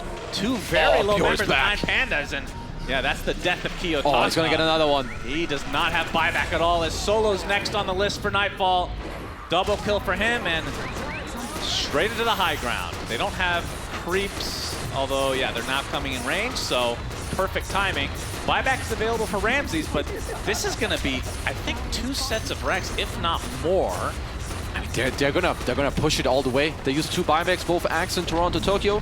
They come back, no Doom available, no Black Hole available. Even if they did have buybacks, it's Ramsey? Never mind. I was like, oh, he lost his buyback, so he's buying something. I mean, he's gonna have to buyback unless he wants to play against Mega Creeps here. I mean, can they even hold with 3 members, though? Maybe they're waiting for the Kiyotaka casual respawn here in 20 seconds for a last stand. As for now, bbteam is gonna clean up all the buildings. Nightfall queuing up a little refresher orb, so they're putting themselves in a great position here. Yeah, that's 2 sets now, and on to the Mega Creeps potential. Not even a tower there to hold him in place. And look for the buyback from Ramses any moment now. But it's going to be Megas already, so it's already too late, so you might as well wait. Yep, might as well just respawn at the Norm. As his Abyssal Blade is nearly ready on Alchemist. I don't know how much it will do, but it will help them do their last chance defense here. GPK. He's jumped so deep every time that they blink out, just even with baby blade. They know he's coming. As Nightfall, I think you can just click away at this with Toronto behind him, GPK. Leifnir is going to be dodged by GPK, creating as much space as possible. Miero, okay, they actually have a lot of damage onto Nightfall. He's going to get False Promise and the BKB. Nice call from Along Pure. with the Satanic, and now the focus is on Ramses. He's going to get chopped. No buyback this time, along with Solo. And Nightfall will be back to full HP, and GG's come out. And 9Pandas go down to the lower bracket, while bbteam will go on to the next round to face off against Team Spirit. I mean, this team is just so scary. And when they get their drafts they won and they play together, and even just one of them pops off, like this is just one of the scariest teams. Can't wait for them to play against Spirit, who also look incredible as 9Pandas. Damn, they look good in the first 2 games, but in this one, they did not stand a chance. Yeah, I don't know if you agree with this. I think Eastern European Dota, all 3 teams, are the most exciting. Yeah, to watch. They make for some of the best games. They play really aggressively. Yeah. They throw sometimes. They get in there. They get tilted. They're not afraid. And they pick crazy heroes. I love it. Yeah, we've awesome. We had a Bristleback early. We have a Gyrocopter in this game, and yeah, I just think a lot of teams are gonna continue to look at these 2. As you know, 9Pandas still put up a good fight, but BB push themselves forward, top 6 into Team Spirit next. It's gonna be a hype match. Yeah, so that means Gyrocopter continues to be undefeated, 4-0. But unfortunately for the Witch Doctor lovers out there, Solo has finally lost a game. So down to 3-1. I mean, it's still a 75% win rate, so not too shabby. I mean, overall. I love watching a good Axe performance, and every time Pure plays Axe, he delivers. Yeah, he chops those people out. Well, bbteam, they came in as my personal favorite to win the tournament, actually. And they're not disappointing here. No, certainly not. It does get extended to 3 games, so you got to give a lot of credit to 9Pandas. But we did talk about the Eastern European region. These guys have played against each other a lot. They're very familiar with their tricks, and so to speak. Like a lot of the crazy stuff that we see pop up, they've probably seen in their scrims. They see it every matches day. in the DPC. Yeah. Like just all the aggression and back and forth. Honestly, they're some of my new favorite players and teams coming out here, but we'll have to see next. Yeah, absolutely. So let's go down to the floor to get a nice interview with Tsunami and company. Hello. I'm standing by with Pure. Hello. معانا بيور على المسرح يقول لكم hello. It was a very exciting series, Pure, but I've been advised to stick to one-word answers for this interview.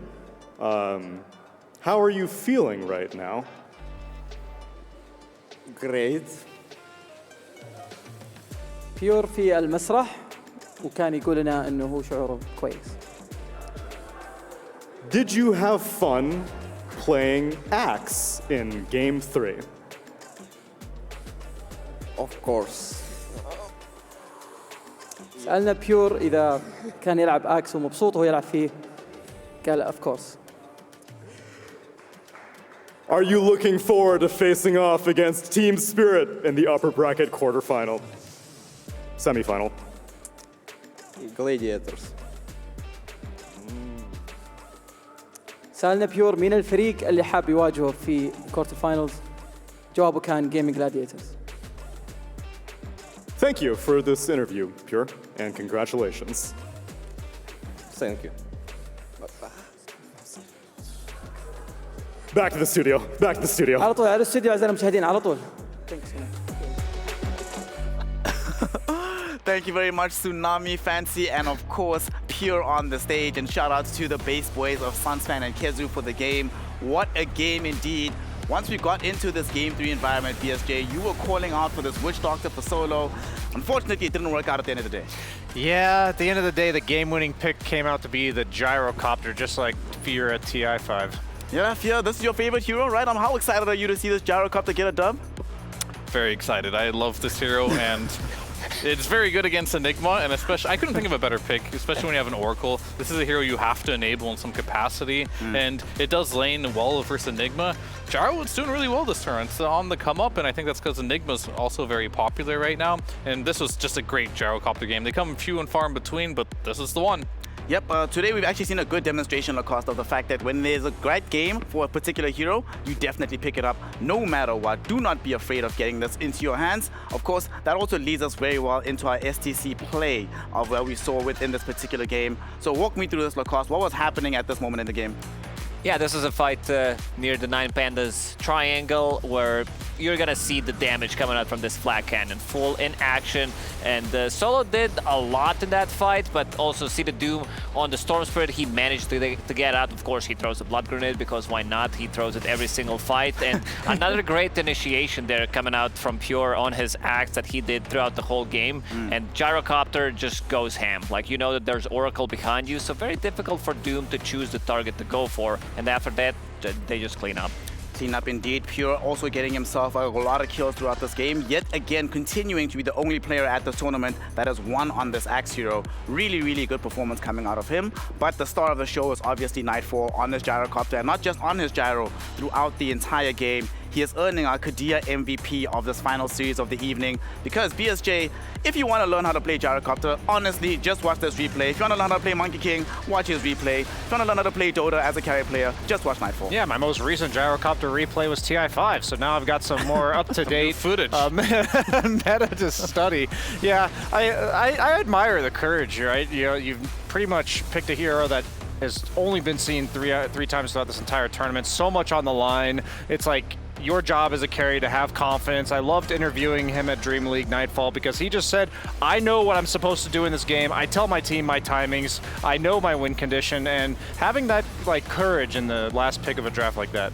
I mean, that's what you want out of your carry player, right? Someone who's going to take responsibility for the entire game. That's the reason, Fear, that the role is called carry. You're supposed to put the entire team on your back and ensure that you can post up these kind of results. Yes. You pretty much said it all for me. I mean, you have to have like confidence as a carry player, of course, but you have to have a strong voice because you're the one farming, right? Your team's waiting for you, and you have to let them know when you're ready. If you don't let them know when you're ready, then they're going to keep waiting, and then when you wait, you die, and things don't happen on the map. So decision-making is very important for a carry player. Well, the decision-making from the side here of bbteam has guaranteed them a spot in the top 6 here at the Riyadh Masters, guaranteed them $800,000. And as we close out this particular series, we're not done just yet, because here at the Gamers 8 Riyadh Masters, we are celebrating not just the series we're watching, but all the Dota that we witnessed throughout the course of the day. And that brings us into our KFC Colonel's Choice Decider Play of the Day. This was some truly incredible stuff coming in. Team Spirit versus Team Astra that we saw earlier on today.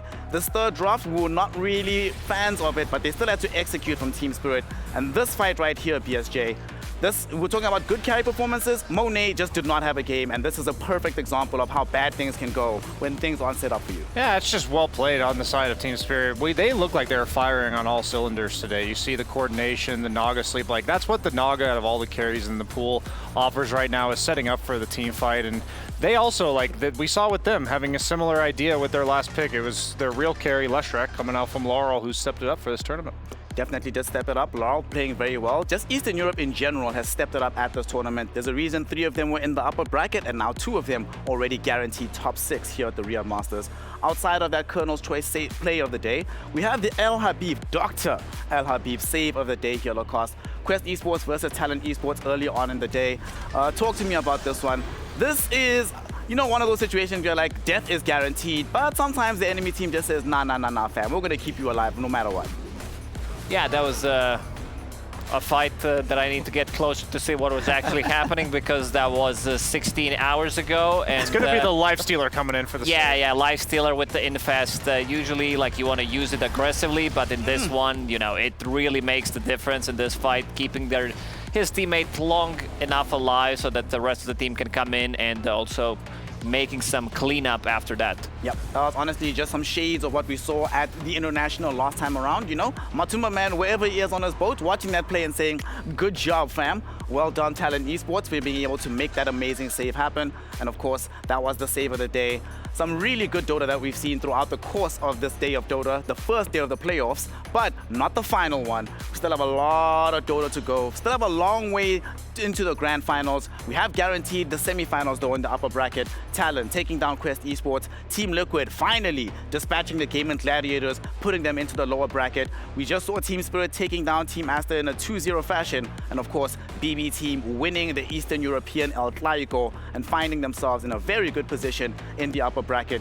BSJ though, now this is a true gauntlet in the lower bracket. Quest versus LGD, Gaming Tundra, Asta Evil Geniuses, and 9Pandas versus Team Secret. I would not want to be any of these teams, but tell me, which matchup do you think is going to be the most close and the most exciting out of these? I'd say the closest one's probably going to be Quest LGD. I think the most exciting one for me is Gaming Gladiators versus Tundra, because this is the chance for Tundra to make it so we don't have a Team Liquid versus GG final round. And also, this is the first time GG's been in the lower bracket all year, so I'm looking forward to seeing how they bounce back. Another interesting matchup here is going to be this Team Asta versus Evil Genius lineup, because this is the last hope for South America. Conversely, this is also one of the last hopes for Team Asta. The Chinese region could easily tomorrow find themselves with 0 representatives going forward. Oh, they definitely could. I mean, same for South America, as you mentioned, and I think these two teams look pretty close right now as far as they're performing. So I expect that match. I mean, you mentioned the LGD being the closest. I wouldn't be surprised if that one is also one of the closest. It'll be between those two matches. Well, there's going to be incredible Dota coming at you over the course of the next few days. 3 BO3s happening tomorrow. There'll be 3 the subsequent days, so on and so forth, all the way into the finals day, where we have the lower bracket final as well as the grand finals. Until then, make sure that you do join us early in the morning to start the next day of Dota. So from myself, Snare, with BSJ, Fear, and Lacoste on panel, we say good night. We've been burning the midnight oil, so we need to get some rest. Make sure that you get some rest as well. Drink water, hydrate, call your mother yet again. But always remember, the most important thing, love yourself, do not flame others in the game of Dota, and share your passion for this game tomorrow with us here at the Riyadh Masters. We'll see you then. Good night, goodbye, and peace out.